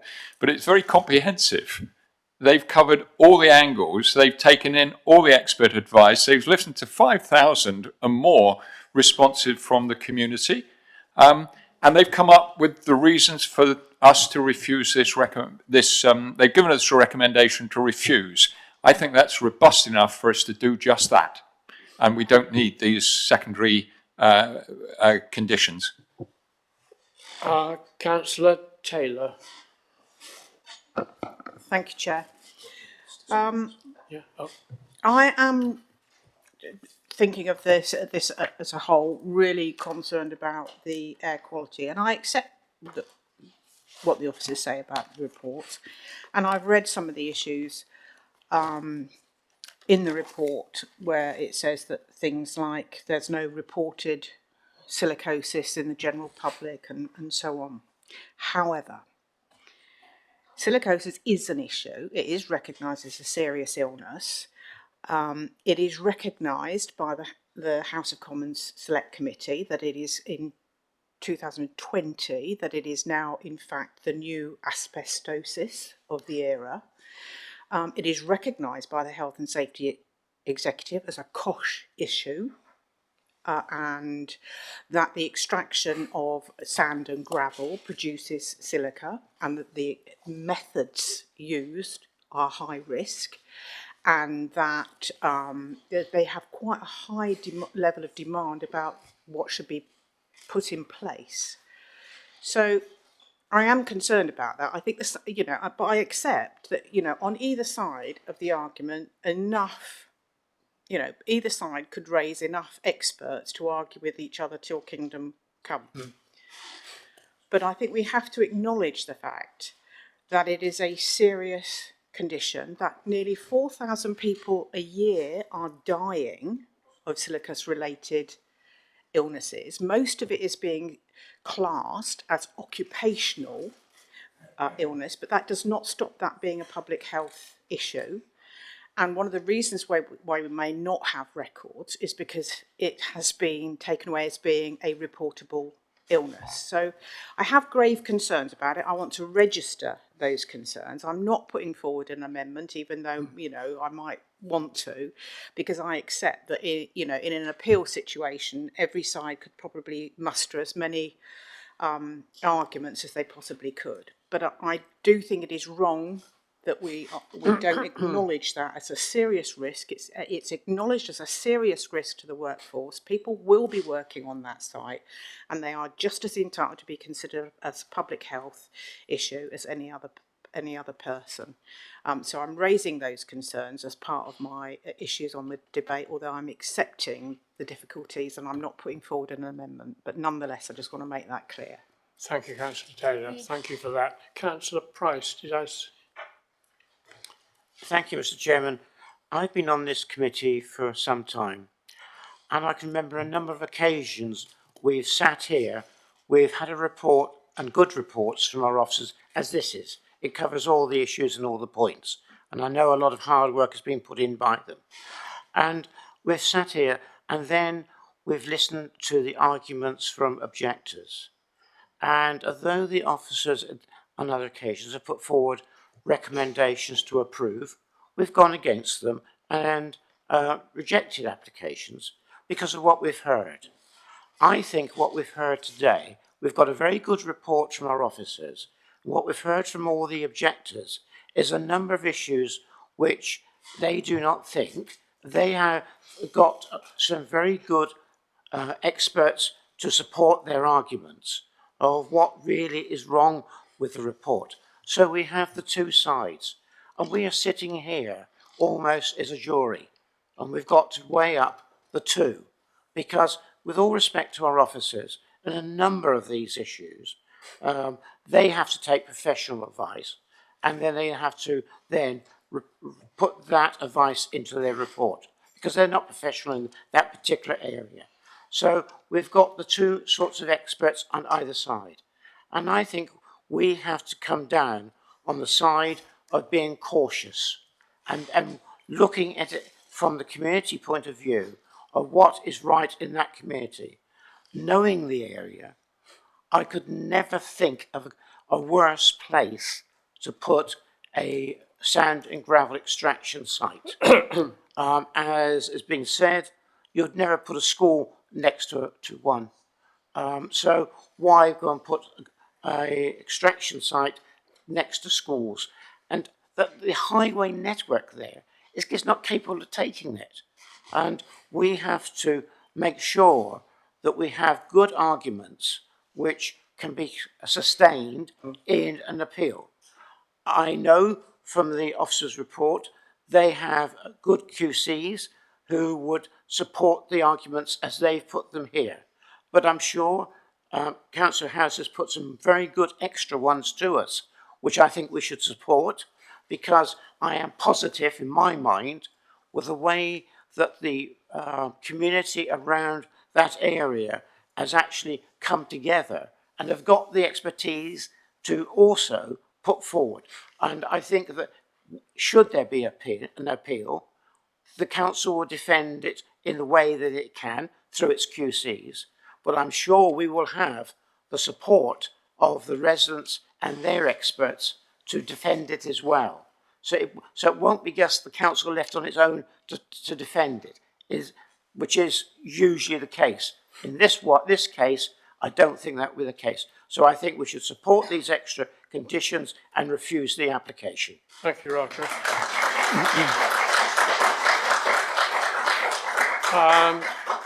I can see Mark's put his hand up, and I think Keith wants to speak, and I probably will as well. So, Mark, you're on first. Thank you, Chairman. Yes, I've been on planning for a long time, 38 years elsewhere and 20 years here nearly. Did you appear before the inspector when this came up as a site? Of course I would, yes. Yeah, did you? But not on this particular issue. Can I first of all say that I have a lot of sympathy and understanding of Lisa Kirby-Hawkes, who has worked very hard for 2.5 years. It's dominated her life and her work patterns all that time. And it is very stressful to have something this big to deal with day after day after day. So I do recognise that. And I do feel slightly guilty at pulling a few bits of thread out from the corners as we progress with this debate. However, having said that, the thing that really struck me, Chairman, was the Parish Council's comment, which is in the report, which actually stated that this particular site is now the focus of a thriving and busy community. And that's the issue. That's what's changed in the last 20 or 30 or 40 years. It's very much the focus of the life in and around Hamble. The next thing that struck me was the life of a young man, Oscar Hill, this morning, who Roger's just quoted. You wouldn't want to build a school alongside an actual quarry. And to me, that simplicity is clarity.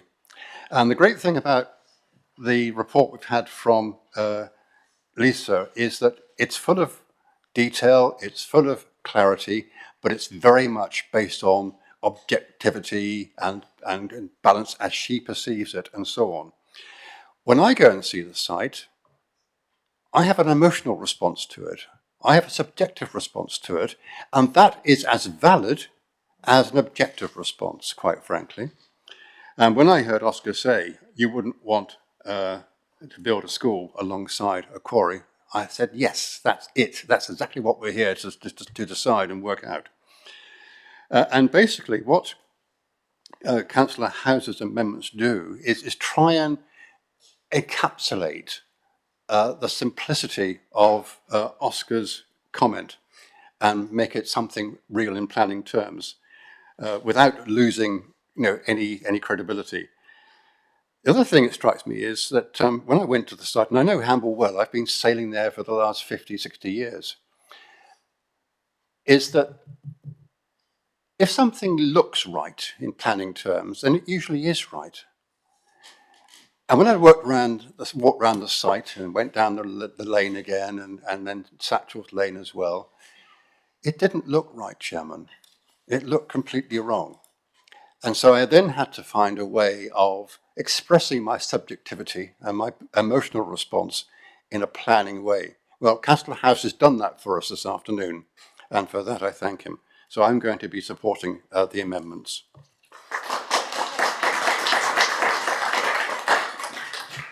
Keith.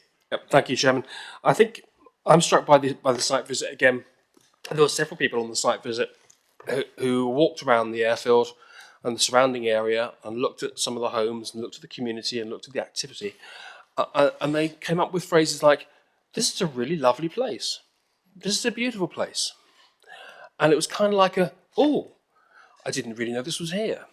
And I was really struck by those comments made by several members who are clearly not that familiar with Hamble. And in many ways, why should most members of the County Council be particularly familiar with Hamble?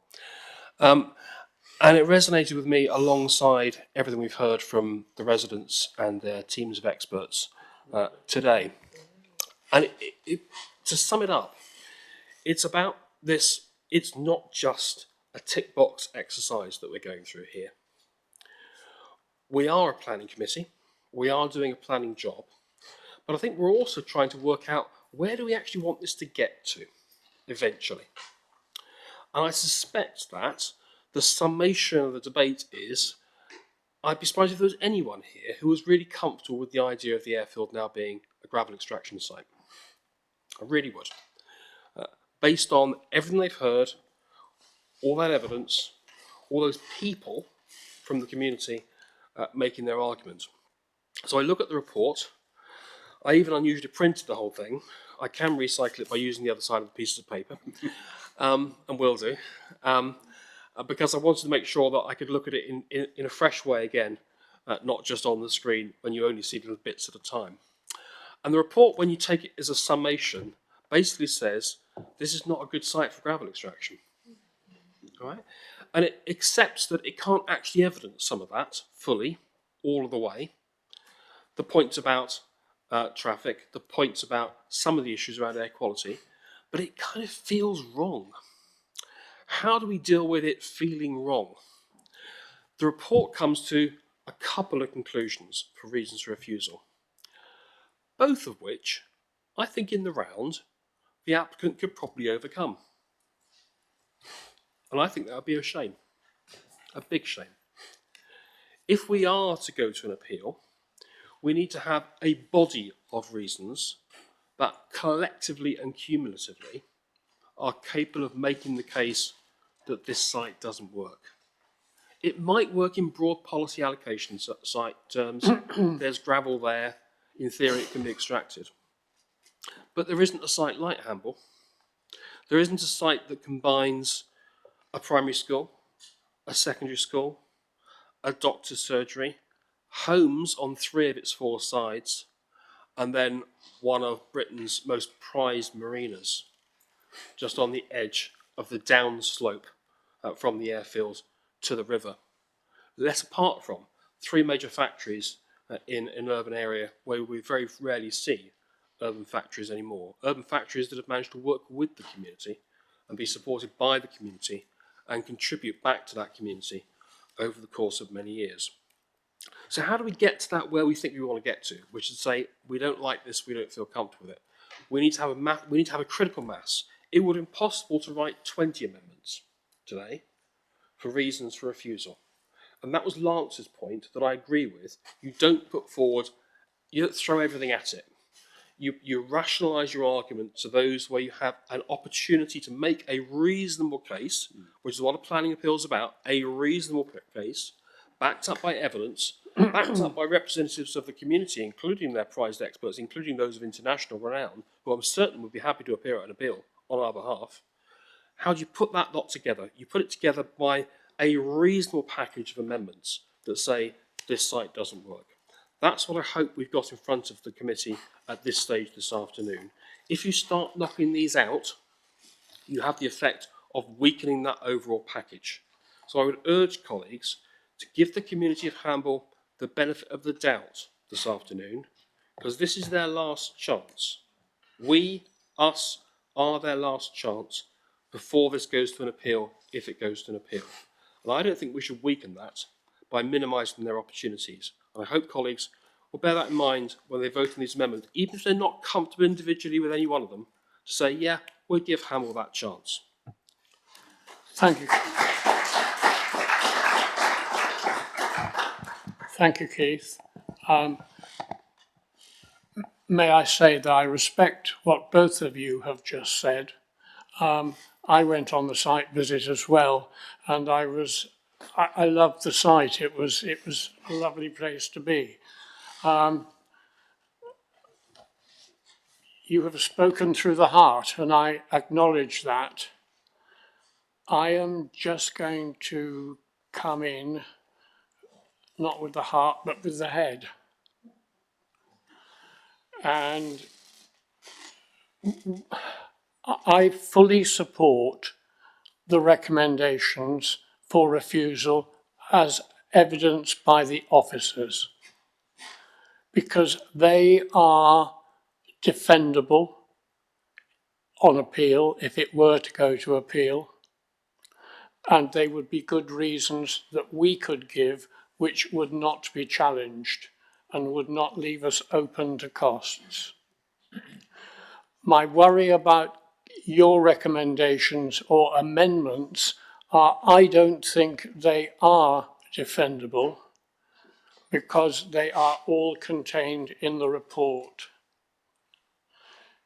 Even the fact, and I'm probably going to be unpopular about this, even the fact about the land itself, actually it's owned by Persimmon Homes and it's their land and it's up to them what they do with it in the future. And I do hope that it can remain for the future as a site for recreation for the community. But that is an unpalatable fact as far as I'm concerned. And of course, we will get a permissive footpath going around it, which is an advantage which they haven't got yet. So that is, those are the reasons why I fully support the reasons for refusal, but I would not support the amendments which Councillor House has proposed. So that's where I'm coming from. I will now conclude and ask Lisa to bring in her comments on the debate. Thank you, Chairman. First off, I'm just going to touch on a couple of the points that have come up this afternoon, just for clarification purposes, and then I'll give you my view on Councillor House's motions. First thing just to say, and this, it's going to be an unpopular thing to say, but the weight of public opinion here is not relevant to your decision. It's the planning issues that have been presented to you. So I need to remind you of that because the numbers, it's not a numbers game, it's about the issues, and it's really important you remember that. The reasons that we've put forward are based on the evidence before us. We consider it to be a robust recommendation. If we had thought that there would be additional areas of refusal that needed to be added, we would have done so, and we have not presented those to you.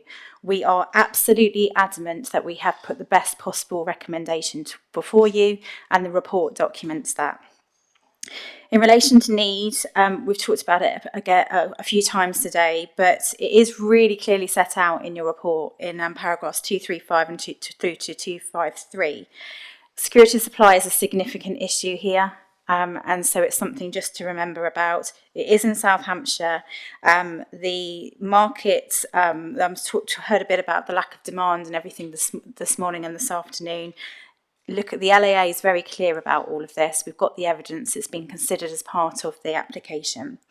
And just in relation to alternatives, recycled aggregates in particular, again, the paragraph 267 of the report is really clear when it says 30%, 25 to 30% is what the maximum ceiling for recycled and secondary aggregates here.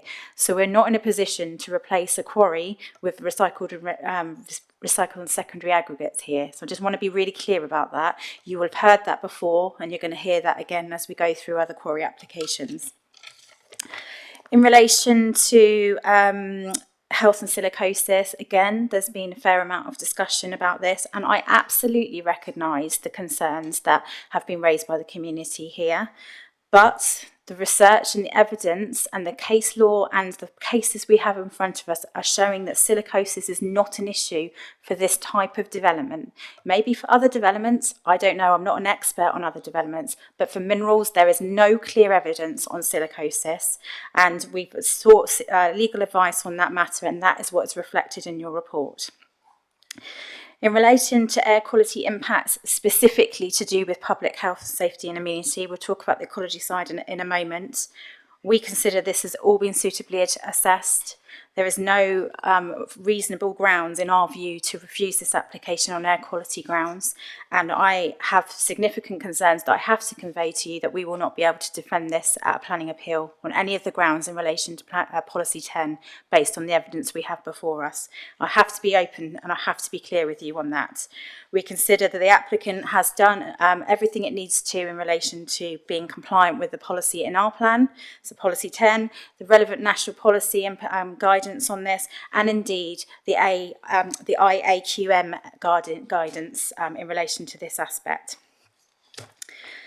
Just moving on in terms of the motions that have been put forward by Councillor House, and he was expecting me to respond, so sorry, I will be responding on those. In relation to recommendation B, it's important, the report is very clear that no severe impacts on the highway network have been identified, and we have a situation here where we cannot defend a refusal on Policy 12 grounds. I'm being perfectly honest with you, because we would have included it in the ones that in the report that was before you if we thought we could defend it. So it's members are minded to, I'm flagging up this issue, we will not be able to defend this against Policy 12, which is why it's not in there. As I've already said, the report clearly acknowledges that there is an impact here. I don't think the Highway Authority has hid away from that. It's about the severity of the impact, which is the importance here. And the capacity and safety issues have been clearly set out in your report.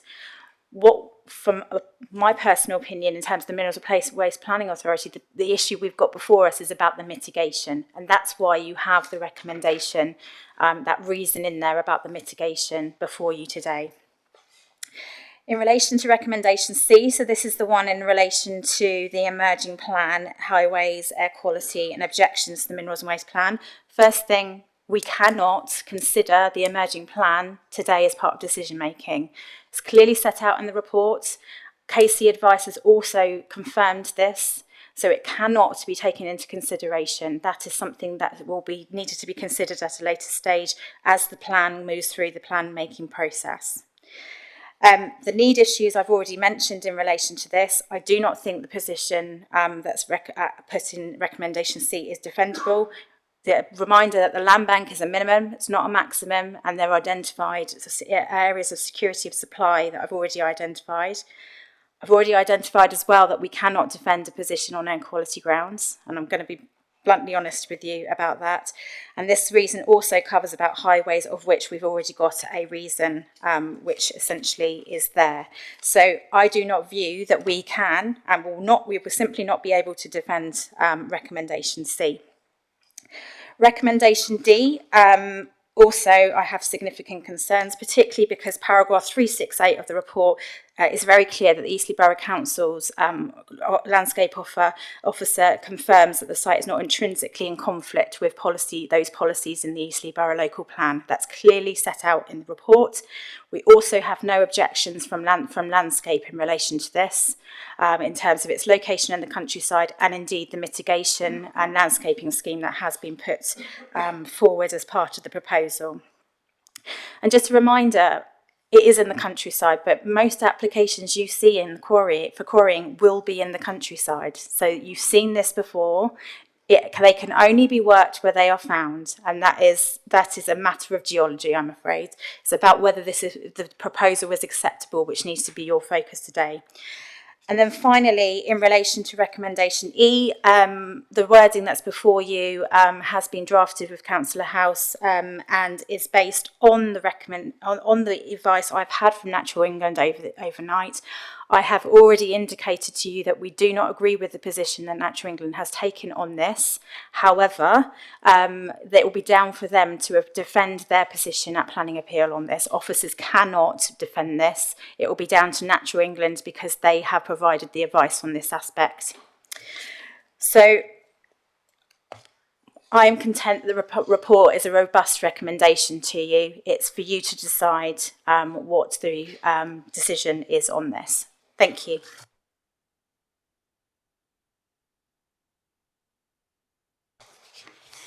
And thank you for your responses. I think we now go to a vote. and the vote will be on the amended recommendations proposed by Councillor House, and I'll take them in the reverse order that we were proposed. So we go to recommendation E first.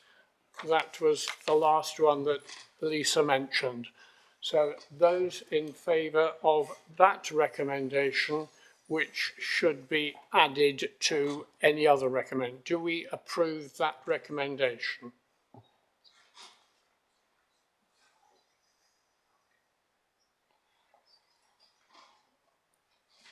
I'm at that 11, Chairman. Sorry? 11. 11. Any against? Any abstentions? Right. Now we go to recommendation D, the countryside amendment. Those in favour of that amendment? 5. And those against? Sorry, Chairman, I believe that was, can we do in favour? Those in favour? Thank you. 5? 6. 6. Oh, right, I missed one. Okay. And those against? So that's 6 again, Chairman. So you have the casting. I have the casting vote, so I will vote against.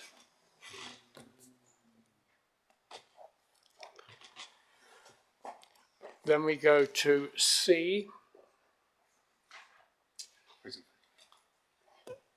Those in favour of C? 4. 4. Those against?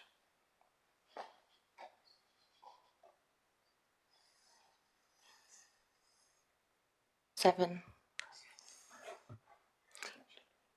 7. 7. Is there an abstention? Sorry? What was an extension? Extension. Yeah, I think we've done it. Okay. Or is it one? Do it again? Yeah, do it again. Recommendation C. Those in favour, I think, is 4. Now against. 3, 4, 5, 6. So that's 8. 8, okay. So that's not passed. And then recommendation B. Those in favour? This is just the amendment. Just the amendment, yeah. The amendment.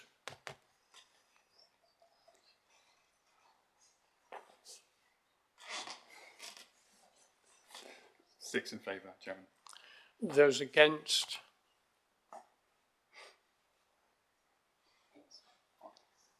So that's 5 against. So that is passed.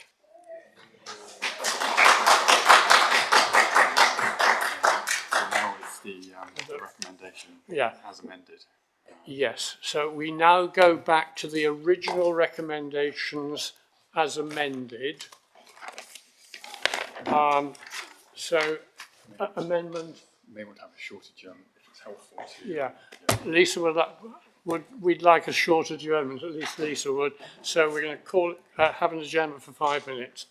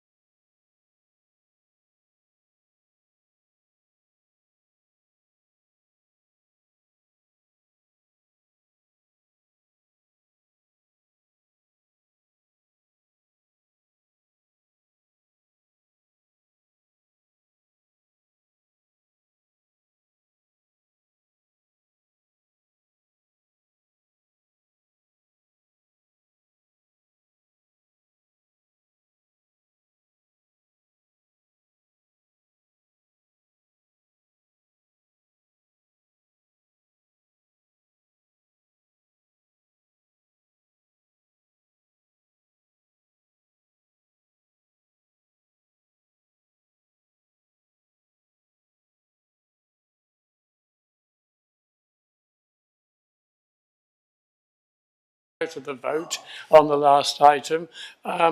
Just check the numbers on item B. They've got a record of 6 in favour, 5 against, and there are 12 of us here, so somebody abstained. Ah, there you go, that's it then. No, on recommendation B, the last one. They did a recount. No, they did we recounted. We recounted, yeah. Yeah. There was 12.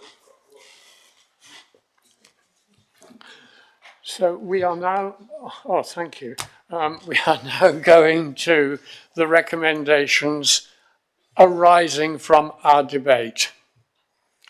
You will see item A, which was the original application recommendation by the officers regarding flooding.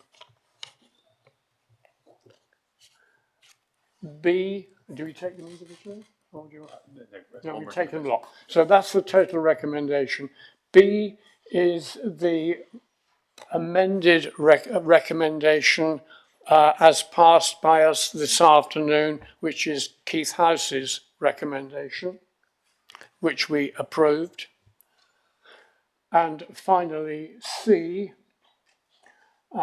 is one that we all approved in relation to the policy 3.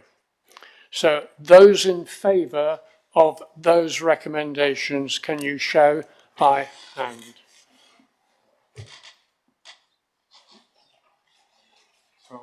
12 unanimous, Chairman. Yeah. So that is unanimously agreed. So I think that concludes the meeting. Thank you for everybody who has attended, whether they came from Eastleigh, Hamble, or anywhere else today. It's been a long meeting, and I hope we achieved a good result for everybody. Thank you very much.